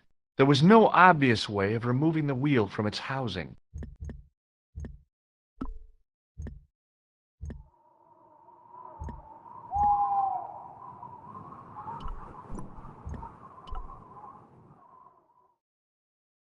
I placed the cog and spindle back in the supporting frame.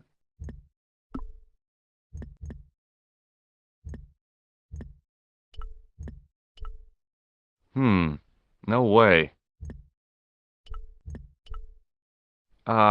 No.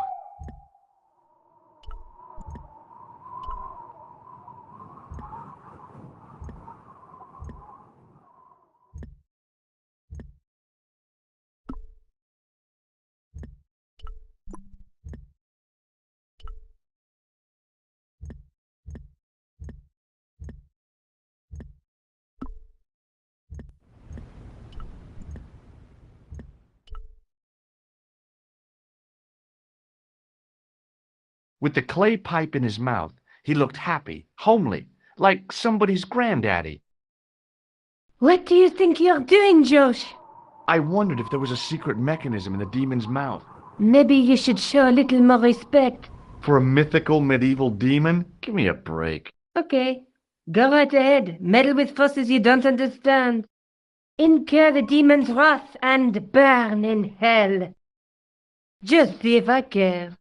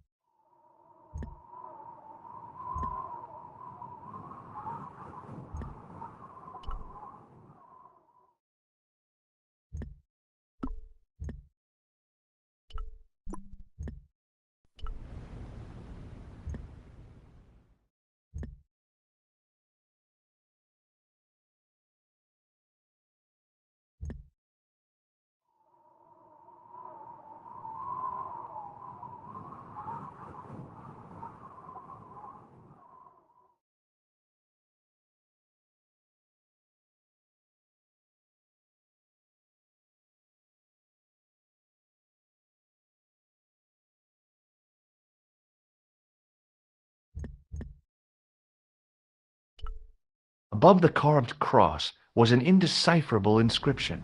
For all I knew, it could have been scribed in Gaelic.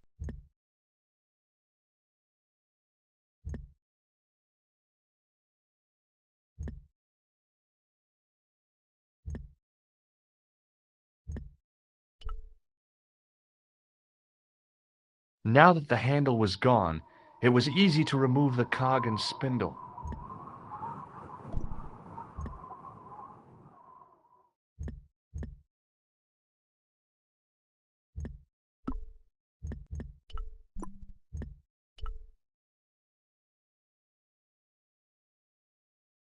The cog slipped neatly into the eye socket.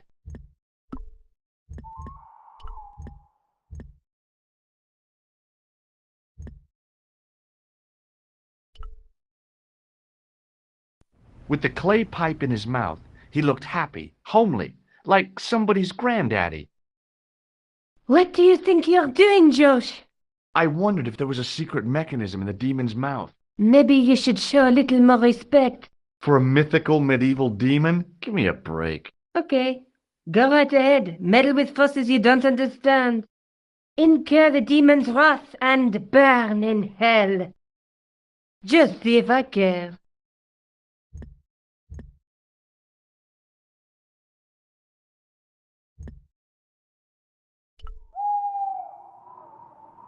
The cog turned freely, but nothing happened.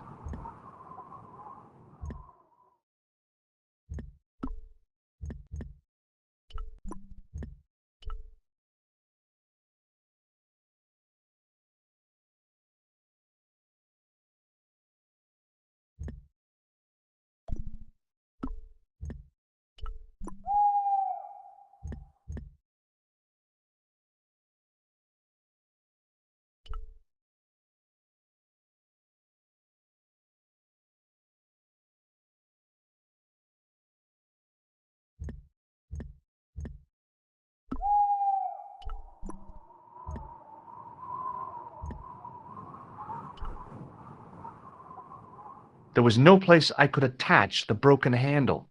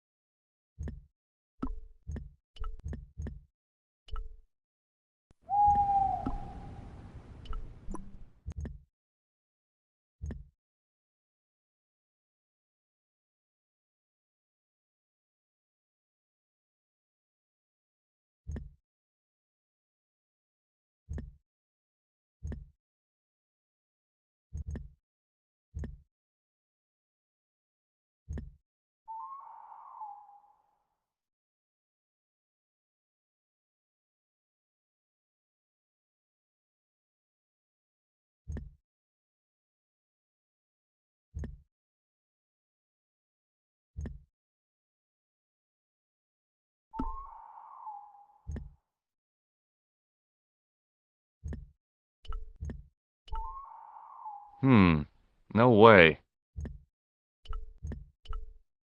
No.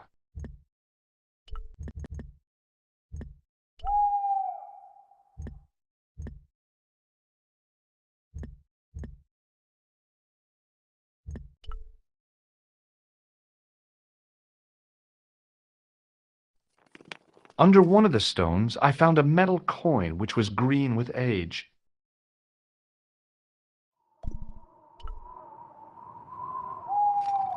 It was caked with soil, but what I'd found was a small cog and spindle.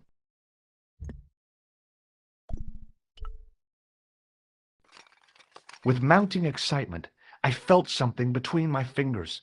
It was short, hard, and black, something I hadn't expected to find here. It was a plastic pentop.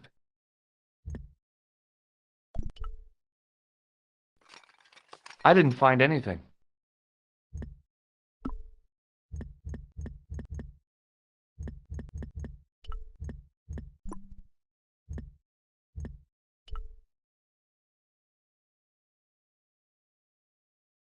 With a rasp of metal on stone, I eased the second eye into place.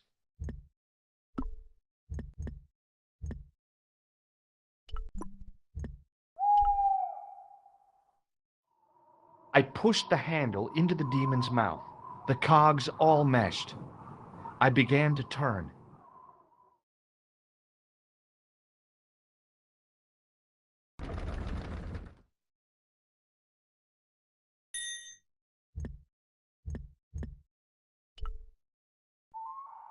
I tried turning the cogs, but couldn't move them. I needed a mechanical advantage.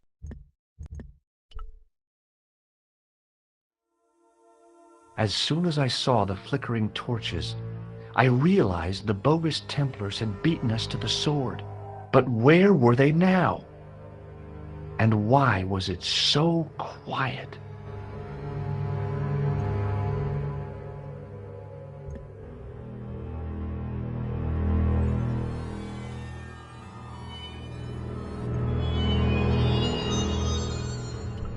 It was definitely gunpowder, but it had solidified over the centuries it had lain here undisturbed.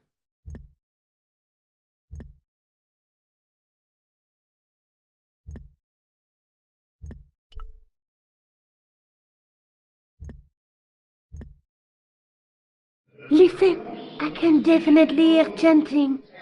You're right. I hear it too. What do you suppose they're doing? It wouldn't surprise me if they were holding some kind of satanic sex ritual. So, what are we waiting for? Shh!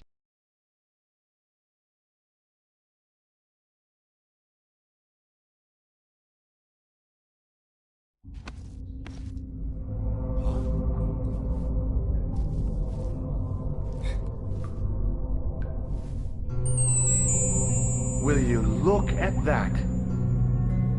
Baphomet. Lovino was right. This place was ancient even to the Templars. This whole place? This is Baphomet? Finally, the truth. The Templars had never worshipped this graven image, no more than they'd worship a rainbow. But, like a rainbow, they regarded it as a symbol of a covenant with God, who'd revealed this place to them.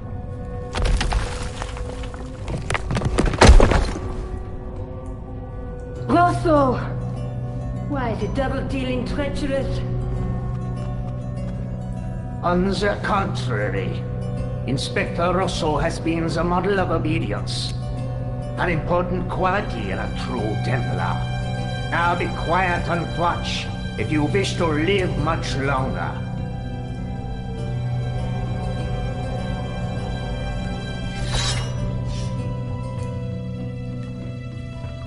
Brothers and sisters, we are gathered here to witness the reforging of the sword that was broken. Here before God's sentinel, Baphomet.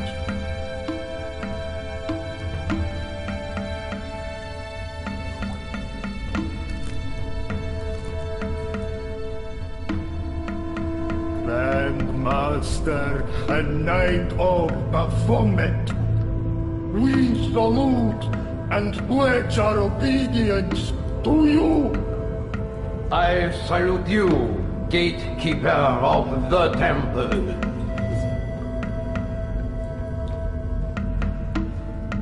Seven centuries ago, our greatest weapon, the sword of Baphomet, was lost to us. Now we prepare to reforge it, to wield against new enemies. As the tired millennium dies, and this world looks for new leaders, we shall not fail. We shall lead the people to a new order, wherein all borders will dissolve. All will be united under the red cross of the Templars.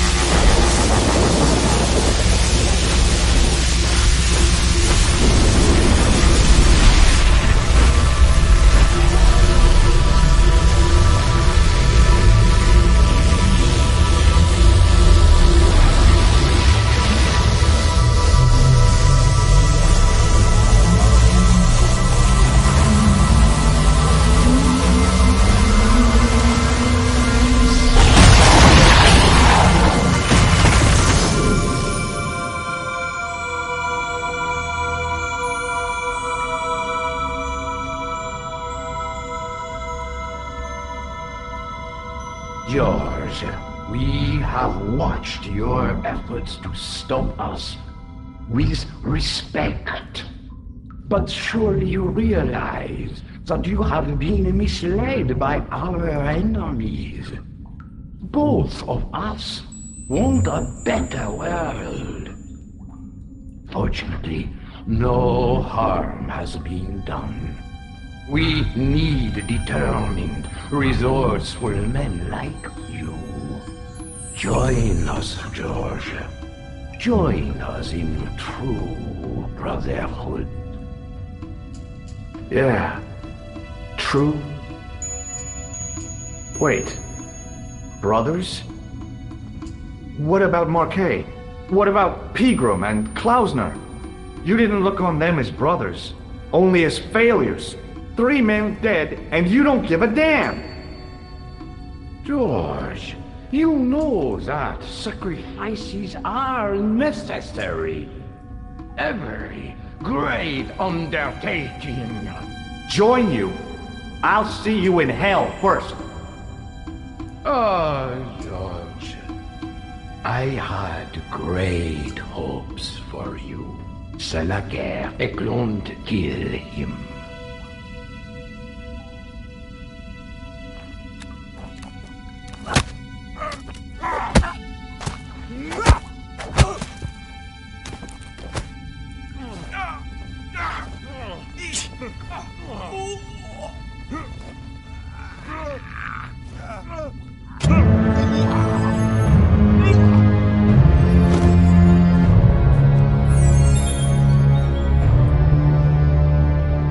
I swear, I just wanted things to be right.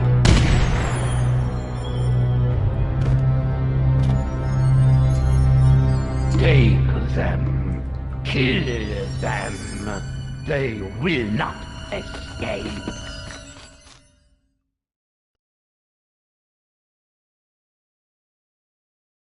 Well, well.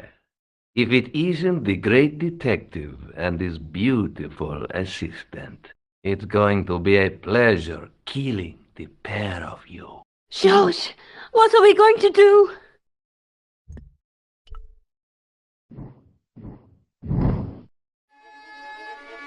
Come on, Nico. We're leaving.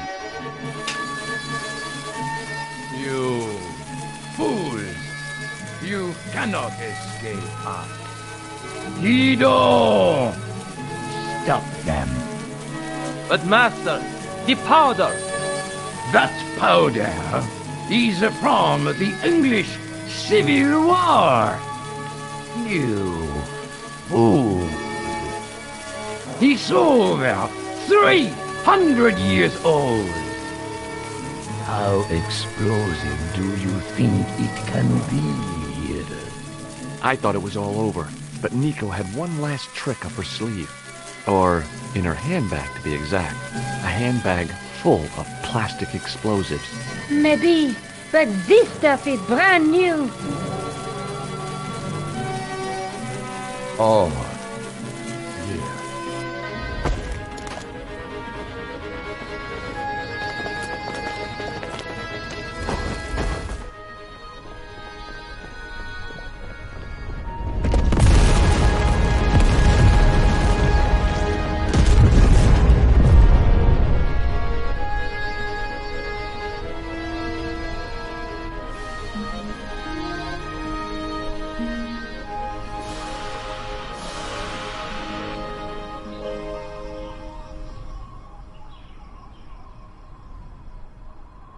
You know, you'll never be able to write your story now.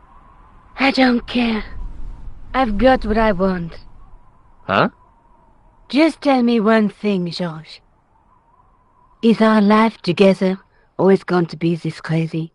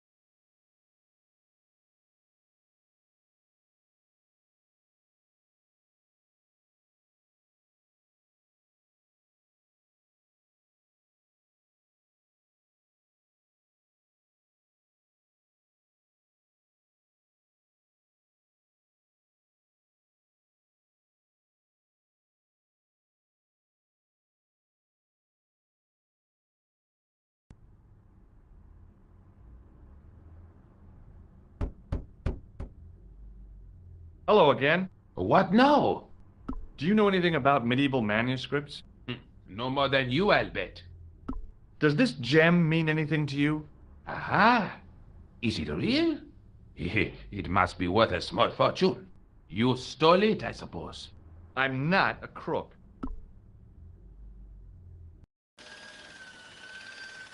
Excuse me. Yes, sir? I've got a toilet chain from a bar in Syria. No, Kitty. A toilet chain? From Syria? You sad man.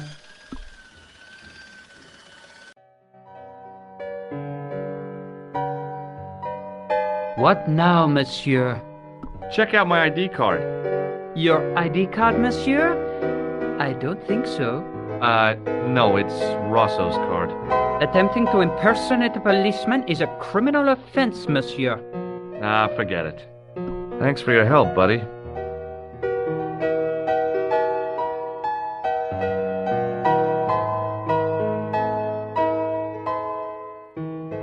Hi, ma'am. Hello, George. What can I do for you now? Does the name on this card mean anything to you? Augustin Rosso? No, dear, nothing. It conjures up the image of a Gaulois-smoking, absinthe-drinking French policeman. I'm sure the real Inspector Rosso is nowhere near so romantic. I think you'd be surprised.